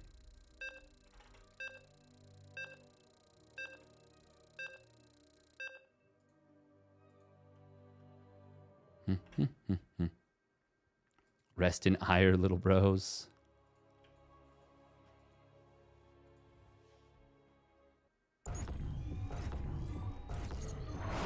Once again, if HeroMarine and Classic win this one, they will clean sweep the tournament, grab 10 points for themselves in the uThermal 2v2 circuit standings, and basically go from outside of a playoff spot to clinching playoff spots in one tournament. All right, here we go. Spawning up the top left for Mouse Sports, it is HeroMarine in the blue. And his opponent spawning up the top right, it is Classic in the teal. And their opponents spawning down in the bottom right, it is the Shopify Rebellion's Beyond in the red. And his ally, Sola, in the orange.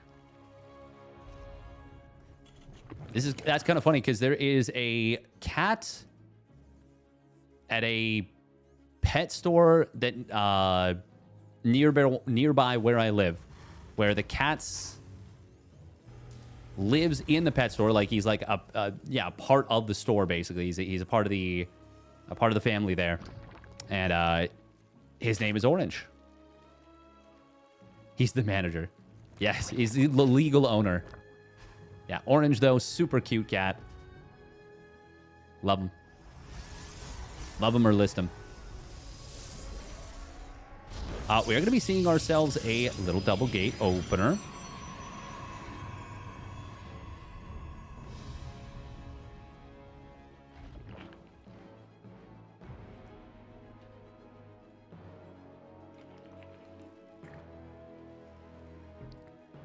I wonder how the game would have gone.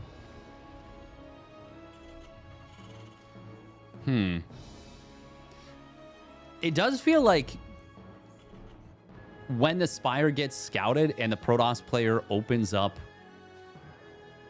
with just like 3 Phoenixes, it just creates the most uncomfortable position.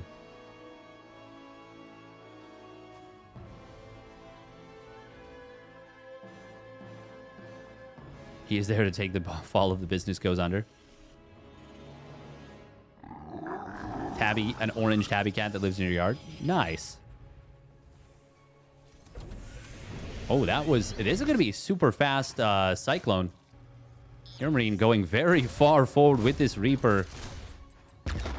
Uh-oh. Did he go too far? One more shot. It's going to be close. Is there an angle? No, he will get away, and this is going to turn into a bait, potentially. Grenade will get dropped. Very nice grenade. It is still going to be 1 for 1. So at least Beyond gets the counter kill. Double Adept could have shaded forward and would have actually had a lot of time before Ling Speed's done. But the Cyclone would have been out pretty soon. Now, it actually wouldn't have been the worst shade in the world. Hatchery is going to take some damage, but shouldn't be at risk of falling, really. That is quite a few more units showing up. 4 Adepts is not exactly a building killing machine. It's not bad either. Still, the Cyclone, the 2 Queens, they're going to be enough here. Nice lock-on break right there from Classic. Very good job.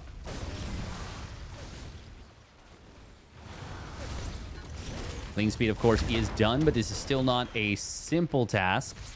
Oracle. Oh, gonna be defended. Nice job. He needs a Spore, though, in the natural.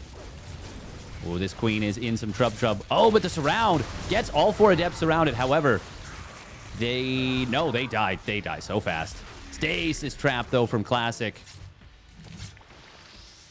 Okay. That was really good for Solar and Beyond, though. No, that was just really good for Solar and Beyond. They defend. They kill all 4 Adepts.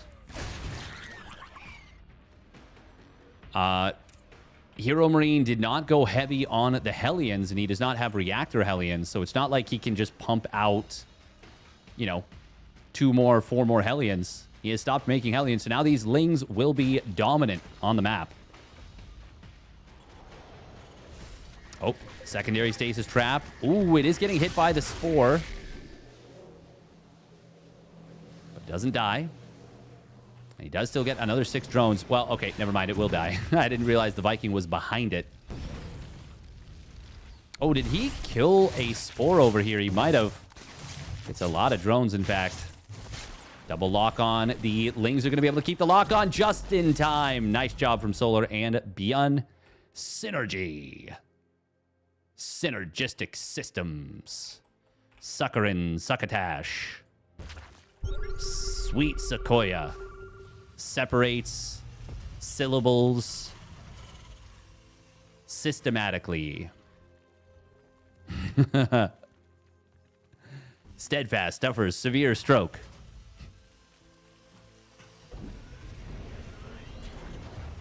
That's really funny.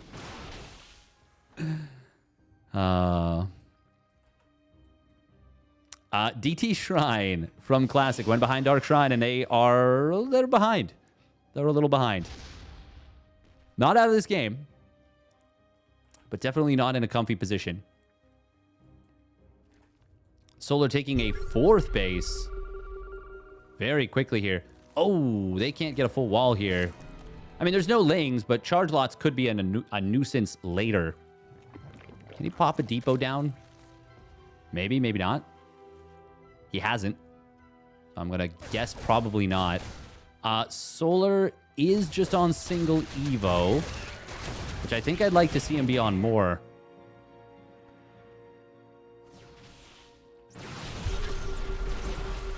Ooh, Scan comes in, tags the Blink Stalkers, and with the Lings on top, he's going to get all 3 Cyclone kills. Very nice synergy between the Lings and the Cyclones there once again. Now we've got a defensive tank in this position. Hydraling Bane out of Solar.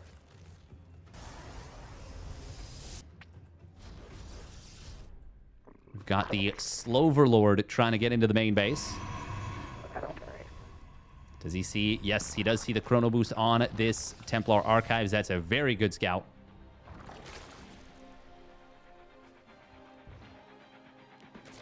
Steadfast glitch.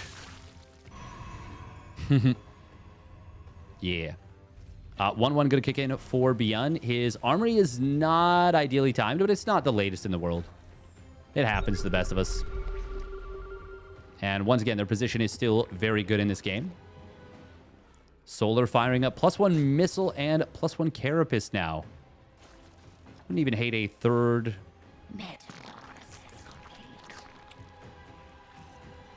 Who's a Maboob? DTs. Oh, they get scanned. At least one of them does. That was the first one, and that was a very nice find. Now that's going to let Beyond add on a missile turret at the 3rd. Could build one in the main as well. Our Classic allies are being may be attacked. able to find the snipe on this missile turret. Oh, this... Okay, well, that's going to be a kill on the Cyclone. A lot of Stalkers getting taken out as well. HeroMarine, meanwhile, not going to be able to outmuscle Beyond at the front. In fact, going to lose all of his tanks. Kind of in the 1v1 scenario. And now it is... I feel like Solar and Beyond, they can get so much done. Very, very soon, if not now. Even a couple of... I think those were the Cyclones of HeroMarine that were kind of left over from the early game. Storms need to be gigantic from Classic here. With the loss of all those tanks for HeroMarine, he's only got 2 left right now, and they are right here. He's building 2 at a time, which is obviously fantastic for him. Ooh, double drop on the left side. That could be disruptive. Hydra speed has now completed. 1-1 for Solar getting close to completing. Ooh, and now Lings coming in. Banelings do get avoided by the probes. Very good job there. Oh, but that's going to allow Beyond to sprint forward. This did draw a lot of the army out of position. One storm is baited. Lings are not going to be able to get too much done. Ooh, double drop in the main base. Will kill the... Oh, what did he kill? Oh, the spawn... No, not the spawning pool. Infestation pit? No, he's got that. What did he kill? It doesn't show. I am not sure, but in the main base... Oh, a big drop in the main. That's going to kill +2 weapons and a hell of a lot of probes. If not a hell of a lot of production. Will only get a gateway. It's not targeting the best stuff yet. High Templar are going to come in. Beyond just going to say, okay, I'm outie. HeroMarine trying to intercept this. There is a DT warp in. Try and deal with this, but a quick scan from Beyond reveals these DTs. And Beyond is finding good value with this drop. He's got his 2-2 done, by the way. HeroMarine has 2-1 upgrades himself. Killing that +2 attack was actually really nice. Oh, we're going to see an attempt to break this. There's so many tanks on the high ground. Lurkers from the back for Solar are going to really be what was needed to reinforce this army. HeroMarine will get high ground vision with the medevac to be able to kill that tank that was shelling away at him. Without those lurkers arriving, that actually could have gotten very scary for Solar and Beyond. As Beyond may have ended up losing potentially the whole army in a bit of a rout. But Classic, it just doesn't have almost any supply left over. So even if that had happened, it would have been pretty brutal. HeroMarine right now is maxed, but I mean, he cannot make up for the supply difference on his own. Classic just doesn't have enough supply to be a meaningful support or a meaningful player in this game at this point. HeroMarine will find some lurkers on the bottom side. And actually finds a pretty good fight here against the 1-1 Hydras with his 2-2 Marines. He's going to kill this base. Really good fight for HeroMarine right there. But the reinforcements of Beyond have shown up. Meanwhile, he is now dropping to the main base of Classic. HeroMarine's trying to navigate his way through the middle. The 2 medevacs that were left over do get saved. This actually could... Oh, hang on. Attacking the lurkers. It's going to go better than it could have. Better than I probably thought it would. But then the 2 lurkers in the back that were not scanned get some decent value. It's mostly just tanks left at the front. Classic is kind of occupying a lot of attention. Oh, there it is. There's the army of Beyond showing up into the middle. That's going to sweep the tanks from the field. Most of the Marines died. And that will enable a pretty much full cleanup on the army of HeroMarine. Well, not pretty much. That was a full cleanup.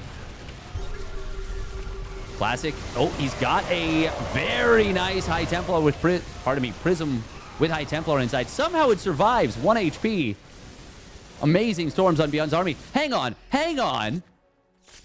No, you can't do this, can you? They can't do this. Lanes get into the main base of HeroMarine, but... Beyond does have 3-3. Oh, this army of HeroMarines in some trouble. Liberator gets sieged up. The tanks as well. HeroMarine needs to get out of here with these bio units. Even with a small numbers advantage, Beyond can win this with 3-3 versus 2-2, no doubt. And I think I think they both realized it at the same moment. Because HeroMarine started chasing, Beyond started running away, HeroMarine started chasing, and then I think they both realized, oh crap. Well, HeroMarine realized, oh crap. Beyond realized, oh, ha.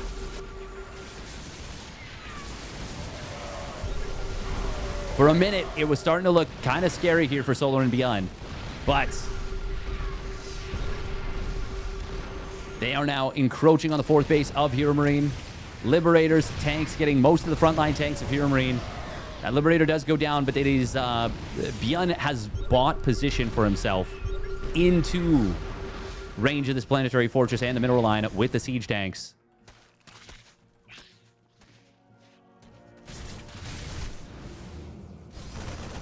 Oh, that Prism that survived on 1 HP earlier has finally been taken out, and now the main nexus of Classic on the other side of the map going to go down. Templar Archive is going to fall. Gateways, pylons, potentially everything in the main base going to fall, and HeroMarine Classic will GG out and lose just their first map of the tournament. Solar Beyond. Whew. Really playing well, my goodness. Pet store pet. Yeah. 4 storm and 7 beers ago.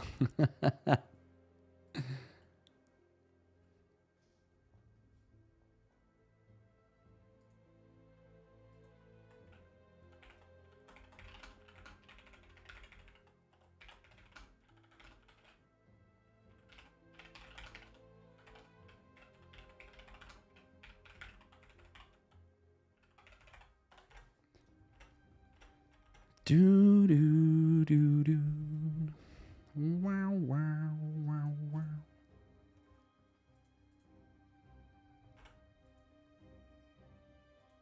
Now it's become interesting. So this is a reset then? Not yet. They need to win the series, the best of 3, before it goes to the reset. But they won their first map. So it's step 1. Cut a hole in a box. All right, minute and a half of ads.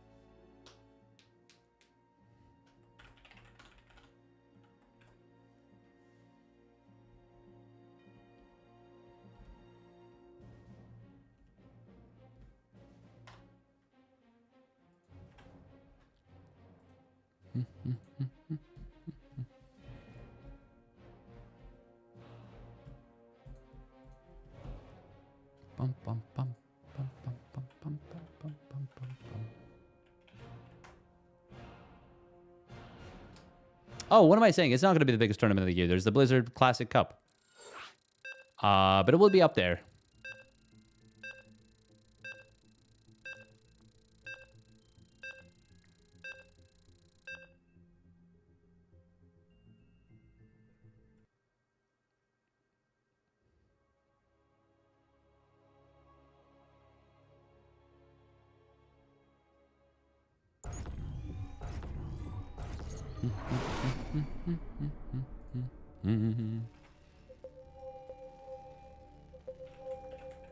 All right. Oh, we've got some pings all over the place. Beyond pinging like it's nobody's business. Spawning down on the bottom right from Outsports, it's HeroMarine. And his ally, Classic, suffering their first defeat, their first map loss of today's uThermal 2v2 $1,300 2v2 circuit. Also with a decent prize pool of his own. 500 buckies to first place. Spawning up at the top left. The only team so far to make their opponents bleed. It is Solar. And his ally, the Shopify Rebellions, Beyond. Oh, the gas first here. Nifty. Nifty. What up? I'm nifty.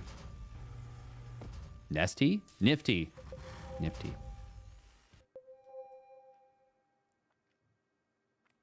Worms in its faint. Yeah. I played Worms too. Fatality. I love, the Holy Hand Grenade from Worms. Oh, man. What a fun game that was. That game was so silly. So fun. My favorite thing in Worms, because I only played Worms 2. I don't think I played Worms the original. Or maybe it was Worms 2 Armageddon even. My favorite thing was the grappling hook. You could do some cool trick shots with a grappling hook.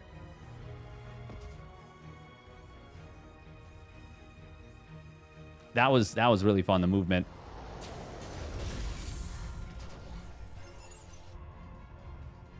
There was some messed up stuff in that game. You could do napalm.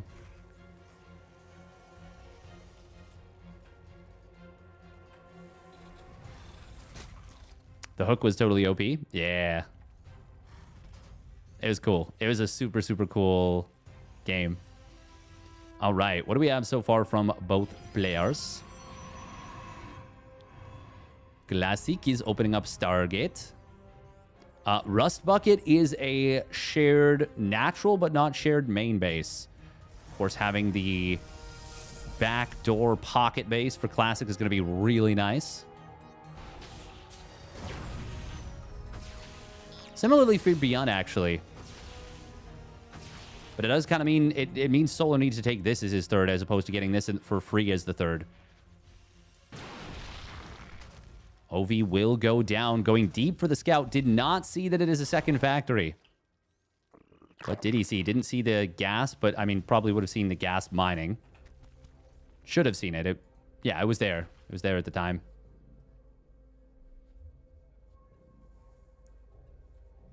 Maybe it wasn't Armageddon that I played. I think it was just Worms 2.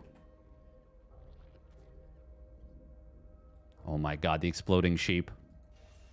The exploding sheep were so funny. I blew myself up so many times in that game.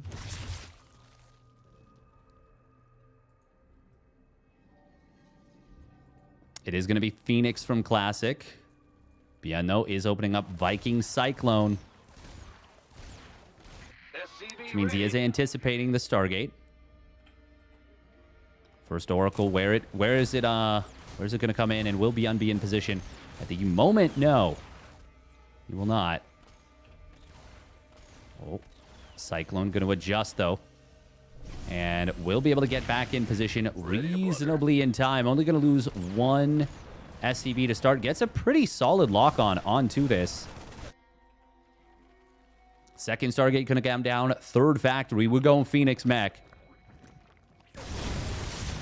HeroMarine and Classic are saying enough's enough.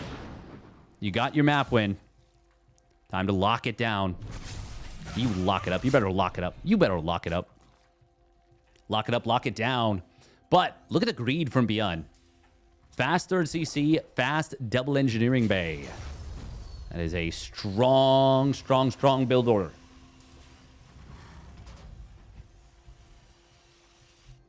It's really good. Really, really good. If you can get away with it. But it's a big if. Now against Phoenix Mech, I think it's going to be just fine. Because I don't really think there's a whole lot they can do. Obviously, they can get aggressive with the Blue Flame against the Zerg in particular.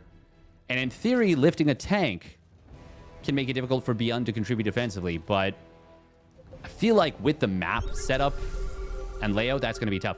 That's a really nice scan. Seeing the double Stargate is going to let them know Spire reactively, good choice. I like that. I wouldn't even mind, once again, 1-1 Lings into the Spire. But it looks like he is going to go Missile and is going to stick with his original intention of Roach Ravager, potentially. Creep Spread from Solar, of course, moving out pretty far. Will not block Beyond's third base. Oh, drones. Gonna want to mess with that. Funnily enough, we could see a couple of creep tumors dying to friendly fire siege tank hits.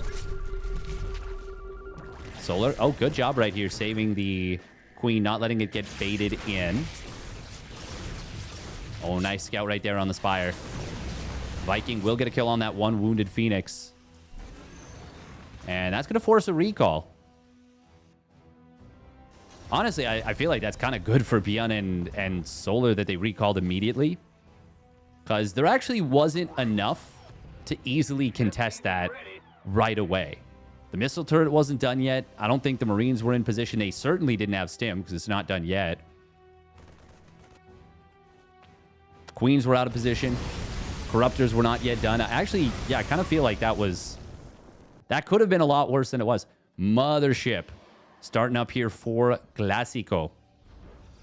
Wait, did Byun lose a bunch of stuff? No, but his supply is... I guess he's powering still. I guess he's powering still kind of hard. He does go for 3 tech labs, 2 reactors.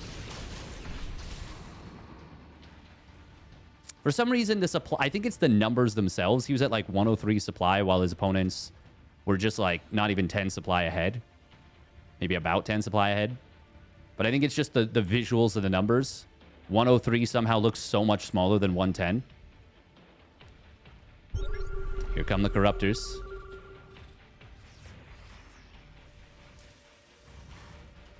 It is a... so I like the fact that he went for the +1 missile to go immediately into the +2 missile. Didn't really prioritize building roaches right away, but wanted to get set up for the upgrades to start to scale. Oh, if he can see the mothership being produced. He did see it for just a moment. Now, does he know that it just popped out? Because the animation stopped. I'm actually... That's the first time I'm kind of seeing how distinct that is. So I'm not sure if Solar is... I would assume so. But I feel like seeing that particular instance is not a common occurrence where the mothership just popped out on the edge of your vision. Oh, Stasis Trap is going to connect on some of these roaches.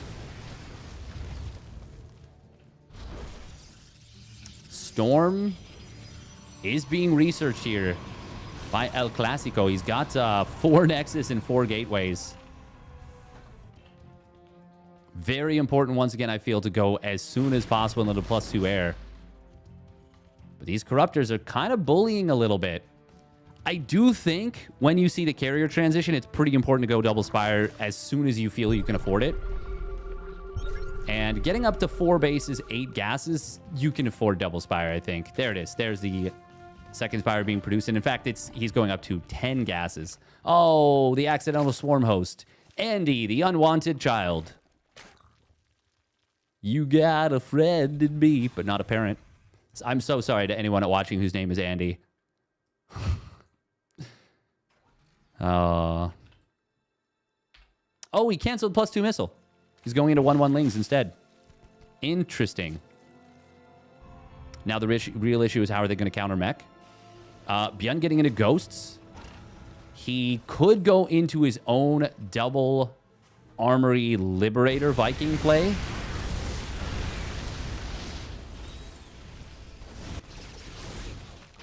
Classic looking to, I think, start throwing away these Phoenixes. Solar is... This swarm host is doing the ultimate walk of shame.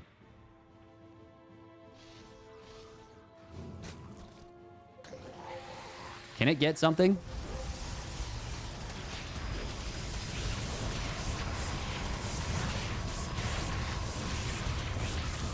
No, it cannot. It might have even baited Zerglings into their death. I actually think it was worse than nothing. Maybe an Ultra Switch from Solar? Could be, actually. I was thinking just for the melee upgrades, but the Ultras wouldn't be bad here. I don't think Classic is going to want to go into Immortals. He's getting 1 Robo. Ultras can be really good at tanking carrier fire. We do have infestors being added on. Neural parasite as well. Sensor towers galore here. Galorsh. Meanwhile, Classic says, time to build some cannons, baby. Wee! Brrr.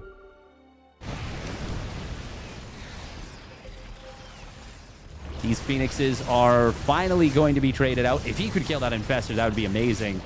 And, oh, he's not going to get it. Oh, man, he really wants it, though. Damn, that was kind of sick, actually. Watching the Phoenixes just desperately trying to get that up and killed and not able to at all. God, that is a lot of Vikings. Vipers are going to be a problem for those Vikings. Ooh, nukes! Nukes! Nukes are actually potentially very good. I didn't even think about this. Oh.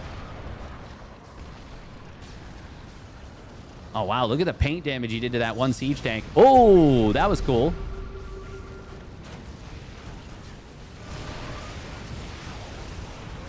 That will not land. Drones are not going to be able to connect here. God.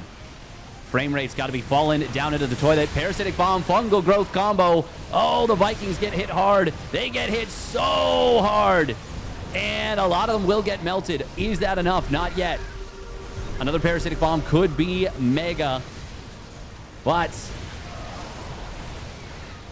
we've got Zealots warping in. Classic reinforcing with ground. He's up to 10 gates now. Kind of not what you expect necessarily. Archons did get obliterated. Diving on top of this. It wasn't during the parasitic bomb, so it's no loco maneuver. But is it still going to be enough? We've got 0-2 on the Corruptors. The answer is not yet.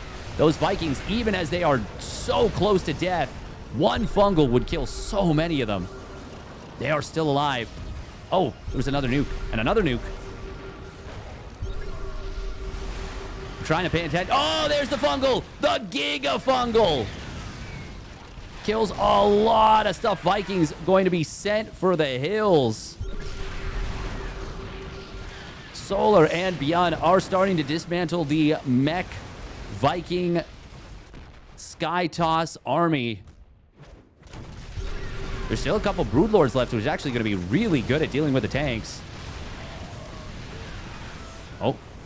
Viper's not going for any spells just yet. Parasitic Bomb. No, he wants some ducks. I feel like this would have been an amazing position to go for the local maneuver this time. But he might not feel like he has enough Corruptors. He's only got 17. And there's still a ton of Interceptors on the field. They only have +1 air, though. They kind of suck, actually, in terms of upgrades. Nuke is going to get diffused here. Another nuke getting cast.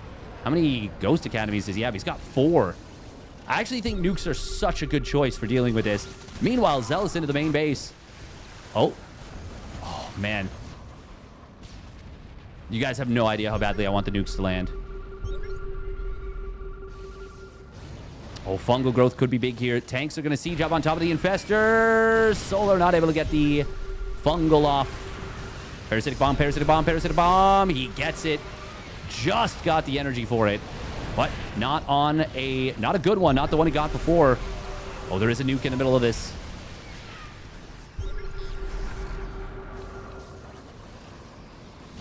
Hey, finally gets a decent nuke. Kills 3 tanks.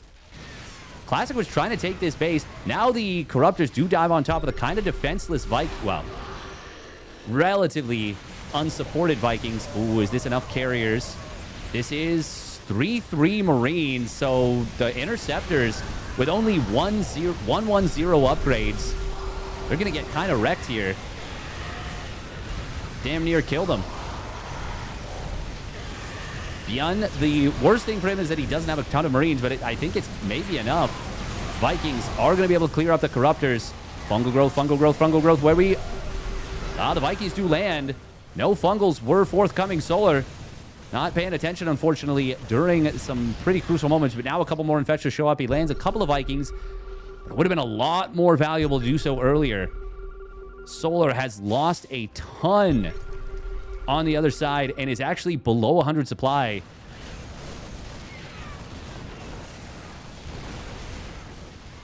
Siege tank getting taken out before it can be well, fully sieged up, really. Even the Ghosts, just their auto attacks for anti-air, doing pretty nicely against the Interceptors. And in this case now, the Vikings. Resources lost. God, Beyond is so far ahead of everyone else. Funnily enough, the teams in aggregate are very, well, relatively quite close. What is that, like 44,000 to 48,000, 49,000? Oh, nuke. Double nuke. Nuke on top of the base. Another nuke, another nuke. This one's going to land. Kaboom! Massive nuke on the SCVs. Oh, Beyond, you're so cool. Storm on the Ghosts. They're a little bit caught. Carriers are in pursuit. This could still end up being a victory for HeroMarine and Classic. HeroMarine, did he get nuked on the right as well? I think he did. I think he just lost a ton of SCVs. But on the other side, Fungal Growth, Parasitic Bomb combo. But there's nothing to force these. Oh, actually, can he kill the carriers? Is that enough damage? No splitties. We don't need them. We don't need them. But that's a lot of damage coming in.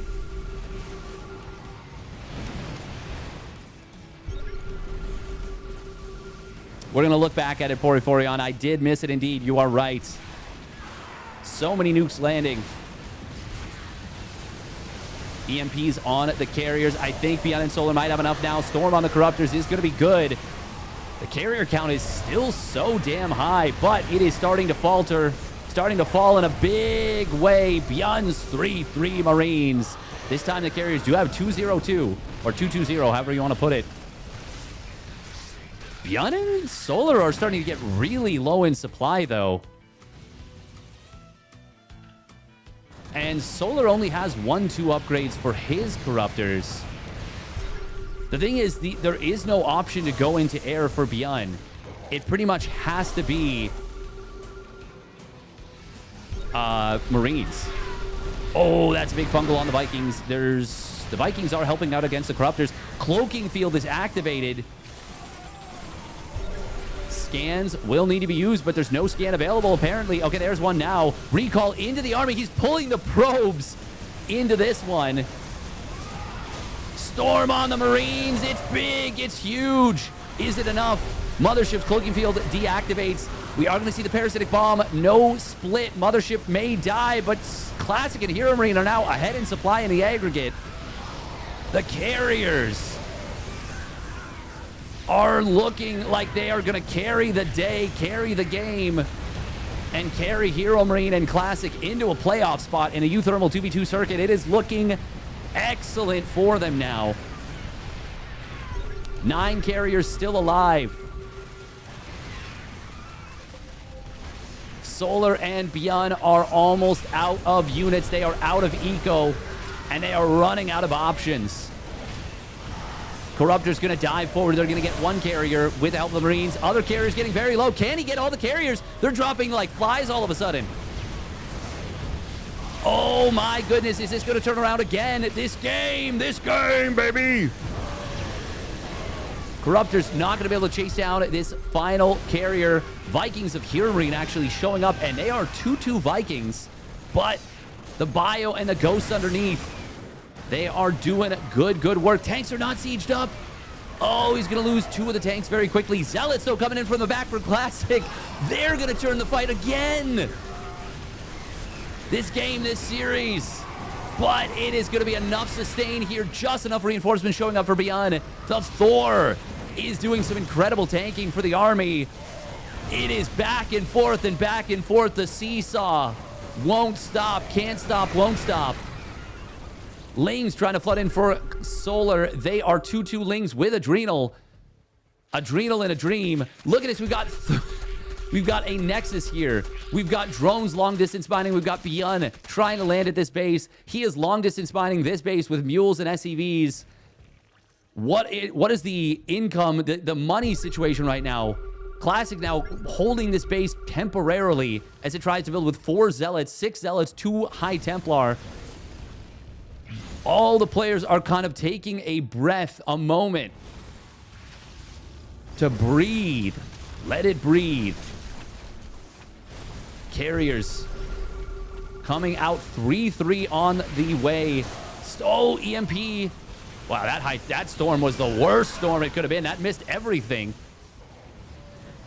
This Nexus is misplaced. Who gives a shit? We've got 4 tanks, 3 of them sieged up. They blast the Marines up beyond, and GG is going to be called. The tank flank. Oh my God.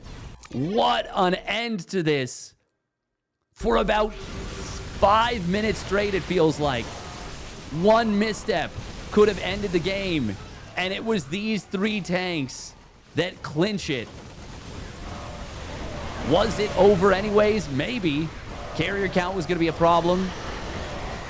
But those 3 tanks sealed it, packaged it up. Let's go look back at that nuke. I want to see that nuke. You said 1645.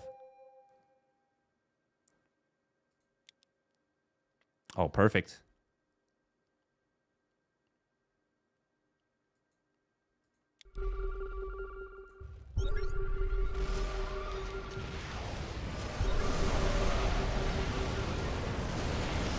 Oh, man, this thing got mega kills, didn't it? Oh, the Vikings! Wow, I can't believe how close that was to hitting the Vikings. Man, there was so much happening. I missed the EMP on the High Templar. Sheesh. Hero Tanker, Hero Siege. What a game and what a series. Classic and Hero Marine looking like just an absolute force to be reckoned with as a 2v2 team. Action-packed? Yeah. Both players, both teams, all 4 players were on their last legs for so much of that. What the game.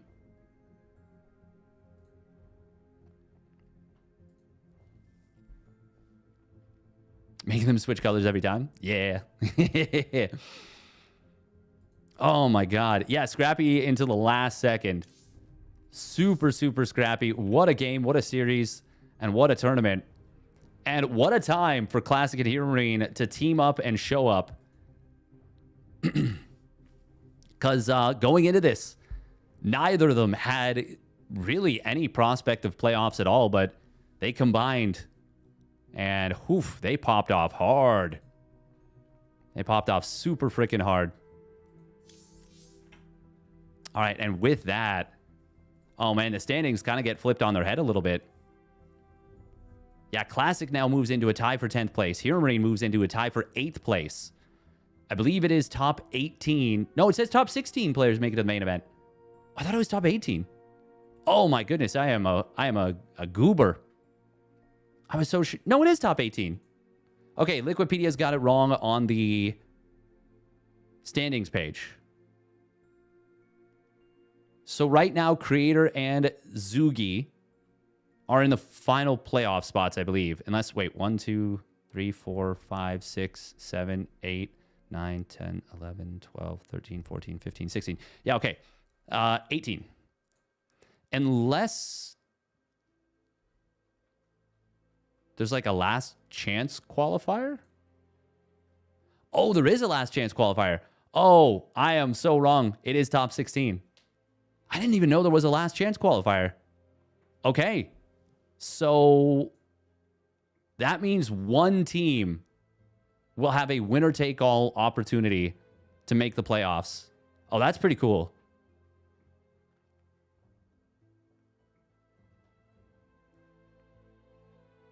Okay, with only 16 teams making playoffs then.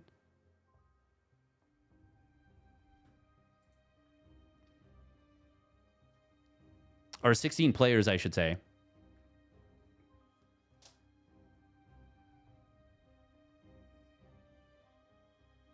And at this point, there's now a pretty big divide. In May, one last chance. No, that is not the last chance qualifier. There is, well, as it stands right now, May is the last main tournament. That's the one where you can get big points.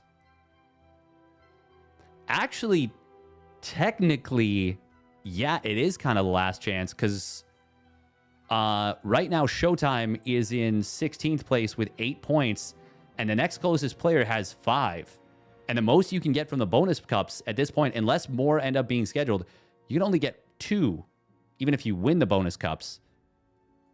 So Creator and Zugi are still behind Showtime for that final spot. So it's certainly still worth it to play the 2v2 cups, because if you get 1 extra point, that could be the difference between you making the playoffs and not if you do well in the other tournament.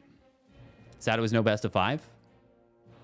It would have been tough because it's already a long day with a double elimination bracket, and then there's potential that it goes to a bracket reset. But that would have been kind of nice. But I'm not going to complain one bit. God, what a game. That was such a sick game to end the tournament on. Absolutely outstanding. If you enjoyed the series on YouTube, or the games on YouTube, make sure to subscribe to the channel, like the video. And obviously, if you're not already watching uThermal's content, I don't know how that's possible. You know, check out his content.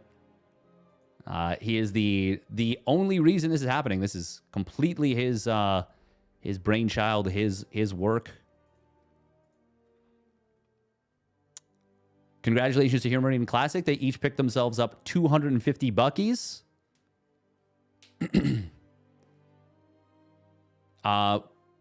Solar and Beyond each picked themselves up 150 bucks.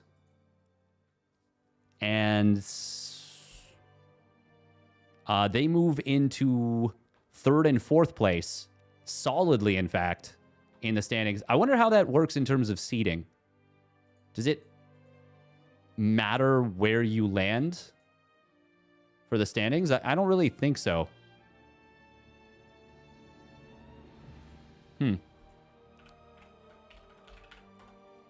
Not too sure, not too sure. Man, really phenomenal stuff out of HeroMarine. That was crazy. That was crazy.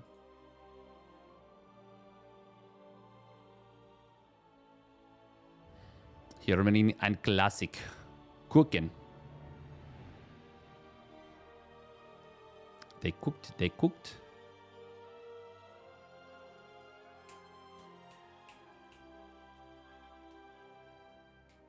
Yeah, my pleasure, Piercing Freak. I do kind of want to play a couple ladder games, but I'm tired. I don't have my setup yet tested. My new potential setup where I would swap clean feeds. And this was a pretty long tournament. I mean, how long have we been live for? Yeah, 5.5 hours.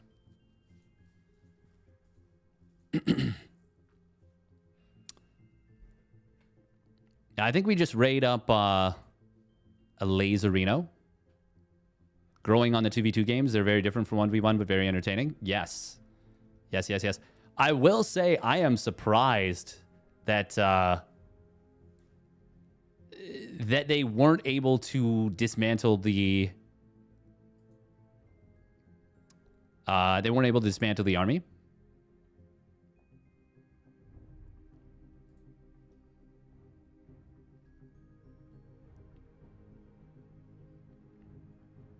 Man, Classic and HeroMarine, they popped off so hard. That is actually super sick.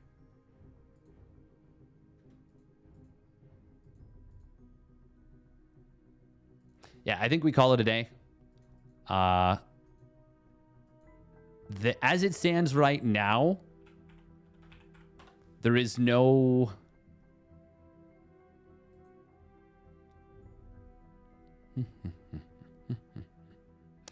there is no Monday Night Weekly tomorrow, but I think Roddy is planning something. I might try and get involved with that.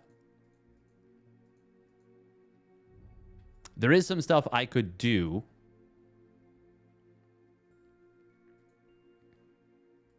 GG, buddy.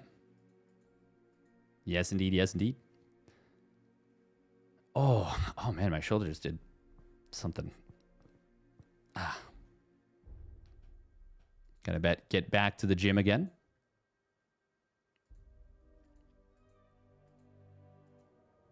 Yeah, all right. We're gonna call it a day. We're gonna rate up a laser. Once again, big congrats to